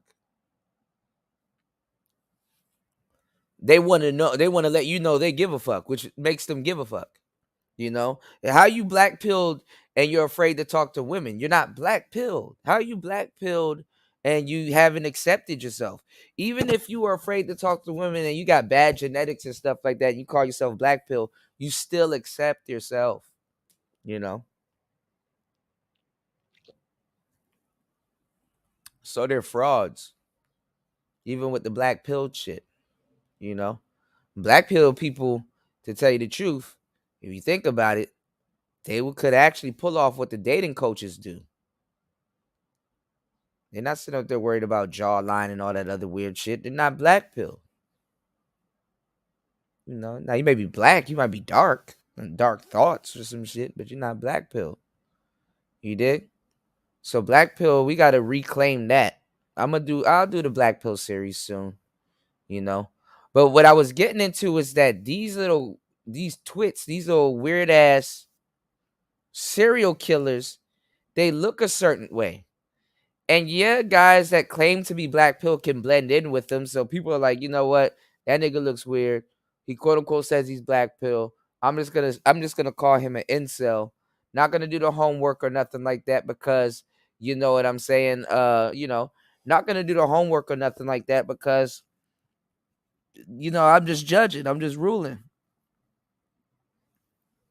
See, there you go. Psycho Candy came out of nowhere. It's over for us non-selects. Come on, man. Y'all are just doomers. Y'all just think low about yourself. I would have used that to my advantage. You know what I'm saying? If I'm a nigga that looks like a damn vampire, well then, bitch, I'm going to be a vampire. You watch Twilight. Don't you like vampires? I'll flip that shit. You know? Y'all got to learn how to flip the script. You know? He said, no, I mean people who take the black pill are doom and gloomers of what I've seen. They didn't take the black pill. I don't know. Look, I'm going to tell you some real shit. Did you know for every 10 red pills you take a black pill? It's just knowing. Black pill is literally the embodiment of it is so. And so it is. You know? It just is so. You know? Cynical one said the black pill is way too cynical for me. Well, some people stay red pill. But black pill got overtaken by a bunch of gumps and dudes that don't know shit about being no goddamn black pill. They don't search for enlightenment. They don't search for they don't even read black pilled books. Thus spoke Zarathustra, Bhagavad Gita. Not black pilled, man. Like, who sits around and worry about their looks all day? First of all, black pill people don't worry because remember what I told you. They believe it is so, and so it is. It is so. It is going to be what it's going to be, and so it's going to be. So let it be. So you can, you know, they're thinking too much, you know. What's going on, Tony? Thinking a little bit too much, which is a dead giveaway. Black people ain't worried. Black pill people. There's more active black pill people up walking around than dudes that's in the house staying in the shadows. You know. So, black pill people will actually black pill people will actually go get some shit done. If you're black pilled, if you claim you're black pilled and you don't have the girl you want, you're not black pilled at all.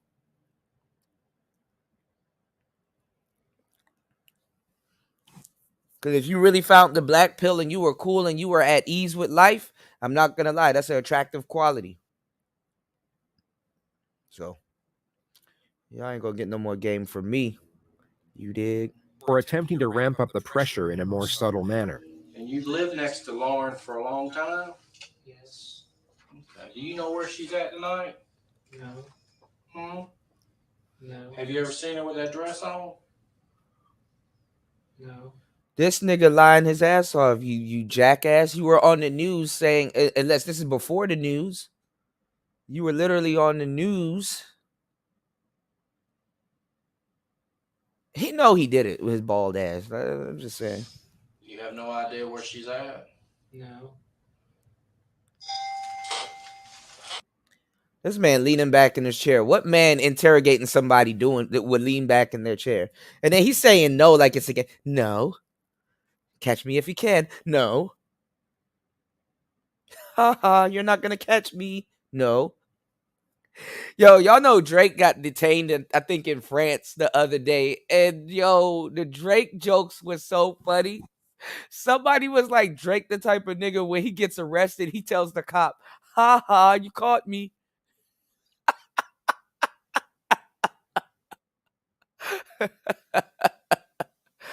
He said, ha, you caught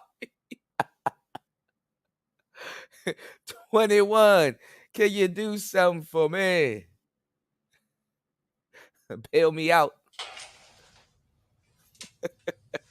Yes. Hold on, let me see if I can find it, y'all.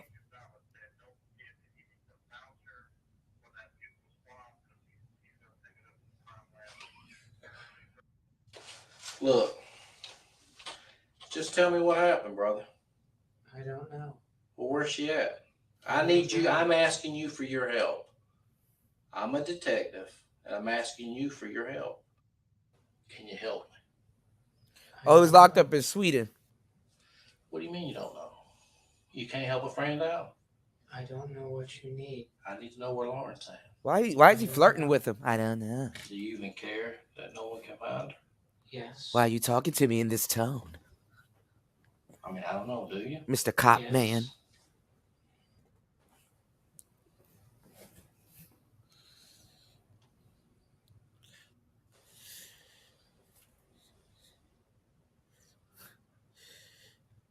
What's up with the pair of underwear that was in your apartment?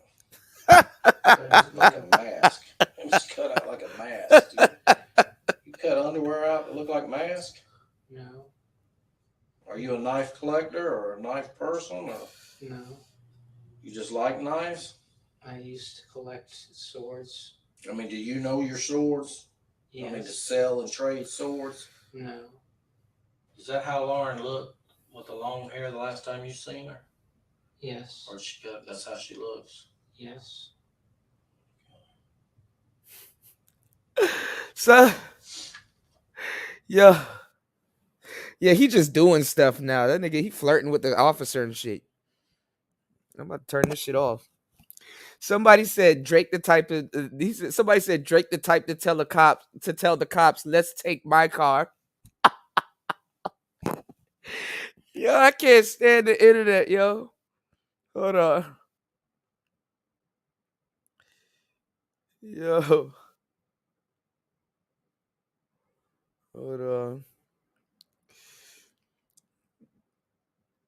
Oh my God.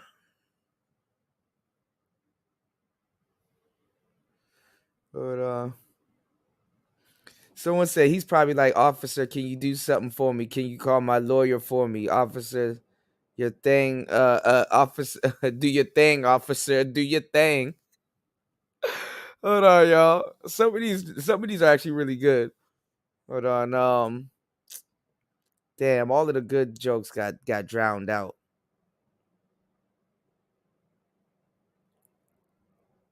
Hold on.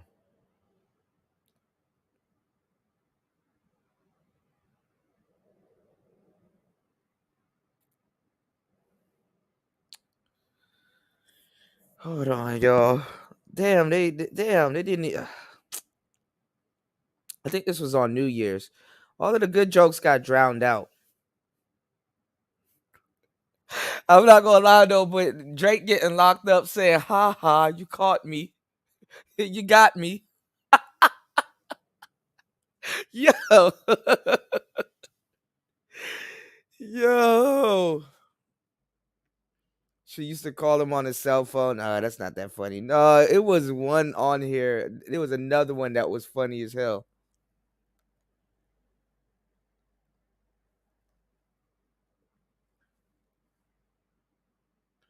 Hold on.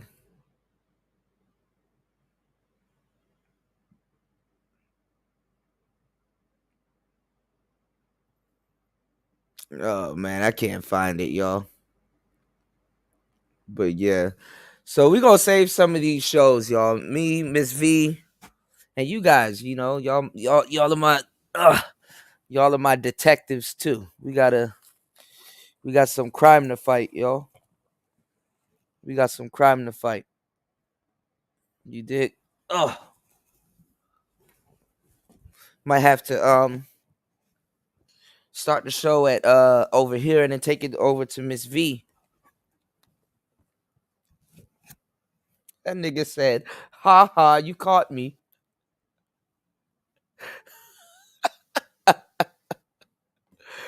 He said the detectives remind me of a balding Texan Peter Griffin. He's in this weird love flirting shit they're doing right now. He's like literally flirting with them. He knows he did it too. Like, I think when niggas know they do it, I think when niggas know they do it, they should treat these niggas like Chris Hansen. You know, when like the dude get caught like doing like some pedophilia shit, and even a nigga that get caught knows what's gonna happen if he goes outside. Like he tries to leave out the door and then they bum rush him and then he gets arrested. It's like, how fast can you make it to your car? One of them episodes, they were just letting them niggas get away in Florida, but they had their face. He said, "Finish this one out." All right. This is damn. This is like 38 minutes and 28 seconds. Hold on, y'all. I mean, earlier today, me and you sit here and talk normal. Yeah, you're free to leave. Yeah. Why are you acting like this? I need to know. Bro, me and my girl used to sit up and watch all of that shit. We would stay in bed and just eat snacks and watch all of that. We would watch Cops. Then we would turn around and watch Bait Car. Man, we watched all of that shit. Why all of a sudden you're acting like this? See, he even picked up on it. I don't understand. Okay. Earlier today, we sat here and talked. But now you're acting like you don't know what's going on. Shout outs to Mace, y'all. Mace is live, so we're gonna head over to Mace. Everyone here. I mean, did something happen or something to you? I mean, why are you shutting down? Why are you not talking to me? I don't know. You don't know? Are you scared? Yes, very much. I mean, you're not scared, are you? No.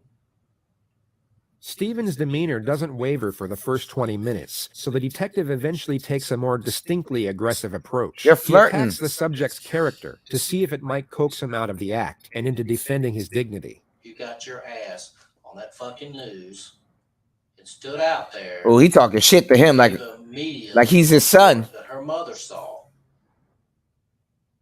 about her missing daughter. And you want me to sit there and tell him that you don't know? He being real with him now. Is that what you want me to tell him?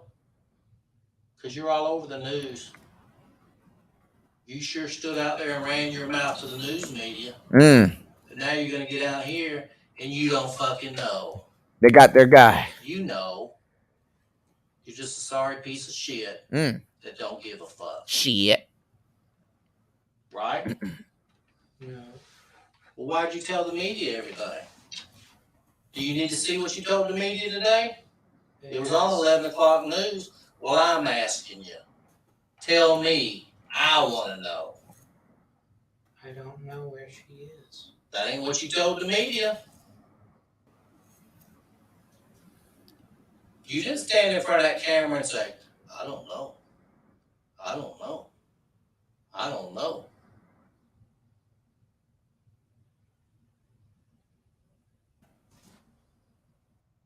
need you to tell me what you want me to tell her mother. And then I won't ask you another thing. I'm not going to tell her mother that you don't know, because her mother saw you on the news tonight. And she cried. That's crazy when you find your killer that way, yo. Because you had the balls to get on the news and tell everybody everything. So this little act that you're doing right now ain't working with me.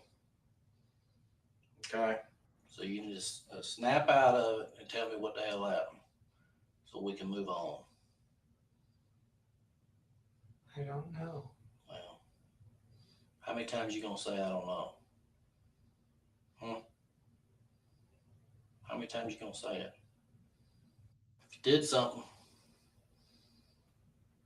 that you regret,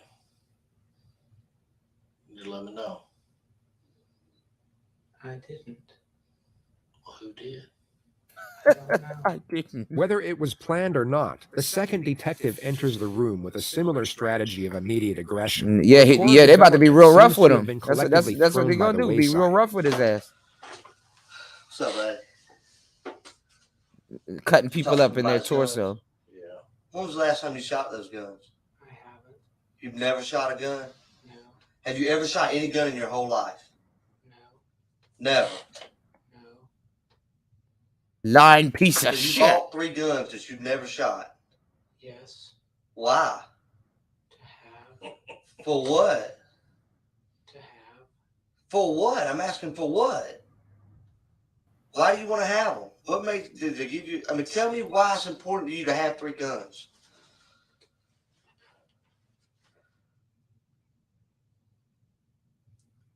That's an easy question. I gotta send this beat to Come Mace on, too. talk to me, buddy. Me and you talked all day today. We ain't had a problem communicating. Why is it important for you to have 3 guns? Do you not know? No. You say you don't know where Lauren is, right? Right. You told me earlier you and Lauren were friends, right? Yes. Yeah. How would you describe y'all's relationship? Meow. She was my friend. She was your friend.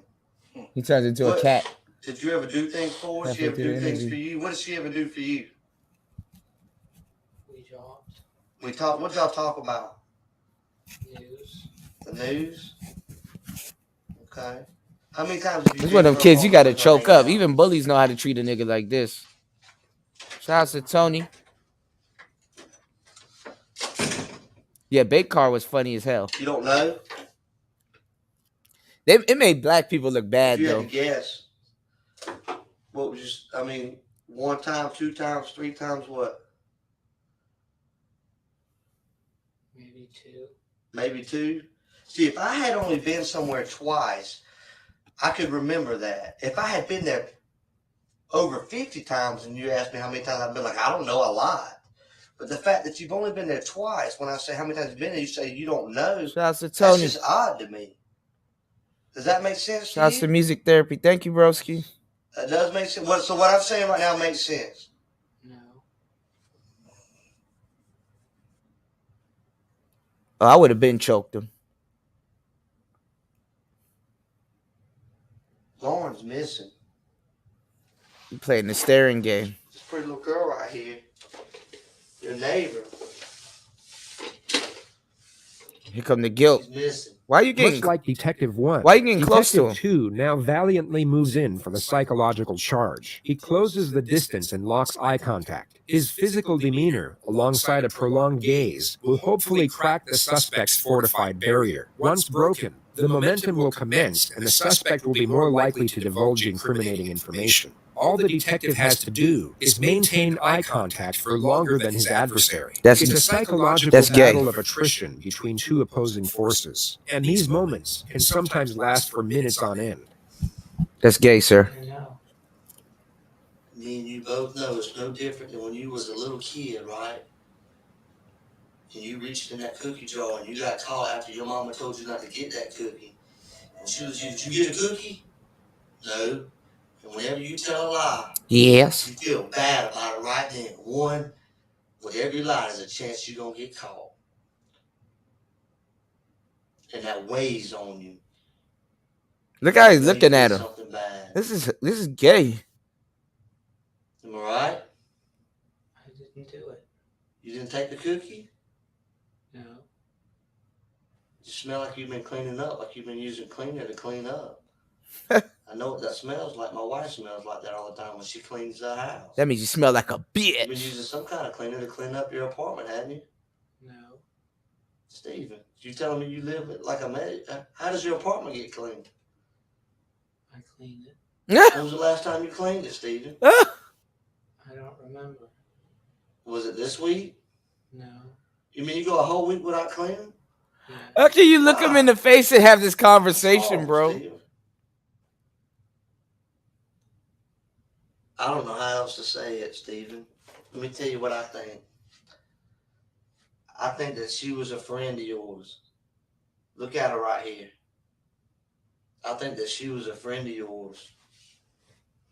And I think something happened, Steven. Trying to make him feel guilt when he feels gay.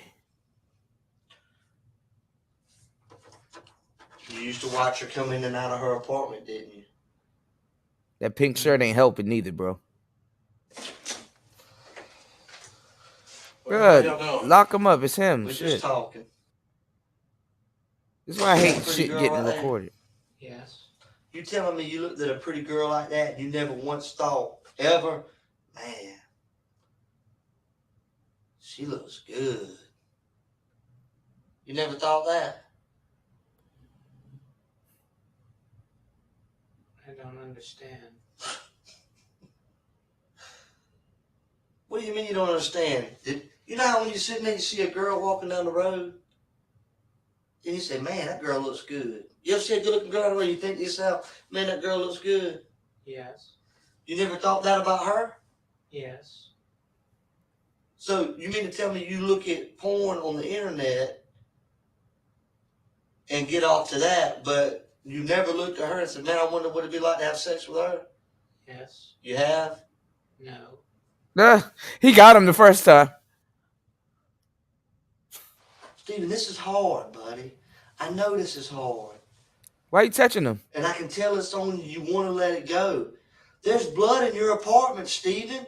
You didn't get it all up. This is the widely recognized futility technique, which is used to make the subject believe it is useless to resist. We already due to know the truth. We overwhelming get it. evidence against them. It's most effective when the interrogator can play on doubts that already exist in the subject's mind. The only problem here, I don't think is there's no that doubt in Steven his didn't mind, though. dismember Lauren inside his apartment. It all happened in Lauren's apartment, so the detective's bluff is already called at this point. Oh, damn. It didn't all come off. You scrubbed and you wiped. But we can tell that. Don't you watch CSI? He's selling it too much. That's why. Y'all. Yeah, we know it. No. Yes. No. Steven, Steven. why is there blood in your bathroom? The detective now playing the completely emotional- shifts his strategy from Steven! confrontational and aggressive to What's going on, Beef sympathetic and and Brock? understanding. He attempts to create a connection Beef and Brock, and he then going- afford he Steven a going more in heavy. He socially trying to guilt acceptable trip him. reason for the crime. This Steven! is extremely difficult to pull off after a direct confrontation, as there is no established rapport nor trust. The usual routine is the exact opposite. You would first build rapport and then get aggressive once a connection has been attained. I wanted to give you an opportunity. They got to stop watching movies. I wanted to be here with you to go through that process because I know you're not a monster, man. Oh, yes, he is. I know you're not a bad guy. That nigga a monster like shit. You're just a hard-working student trying to pass a bar examination. That happened to be a You monster. ain't got a lot of support from your family, do you? Yes. You do? The strategy fails at the first hurdle. Steven immediately shuts down Yeah. the afforded sympathy and reasoning Yeah. behind the alleged crime, Jay, which was the concept he's- of unsupportive. Hold on, claims. y'all. But the I detective kind now I attempts actually to find roll this. with it. I find this funny as hell Can't because say that. And the fact that you do have support from your this nigga, he's trying so hard to get him to fess up to it, and he's killing him with like 1-word answers. Steven, you tried so hard, didn't you? No, you didn't. Steven got a more psychological frame than he do. You tired from interrogating people all day, huh? Yes. No. That nigga said yes, no. He hit him with the psych. Steven got AI moves, man. This mouthpiece right here. Hold on, y'all. What's going on, James? Family should make things easier. Your family wants to feel like they've raised somebody that tells the truth and is honest, right? Nigga, you been interviewing You this heard that nigga so girl, long, his Steven? camera timer started over. Have you ever heard anyone, Steven? No, Myself. Never heard anyone. no. I've heard people, Steven. I've made mistakes in my life. You should have. You should Even have. normal to say you've never hurt anybody. Should put that like you gonna hurt him. He don't want to. Sometimes people get He don't want to mad get chopped and up say too, things y'all. They don't mean to say it hurts. He don't want to get chopped You up. never kicked a dog or a cat. The lead detective then asks non-confrontational questions for almost 30 minutes, which is most likely to see if it will They went change the outside and told his suspect's parents that demeanor they got and the him. manner in which he responds. Well, their But it parents. doesn't. Their girl Stephen parents. maintains the same lifeless disposition, which he has now kept up for almost 90 minutes. Oh, you been watching the last few videos, He James? works with me, Shit and crazy. They talk about how he's always expresses himself. But he don't know. He's very talkative. Steve, they say you're so talkative, buddy, that you always so friendly. You stop in and say hello. They're trying to be his and friend. You talk. Well, why is it that you're acting so short with us tonight? If you have all this character and personality about you, why is it that everything that we get from you is yes, no, or I don't know? I don't know. Ah, Why are you acting like this, Steve? they got a time warp. Why are you acting like this? You see how I'm able to talk in complete sentences? He got you negotiating with him. Like we're Food. having a conversation. Say food, But the only Steven. thing you're bringing to the table is a yes, no, or I don't know. Say food. Steven, did you hurt that girl? No. Would you tell me if you did? Yes. Have you lied to me at all in this interview? No. What's going on, Private Foster? When was the last time you did laundry? Steven playing games. A few weeks ago. You ain't washed clothes in a few weeks? Yeah. Why? I have a lot of clothes. No, you don't. That's another lie. You don't have a lot of clothes. Yes, I do. Nope. You got enough underwear to last you 3 weeks? Yes. Do you wear the same pair of underwear more than one day? Yes. Why? Because it's still clean enough to wear. Where's that little girl, Steven? I don't know. Steven, you know. You're going to look at this right here, this little girl right here, He getting fed up. and you're going to say you don't know? I know you know. Steven gonna chop you up. Yes, you know. What are you going to say tomorrow when I say we got your hair? What are you going to say to me then? Because you know, like I go like that. Look at my hair. He look. That's how easy it falls out. Look at all that on your head.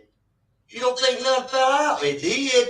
As we know, Stephen went inside Lauren's apartment with her friends 3 days after she was already deceased. This would give reason for his DNA being Why is found he at in the there with her scene friends? and would essentially nullify its use as damnatory evidence. Them ain't her Stephen, friends. being a law student, would be well aware of this.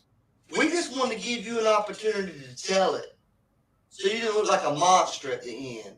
Because you know what? I don't believe that you're a monster. They're gonna make you a monster. I believe that you're a good guy. You've been picked on. Girls didn't show you the respect that you deserve. You did something stupid. And I believe you feel bad about it. And that's why you're all freaked out right now. No, you're freaked out. But I'm giving you the opportunity to get right.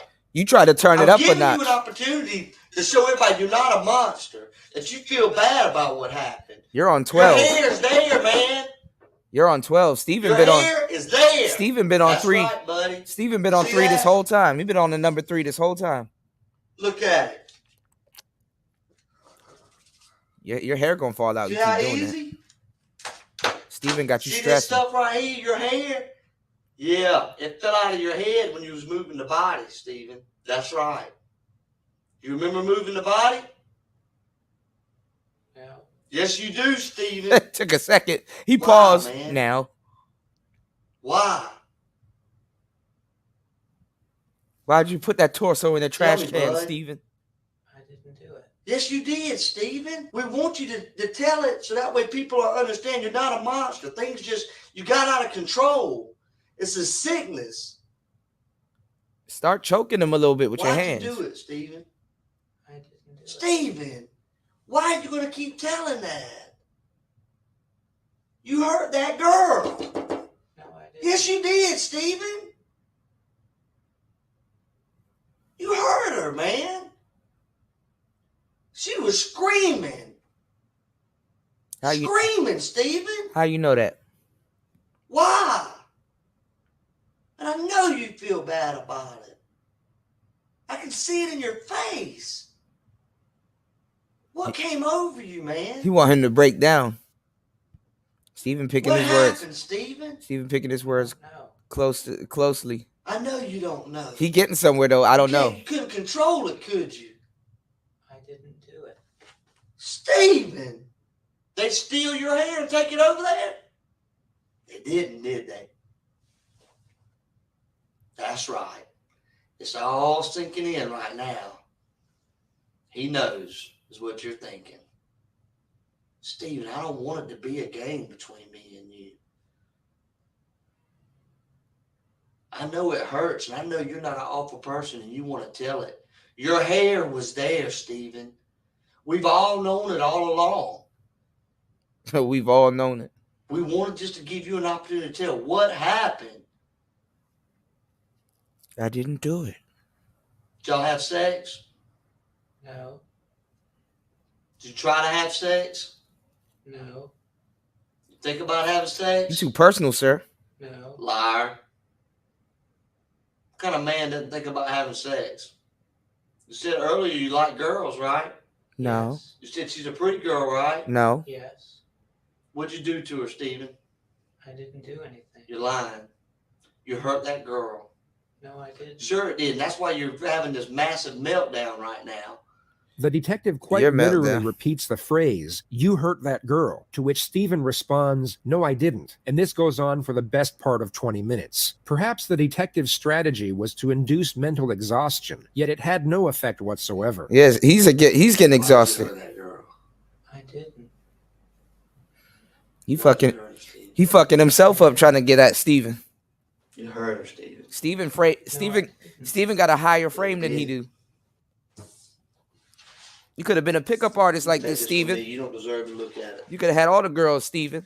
Just stay right here, okay? You could have been like Lil Wayne, Stephen, and Lloyd, and Young Money, I appreciate Stephen. all All your the girls in the cooperation world. tonight, okay? Okay. They can't let him go now. Yo, Jay, if they let this nigga go, bruh.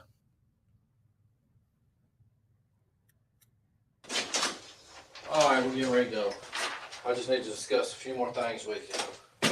The lead detective now abandons the pursuit of any sort of admission. He instead proceeds to belittle and humiliate the suspect as much as possible. It may have a tactical purpose, You but piece it's of more shit. likely out of frustration. You're a piece of alongside shit, the Steven. fact he is certain of the suspect's culpability. You're a piece of shit. Where I know earlier today you told me you stayed home all weekend, right? In your apartment. Yes. Did anybody see you? Did you talk to anybody over the weekend? Were you on your computer all weekend? Is there anything I can look at that I can say he couldn't be involved because he was on the computer, or he was online on a porn site, or he was Doing online too much. doing college work, or anything that would exclude you as being involved altogether? I mean, did anybody see you this weekend at the house? Did you go out to get a newspaper? Did you wave to a neighbor, or you just locked yourself in all week? Yes. Nobody saw you? No. I mean, what do you just stay in the house all day? Yes. I mean, what do you do all day in the house? Kill I mean, people. You've always done that your whole life? You don't have no friends? I have, How can you go your whole life without a friend? I have friends. Where they at? He gonna kill some shit after this interview. Where they at? You have any friends here in Macon? Yes. Name one, because everybody I talked to said they ain't your friend. Brian All my Granger, friends are dead. Cass Lawson, Ashley Morehouse, Carmen Love. Damn, the he same knows. people I talked to today. You know last They're names. not your friend. Okay. One of the reasons interrogations are so fascinating is the ethical vacuum it creates for everyone inside its bubble. In any other circumstance, the detective's behavior here would be considered cruel and reprehensible. He's essentially bullying the suspect, yet the Right. empathy we would normally have Right. is now stripped away through the impression of retribution. We know this person has done something horrific, and the treatment he is now receiving is merited through his own actions. Who's your friend, Steven? King Vaughn. Vaughn. Vaughn. I'm about to sample this. I mean, it's all over anyways. I just want to know what was going on tonight. We know what you did to that beat, Kuda. Yes. Game's And then over, the beat drops. We know what you did to her, so we just want to know what if you were going to tell us or not. I didn't do anything. Well, that's what you say. But we know different. So you're fucked either way. You're fucked. We already know. Tell him he's not going home. You can't release him. We know you killed her. You'd do it if We he know was you black. put her body in the trash can. News media knows You're just it. putting on for the cameras. Glenda knows it. Your mother. Your sister knows it. Your sister's husband knows it. The one that used to beat your sister. This nigga going into domestic abuse. Let me tell you why they don't lock this nigga up. You want to know why? They see their kids in some of these guys. Like, this could be his nephew or his son. That's why they don't be so harsh on them. They're still babying this man, and they know he did it. If you don't send some big ass nigga in there to put them cuffs on him and take him to jail, like, come on, man. He knows it. You know what he said? He said he's a crazy motherfucker, is what he said. When I call him. That's your own family calling you crazy. Nobody wants to see you. That shit ain't working. Nobody's coming to visit you. So you can sit there with that dumb look on your face. But it's over. He probably killed both of y'all in his head. I wonder if you leave him in a room for a long time, will he just stare straight? The entire interrogation took over 2 hours. When sped up by 20,000%, you truly get a glimpse of how remarkable the suspect's catatonic performance was. That's scary as hell. He probably active as fuck when he killing too. Like that nigga moves so swiftly. It's like I've never seen him move like that.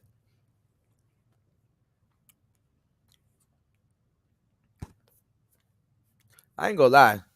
I feel bad for the girl, but how you let a nigga like this kill you? This your killer? Got me fucked up.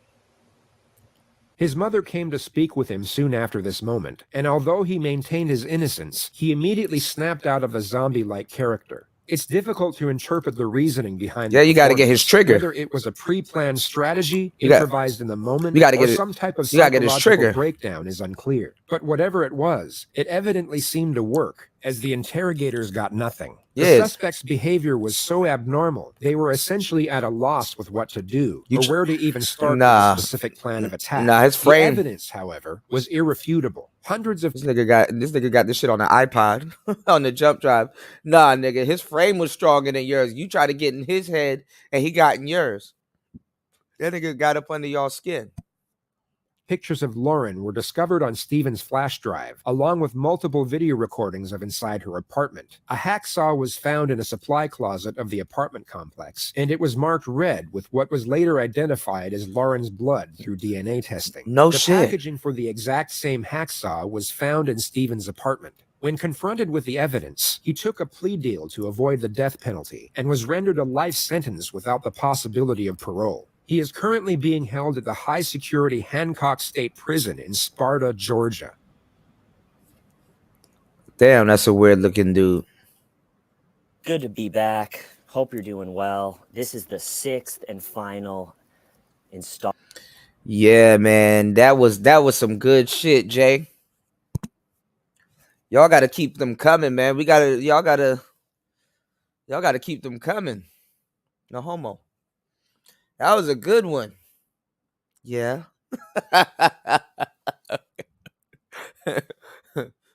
I didn't do anything. No. I wanted to see how he acted when his mother got in there, though. That nigga probably snapped out of it.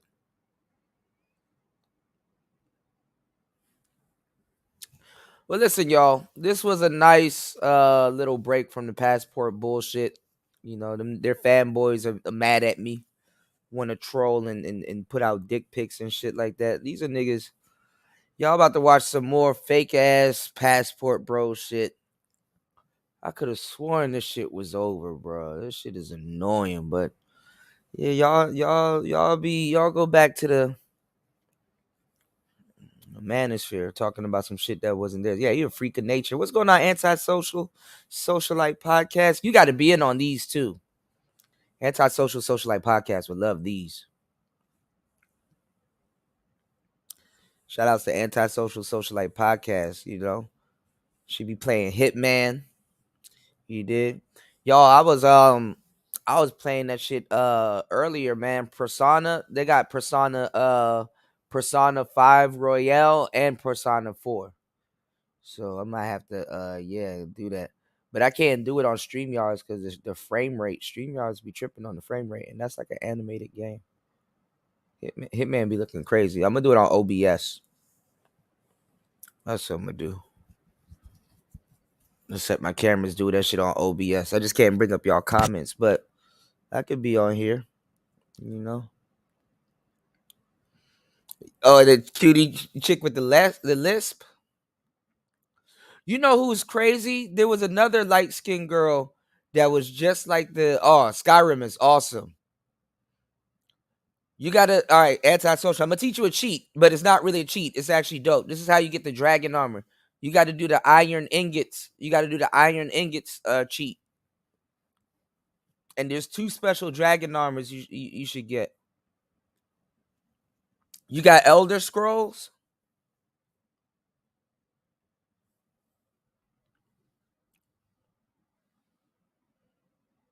This is the dude that did that weird bombing or movie stuff. There was a woman that looked just like this girl, even though she's a baddie. There was a woman that looked just like this girl, but she's like, I'm a killer, and there should have no remorse for me and all this other stuff. She just looked crazy. This little joint a baddie, but dude looked like a doofus also. Decisions that Dahlia made, this would need to be a 3-part series. So for the purpose of time management, here's a quick rundown. I'm not gonna lie, when she called him over like he was a puppy, I was like, oh nah, look at this. So I know certain names, you know what I mean, and I know certain families, they were on the news, like the guys that all just went away. Mm-hmm. What nationality are you? Spanish? Jodi Arias? Look at her. Wow. I want to tell you everything, the whole, so Please you do. guys kind of know Yeah, what's going on. I do. I want to know. So that's what happened with that. So he didn't know how to tell everybody what was going on with everything. Mm-hmm.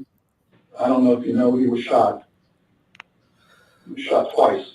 I got one more. And this is how she gonna fake. She gonna fake cry. She fake cried outside too. Antisocial. I got one more game that I need you to download. Download Fallout 4. Thank me later. Download Fallout 4. Download Fallout 4. That's my game. And I want you to know all this. Do you know this? Did they tell you out there? Not exactly. I mean, they told me he was shot. When I was at the gym, I got a phone call. I didn't hear my phone ring, and I called back, and they told me just to please come. I couldn't watch this motherfucker fake cry.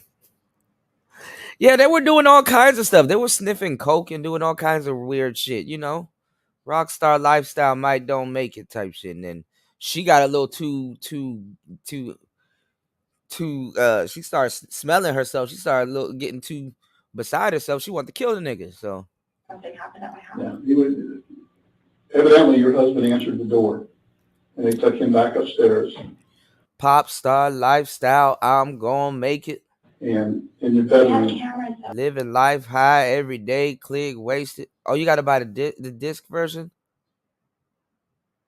I'm gonna tell you right now, if you do get the disc, it's actually it's still great.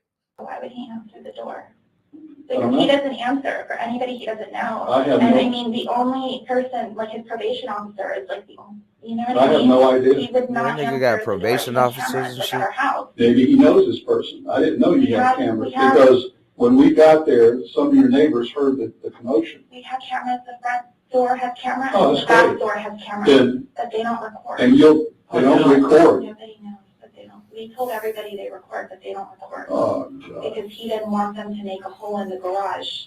Right now, I'm gonna go out and get in touch with the officers at the scene. I wanna see if the house was burglarized. All right. Yeah, Psycho Candy telling y'all the truth though.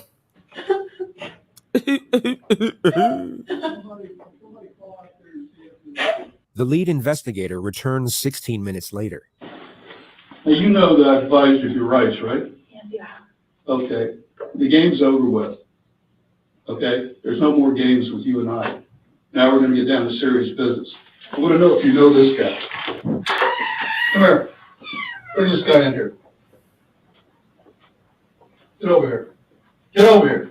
They bring in the undercover cop who remains in character, Right. acting like he's been caught, but refuses to allege The hit- Dahlia's the hitman. involvement. She happily plays along.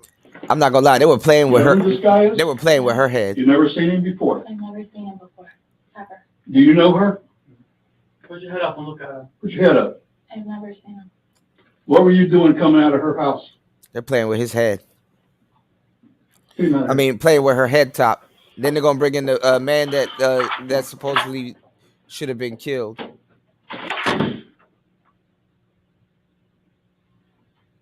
Dahlia was able to use her looks to get what she wanted out of life, which of itself isn't necessarily a bad thing. People do what they can to get by, which sometimes means relying on physical appearance, and in some cases they have no other option. Psycho Candy, I'm gonna tell you this. I'm gonna tell you some real shit, right?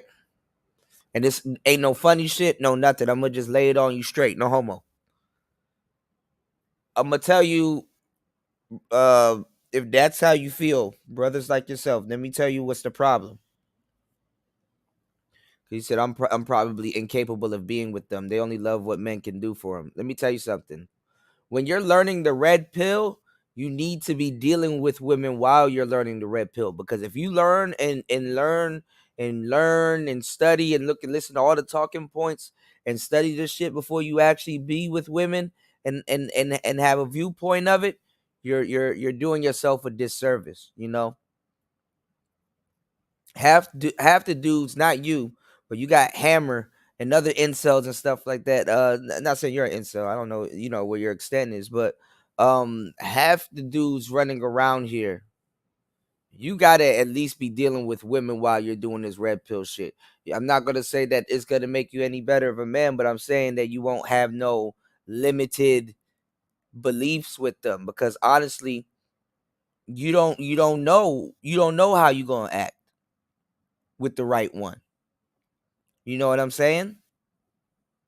There's a side of you that you don't know. I hate to say it like that, but there's a side of you that you don't know. Like Hammer tried to tell dudes about women here. He's never been sprung. He ain't never had no real woman put that damn cat on his ass. You know what I'm saying? So I can't listen to anything that nigga about to say. He don't even know how he gonna act when one comes along and put that cat on his ass. You know what I'm saying? So what I'm saying is, what's real black pill and really real is have that experience while you dealing with women. You know what I'm saying? And if all fails, bro, at least you can confirm it. But at least you know what I'm saying? One of the biggest things men can live with is regret. Don't be a delayed, you know what I'm saying? Don't be a delayed young man because you sat here ingesting manosphere rhetoric. You know? And that's just me being straight up with you, man. You know, if you got any, if you feel that you got some looks problems, get over it. You know what I'm saying? You could even tell a bitch, look, I'm over my look problems. I don't know what's up with you. Get over it. You know? Shit, my ass would have been on TikTok. I would have been up out of this bitch. Yet the majority of those who navigate life in this manner do so without intentionally hurting anyone. Dahlia went out of her way to not only hurt, but to literally slaughter the person whom she had tricked into You gotta get a falling in girl. love When with I'm her, handsome, and you for gonna no pay other my reason ransom. than monetary gain. I'll She flip hadn't that come shit. from a broken home, nor was she a battered wife. There were no mitigating circumstances whatsoever. Only the cold-blooded pursuit to get what she wanted, how she wanted, impartial to the suffering she would cause as a result. In the next moments, her karmic debt will have finally caught up, and for perhaps the first time in her adult life, neither sex appeal nor her fabricated charm will be enough to save her from the consequences of her actions. Here you go. You're going to jail today for solicitation of murder. You're under arrest. That's an undercover police officer. We filmed everything that you did. This should get the facial expression, man. You're going to jail for solicitation of first-degree murder on your husband. I didn't do anything. Did you hear what I just told you? I heard what you said, but I didn't do Everything, anything. listen to me.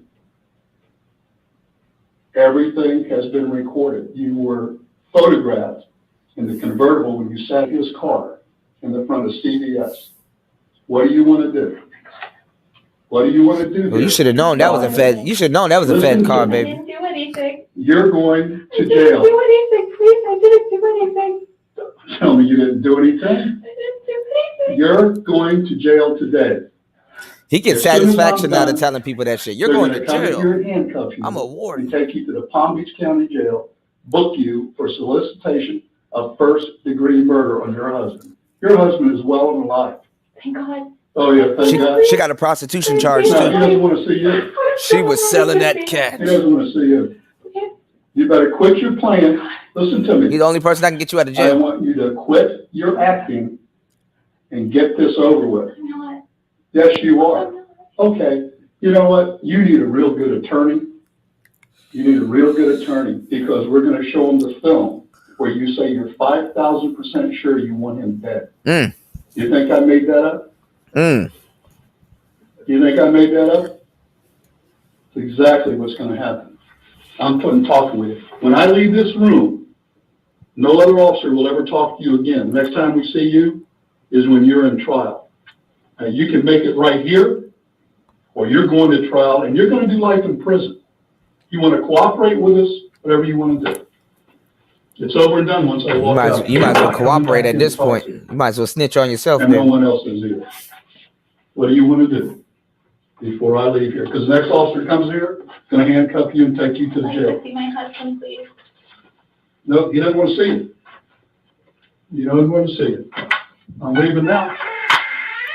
He said she's under duress. Can I have an officer come in here and cuff this It's under her dress. the person?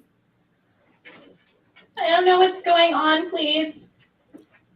Jay said there's some good coochie rotting in jail right now. Can we see what's happening, please?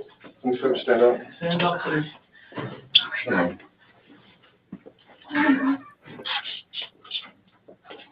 Dahlia is then granted her fraudulent wish and comes face to face with her husband. Oh my God. He's alive. Come here, please. Come here. Mike, come here. Like he's a puppy. Come here, please. Come here. Can't fix it. Why not? I didn't do anything I to heard you. Mike, come here, please. Come here. Okay, thank you. We'll take her back to booking, please. Dahlia was given roughly 15 minutes in her cell to calm down and have reality sink in. She was then brought back to the interrogation room, where two less confrontational detectives would pursue a confession. They were hoping the immediate switch from hostility to patience would influence her compliance.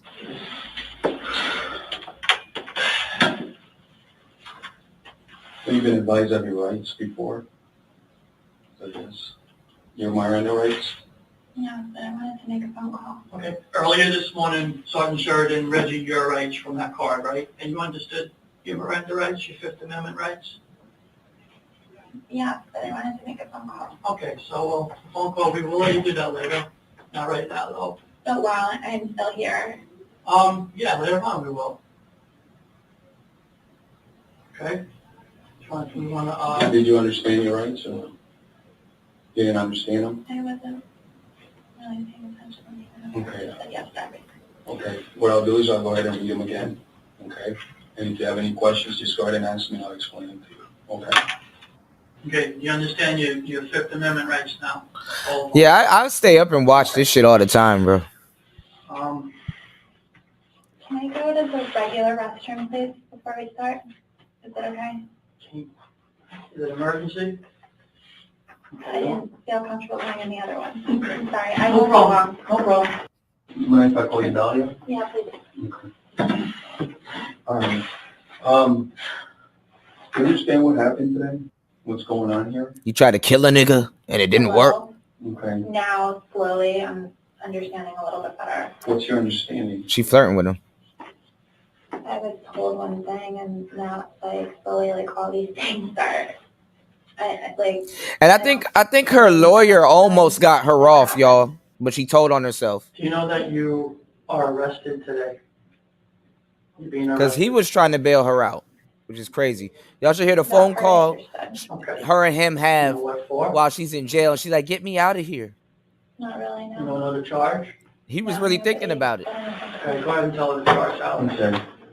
You're being arrested for soliciting to commit murder. Okay, which that means is you attempted to hire someone to kill somebody else, meaning your husband. Okay? And that's why you're here and that's what you're getting charged with. You don't understand, or? No, I never did that. Okay, but that's what you're being charged with. And, we have plenty of evidence to back it up. Okay? So, with your rights in mind, we want to give you an opportunity to do some soul searching maybe, and maybe get a lot off your chest and tell us the truth. She doesn't have a chest, officer. The evidence against her was overwhelming, hence the lack of interrogation techniques being initiated. The detectives feel that this is an open and shut case, and whether the suspect chooses to It's her. confess at this I'm not moment gonna or lie. not, they believe To the a certain eventual degree, outcome will be the same. certain lisps are actually It's cute. been worked Certain for a lisps couple are days actually now. cute. It's not just the first day we're doing this. You know who has a lisp, Reference and y'all to don't the even case. catch it? That And femme we have a lot sapien of girl, but hers information ain't cute. to The femme support sapien girl has a lisp. our charge. It's just not real. Some girls that have a lisp have an oversized tongue too. So, Like you the know, tongue is like a we little don't bit know more when you're wide. lying to us and all that. We just want to hear the truth. I mean, it's done. It's over with now, you know, and this is your opportunity to tell us the truth. That's all we want to hear. And They keep we trying to know the play truth. CSI Miami with the bitch. Like, nigga, So, come I on. know it's hard to commit to that, but now's your time, you know? The only thing I can think Yeah, of anything cynical to is say like about that? insurance money, wills, Okay, well, you can't. and talk to me move out. up He's in not rank here or right something. now. Let him go home. He's taking care of the house and the dogs, so. The good thing about this whole thing is that nobody got killed. The tragedy was prevented today. You could look at it that way, you know? Yeah, but it's subtle. That's simple. A big tragedy, I mean, someone's life, so. Everything's on tape, Dahlia. There's no denying it. You know, everything's on tape, and it's not a bluff, so. You gotta understand this, okay? Donna, listen to me for a second, I didn't okay? do anything. Listen to me for a second, okay? This is not our first day. Look at me in my It's not- eyes. definitely I'm not trying our to second fool. day, all right? This is an ongoing investigation, all right? Not only do we have your videotape, we have every conversation. that Throwing you relatives had under the leading to bus, this yeah. point, all right? So for you to sit here and deny that you haven't done anything, it's not gonna help. This is Every like little thing the that you've third done nigga that since it told her what started, she did, and she, I we've didn't been do involved in anything. it. You understand that? Can't Kim I Kardashian mean, your I'm way just out of telling you the this. truth. That's the truth. Oh, that's probably who you need to go Well, get her, Jay. Kim unfortunately, you're not going Kardashian home, and okay? Trump. You're Get looking her at some pardoned. serious charges here. Do you understand that you made the attempt to hire somebody to kill your husband? That's how serious this is. Okay, you can sit here and shake your head and deny it, but I'm gonna tell you right now, all right, when the jury and the judge sees that videotape of you having this conversation, making a deal, all right, that's how far you went, all right? It wasn't it. It's not about denying it. It wasn't me. I didn't do anything, because the video, the audio, it's not gonna lie, all right, and all the evidence that we have collected throughout this investigation. You sound like a fool right now denying this, because Like my partner just He said, called her a everything's on fool. tape. Video and audio. I just want to go home. I know, but you're not going home, you see? You're being arrested, so you're not going home. But why do I have to go home? It's like to go home. She trying to turn this into a casting call, You're going to the a police casting and call tell scene. us you can't go home. You're Putting her being hair back. arrested. What do I This is have to a do to game. go home? In your mind, You know it what you might be a gotta little do. game, but this is very, very serious. Murder? Are you kidding me? Dahlia refuses This to ain't give any casting sort of couch. acknowledgement whatsoever, even after being confronted with the hidden camera footage. She No, was this- then she thought taken this to was the casting Palm couch. Beach Detention Center, professing her innocence the entire way. When she finally got to jail, Ooh, she she looked accepted crazy the in that offer to picture. make a phone call. Now, try and imagine yourself in her position. Now think of the absolute last person on planet She's like Earth a that you would stressed call out at that Ethiopian. moment. Yeah, what's up? Nothing. Can you please come here? Nah, man, I'm enjoying my freedom, bitch. I'm not Click. gonna fight with you. Honestly, I can't. I'm enjoying my help you. freedom, bitch. I ain't dead. Don't you understand what just happened? What they're saying is not true. He got that song on his answering How is machine. that I'm still possible? alive. Sitting here, it's I'm not still true. alive. It's not possible. You wouldn't even give me 2 minutes to talk to you, but it's not possible. What they're Yeah. saying He wanted is somebody to not kill him in true. 10 minutes. How in the hell did I hear it and see it? I heard what you heard. It's not true. I heard what you heard and I saw what It you was saw. a skit. Everything they showed you, I they filmed it showed for me. Saturday Night Live. And how is it not? How are you telling me that? I It's am not. giving you my word that it's That nigga not did all of this theatrics with the What do cameras you- and stuff, and look, she's still about to talk him I into. wanted to. Women can talk men into anything, y'all. She literally about to kill him, and she trying to talk him into coming down there and bail her out. Your brother was here and I spoke to him. And he's gonna go talk to your mom. I called them for you already, right? Imagine telling her brother, your sister tried to kill me. I understand. Kill me dead. How do you explain what I saw and heard? Like, I am limited on my phone call. You know more than anybody. It's not true. Just give me time so I can talk to you. What did it say? I saw it. I heard it. I saw what you saw and I heard what you heard. Okay, what the you said you wanted to have me killed. I heard that. It's not true. That is not How is it not true? How can you believe that? I heard you. Imagine getting married to this woman and somebody like how you met her. She put a hit out on me That isn't the point. I heard with you my say money. it. It's not. I heard what you heard and it's not. What did I hear then? I heard you say. I heard the tape. Okay, I heard the tape and I saw pictures and I saw of the whole 9 yards. Mike, I saw need all a of it. bump. So why would Bring you some leave this coke guy to in the parking lot? precinct. Explain that. I'm sitting here on the phone. I will tell you when I see you in person. Please. You're not. I can't come there anyway. I'm See, not she knows she allowed can there. get him if they're in That's not person. true. Who said that? I think she can get anybody if they're in person, That's not true. especially with them jail blues on. I don't know what you could tell me. Even if let's pretend I said, "Oh, it's all better." I can't. They're charging your ass. Don't you get it? I didn't do anything. Please. Well, the state picked this up. I don't Then. know what to say to you. I can't help you. He got a PO. It's out of my hands. You're not even trying. Here What goes am I shaman supposed to do? tactic. Get me an attorney, please, so I can talk to you. Get me an I attorney. saw you with this guy in the truck or whatever the f it was. I saw it. Yeah, I she's heard dangerous, your man. voice clearly. What? I don't understand. Did not. Look at the So abuser, that's gaslight him, So gaslight how him, did they right? get your voice At his on that finest. tape recorder? Like, I'm limited with my time. He said you're like on a tape You gotta recorder. be Yeah, kidding me, she man. in jail. Tell you. Ain't got no I reception. heard you say that shit. Baby, I'm telling you sound right now, lo-fi. Okay. You can't fix it. Ooh, I'm gonna How are start you sampling gonna some tell of me this that you stuff didn't and say see if it? people know where I You got it didn't do from. it. When I saw you say it, and I saw you do it. Do you have any idea how I was when they told me what supposedly happened to you, how I got and how I was and how everything? Do you know how hard I faked when I Can thought meet you were me in dead? person so I can talk to you? No. He probably watching that. Why should He I? probably watching that footage right now with his new girl, and they're probably laughing like shit. Ever in my wildest dreams ever want That'd be the that for you, craziest movie ever. to watch with my new girl. And then you what if the said new it, girl Diane. try to set him up and do the No, same thing? No, I You go did back not to the say same people. anything. Look, we have a Period. I second didn't one. say anything. Part 2 I is don't gonna be know better how than the you're first gonna one. actually have the nerve to sit here and lie to me now.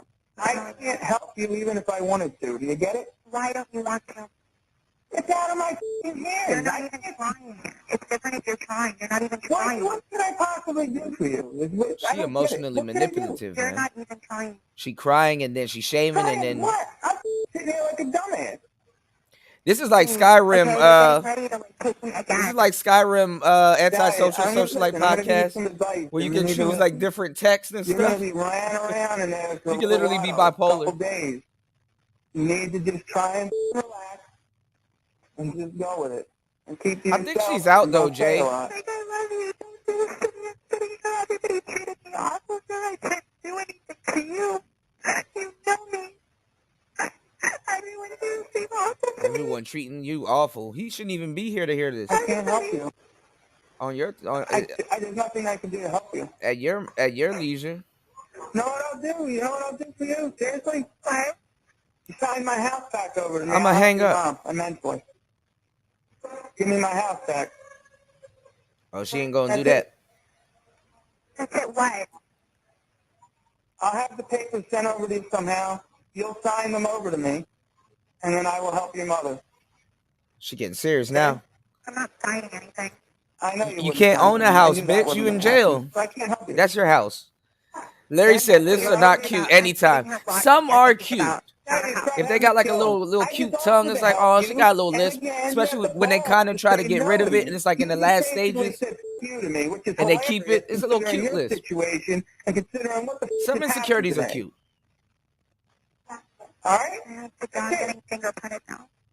Dahlia called her mother soon after, who was Her already mother looked like informed she of the was bad, too, when situation she by was young. Michael and appeared to be a little bit more understanding Dahlia of want the to whole kill you? situation. Hello? Mom, I'm in You thought she was feeling you? I know, Dahlia. I know. I find out. I know. Okay, who do you want me to call? What is it? Boy, they cry to each other. That's how they communicate. I call already. You want to kill? I'm in the county jail. I need you to call. What did Mike say? Is he coming? Everybody's coming, Dahlia. We're going to go ahead and Nobody's coming. Okay, don't worry. Where are you? Are you in Gonzalo? Yes, I'm here, Mom. Mike did this to me. Okay, Dahlia. Mike did this to me. I didn't do anything. You did. I know you did, and I know you did. See, this is where her complex started. Yes, I'm here. The mother, I know you didn't. Oh, I just set him up to get killed. Out of my house. Okay, well, but right now we're going to need to have a lawyer first, okay? My house. The title's in my name. All right. Okay, don't worry about that. Damn, man, she's Dahlia still trying to spent move 20 her months weight in around. jail before standing trial in April 2011. Her defense was bizarre. They claimed Michael DiPolito was a fan of reality TV, and the murder for hire plot was a hoax, Right. just so he could get on television. She thought it was Saturday Night Live. Come on, I'm with you. You having fun with me? Let me ask you something. Is this fun, Mr. DeGlia? This sucks. Okay. Was it fun? Got the court laughing and shit. Was it fun? You thought she was feeling you? Horrible. Okay. So, is there anything funny about this proceeding at all, Mr. DiPolito? The questions you're asking. Her lawyer acting the fool. You don't like them, do you? It's ridiculous. I'm not. We're not here because of me. I might as well. You might as well. That nigga look like he off Baywatch. The verdict came a month later on May 13th. The jury needed just 3 hours of She got the deliberation. Arthur sweater. We, the jury, find as follows. As to count one, we find the defendant guilty of solicitation. You know when they faint in court, that shit crazy. If you find the Look, she don't even defendant blink. guilty, you find that there's a firearm included in the solicitation? Yes. And you and I have spoken previously about you wanting to share some comments with the court as the judge considers the appropriate sentence in this case. Yes, I do. I have no words to explain why this unfortunate event happened. She be skipping words. That's why. I have no words explain. That it did. I don't support what it happened, But he thought she was feeling her. but I know that you have the power in deciding what happens to the next phase of Dahlia's life. In showing mercy. Why are you guilt tripping the man, bro? This is seriously crazy. She guilt tripping him. We will deserve a second chance. Dahlia's not dangerous. I wonder what the mother thought when she found out she put a hit on him. No, let me explain. Spanish people be confusing the shit out of me. Like first, if you ever ask them for like direction, they be like, first you go it's straight. Thank you for How do you go straight? Her fake crying ass. Where do I You begin? make a stray. Let me just start off by saying, when I married my wife, I was very much in love with her. And I thought we were doing things that normal married people do. And she was And I was a feeling very good husband. And I provided everything we needed. And, that being said, lo and behold, that wasn't the case. He be living on the edge too, but Shorty did a little too much trying to get him killed. And I feel bad. I don't even want to be here. Since this started, I've always put my hand out. Give me my house. Let's be done with it. I'll beg the judge to even do whatever. I don't personally gain anything from this. The difference between me and I guess what's going on here, I went to prison. You know how I got there? I said I did it. Yeah, I did it. Let's get this over with and handle it. That hasn't happened here. I mean, this girl doesn't feel sorry for anything. She still doesn't think she did anything. Mm. And believe me, I don't want to get up here and be nasty, but the reality is I sit and listen to this. Even today, Ooh, she it's all about cold. Retrial? She Retrial cold. for what? I mean, what is it we're doing? Who didn't understand what happened? Right, here? red pill the bitch. Take it on They the still chin. don't want to admit anything happened. Nothing bad happened. It's all good. Let's just all go home and it's fine. I'm not okay. My father died. I was supposed to have been able to travel. Yeah, but he's less I didn't worse get than sick. her. Like I tell you, My this is a dad's fucked dead. up bitch. You would never know until this situation. Women choose worser men That was than part of my them plan. Get to off hide probation, behind to go look see like my good family, women. spend time with my father. And the dude If don't she even would have be owned bad. it like a normal Or as person bad. and would have owned up to something, Look I who would she was respect hiding that. behind. But instead, when I get to court, I hear that I want a reality television show. As soon as we walk out here, She they're was trying to filing for an replace appeal. him. You know why? Because they think She had everybody in this room I'm is gonna tell you stupid. what happened too. She That's had why. another man We're lined all up. stupid, and they're smarter She had than us. another man lined up And that nobody that did anything. that And didn't God, she's a great get girl. in any of this When mix. I met She her, had another I man thought all lined those up. things. I don't want to offend anybody, and believe me, I feel You sorry think I'm for dumb? everybody that's in here crying. She had a But you whole know what? nother I man gotta lined feel up. sorry for myself.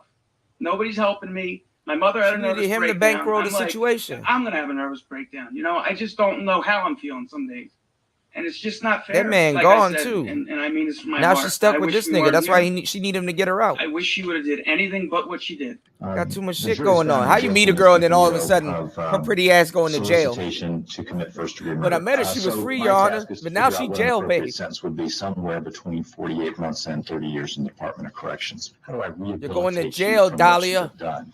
And He should have said that. That would have been iconic. You're going to jail, spinning Dahlia. your moral compass. I think your moral compass is askew. I think that it's something that She just waiting for somebody to say she it's free. not like getting a drug I think addict she out off right now, drugs or though, an Jay. alcoholic off alcohol, but rehabilitation, I hope that occurs as part of this sentence. A big variable, and the one that's most conspicuous, is punishment. She got to go to Alcohol Impose a Anonymous sentence to classes. punish He bad outside behavior, popping criminal champagne. behavior, and that's going to be a large component of this sentence. And also a valid factor in imposing a sentence is retribution. And retribution is giving society That word too big for her, Your Honor. the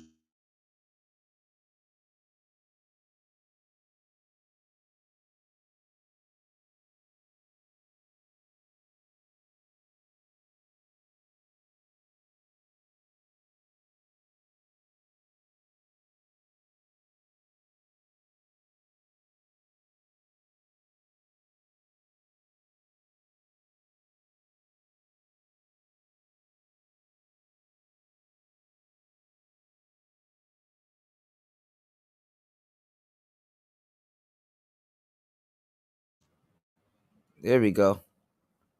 All right, we back. What were you doing? What were you thinking when that was going on? She want the nigga dead. She got a new I just man. come to the most obvious conclusion that you were No, motivated niggas be asking by women these greed, weird ass questions. by avarice. How you a There's judge and no you evidence square? that you were being Judges are beaten, you black were pilled, defending y'all. yourself, that you were a battered wife. Judges are that black you pilled. were an alcoholic. They look that like you were Neo the too. victim That of role. child abuse. That you were somehow acting in defense of yourself, even under a misguided notion. There's none of that here. All of your conduct was just for self-indulgence and just trying to take every bit of money that you could get a hold of. She gonna try to so get that time you could served. go on and live this fast life. He about to take her. He about to take her youth. You began this relentless campaign to get rid of your husband. First, you're thinking, well, I'll just get him sent off to prison and that would be good enough. You use guile and sophistry to dupe others. Prison and into jail. a web of deception. This judge busting her You were down the like a puppet swisher. master that was pulling all the strings. You weren't acting at the direction She don't of care about none somebody of that else. shit he's saying. You weren't under the influence of somebody else. You were the one calling the shots. And you were At least she engaged in quiet, course though. of conduct, not over some momentary lapse of good judgment. This wasn't like, I ran a red light, I shouldn't have done that. Or, oh, what was I thinking? I had the gun in my hand and I shot it because I was angry. It was weeks and months that you continued with these different schemes to try to rid yourself of your husband that was just something out of a novel. Boy, my man giving her the Gettysburg Address. God damn. Nigga, I'm falling asleep. Horrible to watch it He unfold. took his glasses off. As the trial testimony came out. No, we put it It was back on pure now. evil. After those attempts to Yeah, it's a have your waste, husband bro. taken out of That's the a waste of picture a by way sending him back to of a prison for cute a long girl. period of time, and when you learned That's that Femme Sapien's cousin. it wasn't good enough to have the house in your Dally. name, that if you wanted to sell the house, you were still going to need his signature. I think that's when it started to turn You gonna to take that house from that girl. even more sinister Give her a new house. behavior. You about to put her in her Mr. place like a Selnick real estate indicates that, agent. being remorseful or saying I'm You're sorry going to really jail, doesn't mean Dolly. anything. And I disagree. I disagree. I think even today, Mr. DiPolito is still your husband. I think that I'm sorry, it's my fault, I did it, would have gone a long way. Not only for his healing, but it would have perhaps suited your own purpose. But I haven't heard anything. I haven't heard an ounce of remorse. The opposite of that. When confronted with the obvious facts, the most powerful Yo, I'm really falling asleep listening to this testimony shit. as to who you This nigga are liquid NyQuil. is when you were in the police station and This nigga audio your husband NyQuil. My walked bad. by and looked in. Oh, he saw the whole You were episode. begging him, tell him this is all wrong, tell him this is all wrong. And then later on the telephone, you were saying, Yeah, she had several chances. She thought it was a game. I saw the tapes. I saw the videotape of you trying to have me killed. And you. Oh, he got the just phone call too. cold-bloodedly said to him, Oh yeah, this the retrial. My bad. I I'm saw tripping. what you saw, and I'm telling you that's not You true. probably watching this right now too. And it was astonishing, the cold-blooded denial that you're willing to go to try So to astonishing. I'm gonna let you avoid free. the obvious. You have a certain facet. I'm gonna of punish who you with are freedom. Your mom, your sister, your brother, and they see the good in you, as siblings and parents should. But who you are when no one's looking, other than a camera in a police car, is quite different. And I think that peers deeply into your soul. No pretty no pretty privilege You were here. presenting this, and it was quite chilling to witness that. Based upon those factors, then, Ms. DiPolito, I'll He accept wrapping it up. Verdict of the jury. I'll find you guilty. I'll adjudicate you guilty. And I'm sentencing you to 20 years in the Department of Corrections. Dahlia's first encounter with retribution was a big Damn, one, 20 yet years it is didn't bad. last long. When The she get out, sentence she gonna was look like thrown her out on a mom. technicality 1 month later, and she was able to remain under house arrest for 6 years awaiting her next trial. Her second trial began in 2016. Dahlia DiPolito When she get out, takes she gonna the look like her stand with mom. an unusual defense. Dahlia says it was all part of a plan she hatched with her then husband, Michael Like A. DiPolito, Marie. and former lover, Mohammed Shahadi, to get famous. Her now ex-husband, Mike DiPolito, says he couldn't wait to see what she'd say in court. Let me know when she's going. I'll be sitting in the back with popcorn. I'd love to see that. She In gonna an get you exclusive whacked. pre-trial interview with 2020 this past December, DiPolito said she's just misunderstood. Who is Dahlia? She really got out of a 20-year Understanding, sentence. sweet, and compassionate. Manipulative, conniving. He not- I got more than 3. He not on that Malicious, shit anymore. Baited, enticed, and entrapped. Her attorney, Brian Claypool, says Dahlia is the innocent victim of a fame-hungry police department. What the police department did is they found out she's an attractive woman. In their minds, they're like ching, ching, ching. This is a perfect skit. There's no question about it that the Boynton Beach Police Department was dead set on manufacturing a crime here. How damaging Pretty are these privileged. tapes to your client? They are damaging because people have formed opinions. Our job in the second trial is to provide the proper context for the jury to see that this is not really what it looks like. Claypool claims she only kept up the act because Mohammed threatened her with a gun. he threatened to hurt me and to hurt my family. Oh my you believe God. Absolutely. Yes. So she was threatened But an to undercover cop, act really? out a hoax on a videotape. I mean, do you understand how ridiculous that sounds to a lot of people watching this? He's gonna deny that shit. You've got a 6'2", Look at him, bitch. He 230-pound came down there man dressed with a up. He gonna gun. deny all of Saying that you shit. will do this Absolutely. YouTube hoax or else? Right. 5,000% YouTube sure, hoax. not 100% sure, not 1,000% sure, but 5,000% My sure. client, ma'am, How is do a you content explain that? creator. I look at that video and I see somebody who's Yeah, struggling his head loading. with whether she's really sure. Let me think of my She's line struggling first. What? Why? Well, How is she Yeah, struggling no if she's justice, no 5,000% peace. sure? well, you might find that Her humorous, too. but when I hear people say they're sure, I'm 110% sure. He getting Why paid didn't that she bag. just tell Just police look at her him. version of what happened? I've asked her that question too. Oh, yeah, everybody. They Hey, psyched Sergeant, us this was out. just a YouTube thing we were putting together. She was in a state of shock. I couldn't react. I just completely froze. I wanted She to got her get story out of there. I together felt now. paralyzed. The tape was, it was a show. It was a tape. That was the purpose of it. You were acting in those tapes, Yes. but you're telling the truth now. Yeah. Yes. Why should we believe you? She got the What same happened? list as that girl from State of Florida 3LW. versus Dahlia A. Dippolito, defendant. Verdict. We, the jury, find as follows. As to count one, we find the defendant guilty of solicitation to commit first-degree murder as charged in the information. Damn. So say we all, the 16th day of June, 2017, in West Palm Beach. Dahlia Dippolito was sentenced to 16 years in prison on July 21st, Damn. 2017. She was not given the possibility of parole, and her release date is set for August 24th, 2032. Her Dang. appeal was rejected by the Florida Supreme Court in September Well, she got a black eye. 2019, and her sentence is now definitive. She is currently being held at the Lowell Correctional Institution. I think she learned her lesson, Florida, yo. where she is expected to remain until the day of release. I don't think she look like will that be anymore. 50 years old. Damn, she gonna definitely be her mother when she get out. If your crazy prostitute wife that you gave your house to tries to get you thrown in jail, I like how he does this channel. He does it like Jerry Springer at the end. You know, the final thought. Anybody doing prison-based stories? Did they keep up with her? She look a little. Michael Dippolito and his new wife Dahlia are a young, good-looking couple. He also introduces a new character. While on house arrest, waiting for the third trial to start, Dahlia becomes a mom to a little boy who's almost 1. Oh, she tried to use that baby to stay out. She should be given some latitude. Okay, How she will a smart this trial one. end? At least one person in the know says it's only a matter of percentages. But this is South Florida, so anything can happen. But I would say I'm 5,000% sure she's going to get reconvicted. And Ebner Damn. was 5,000% correct. Dahlia was just reconvicted of solicitation of first-degree murder and sent off to prison for 16 years. She fighting to get out. The Dahlia soap opera is finally over, or so we thought.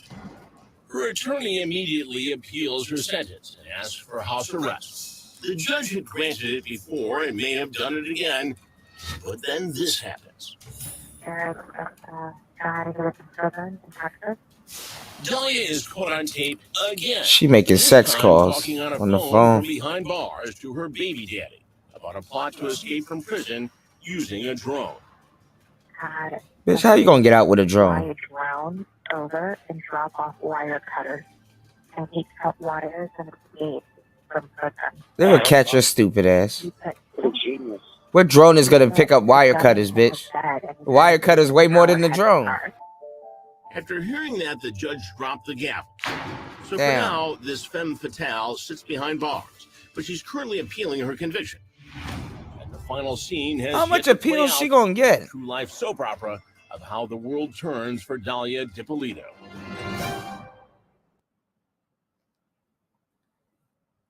Yo, I gotta keep up with her. They probably got an updated mugshot, yo. And Hello and welcome. it's, it's for YouTube purposes. It's for YouTube purposes, y'all. Yeah, that's you know what? That's a hit right there. Women are smart. Like, she got pregnant to keep her out of jail because she needs to be a mother. But she stayed with the baby father. Or they probably gave the baby to the father. Like, you get pregnant and then you break up with the baby father, and then let the courts know that if you can stay on house arrest so you can be a mother. So then the kids come of age and stuff. So that way you only do like a damn year. Like, if you had your lawyer set a package like that up, that'd be cool. Like, you do like 5 years. When a child is like 5 years old and they can go be with the father, you do that like your year and you get the other time served. So at least a kid will be like 16 or some shit. This motherfucker says she's really not the brightest crayon in the box. Like, I like her lisp. She's cute. And I do like slightly dumb bitches like that too. I'm not even gonna lie. They're kind of fun. But like, I don't think her elevator goes to the top floor, bro. Like, I she's not the brightest crayon in the box. I think if it was a clear sky, she still couldn't land the plane, bro. How the fuck is a drone gonna pick up a goddamn pair of clippers? And your stupid ass, how are you gonna get out there? You gonna get to the barbed wire gate fence and get there and then run across the field? You don't even look like you can pick up hedge clippers, much less use them. Yeah, I like little slightly dumb ones. That lets me know they're pretty. It's like, okay, there's some real beauty right here. Cause the dumb ones, all they have is beauty. So at least you slightly know what you're getting. Shit. I don't like a dumb bitch. Like, this bitch stupid.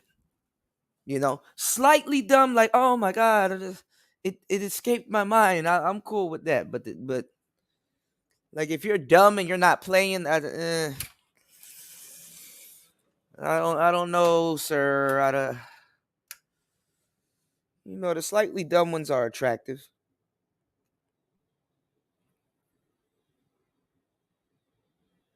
Oh my God, Young Miami talking about she like golden showers. All right, that's my cue to go to sleep. All right, y'all, man. It's Player Talk Radio. Shout outs to everybody here. Did another 5 hours. Make sure you guys like and subscribe and support the show. We're gonna have to put something together. Me, you, Antisocial, you know what I'm saying? Cynical, and my girl Miss V. We gotta put something together. I'll sit up and watch all them stories the whole night. I watched that shit like Love and Hip Hop. They let her out again? Uh-oh, no, she didn't. That bitch crazy. Right. No problem, antisocial. If you can. Okay, I thought I knocked over a camera. Oh boy, I was about to be mad as shit.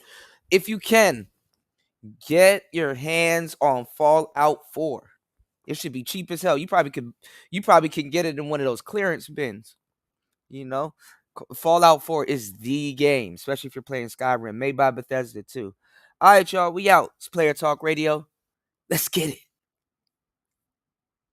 Let's go.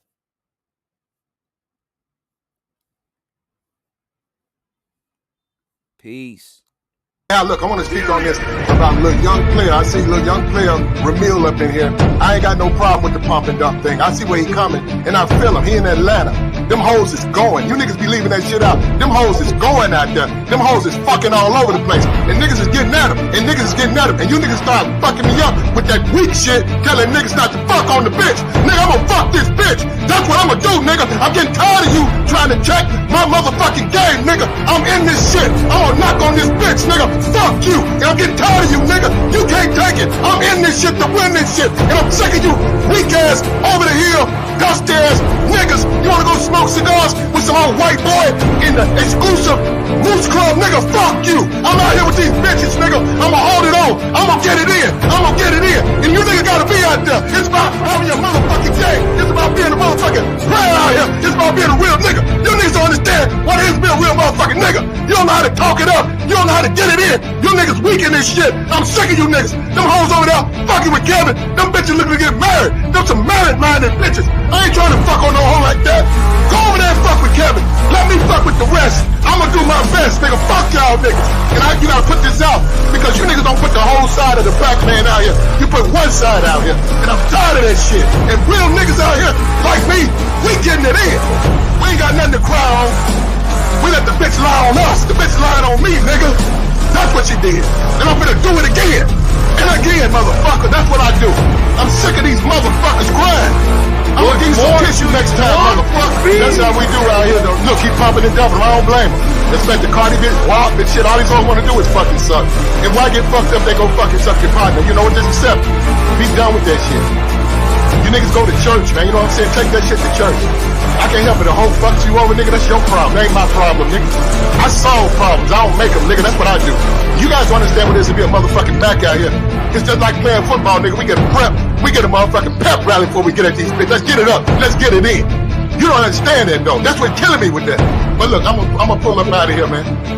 I'm gonna pull up out of here. Look, appreciate you pop in, man. We need, that's the whole black man. Show the whole thing. You know what I'm saying?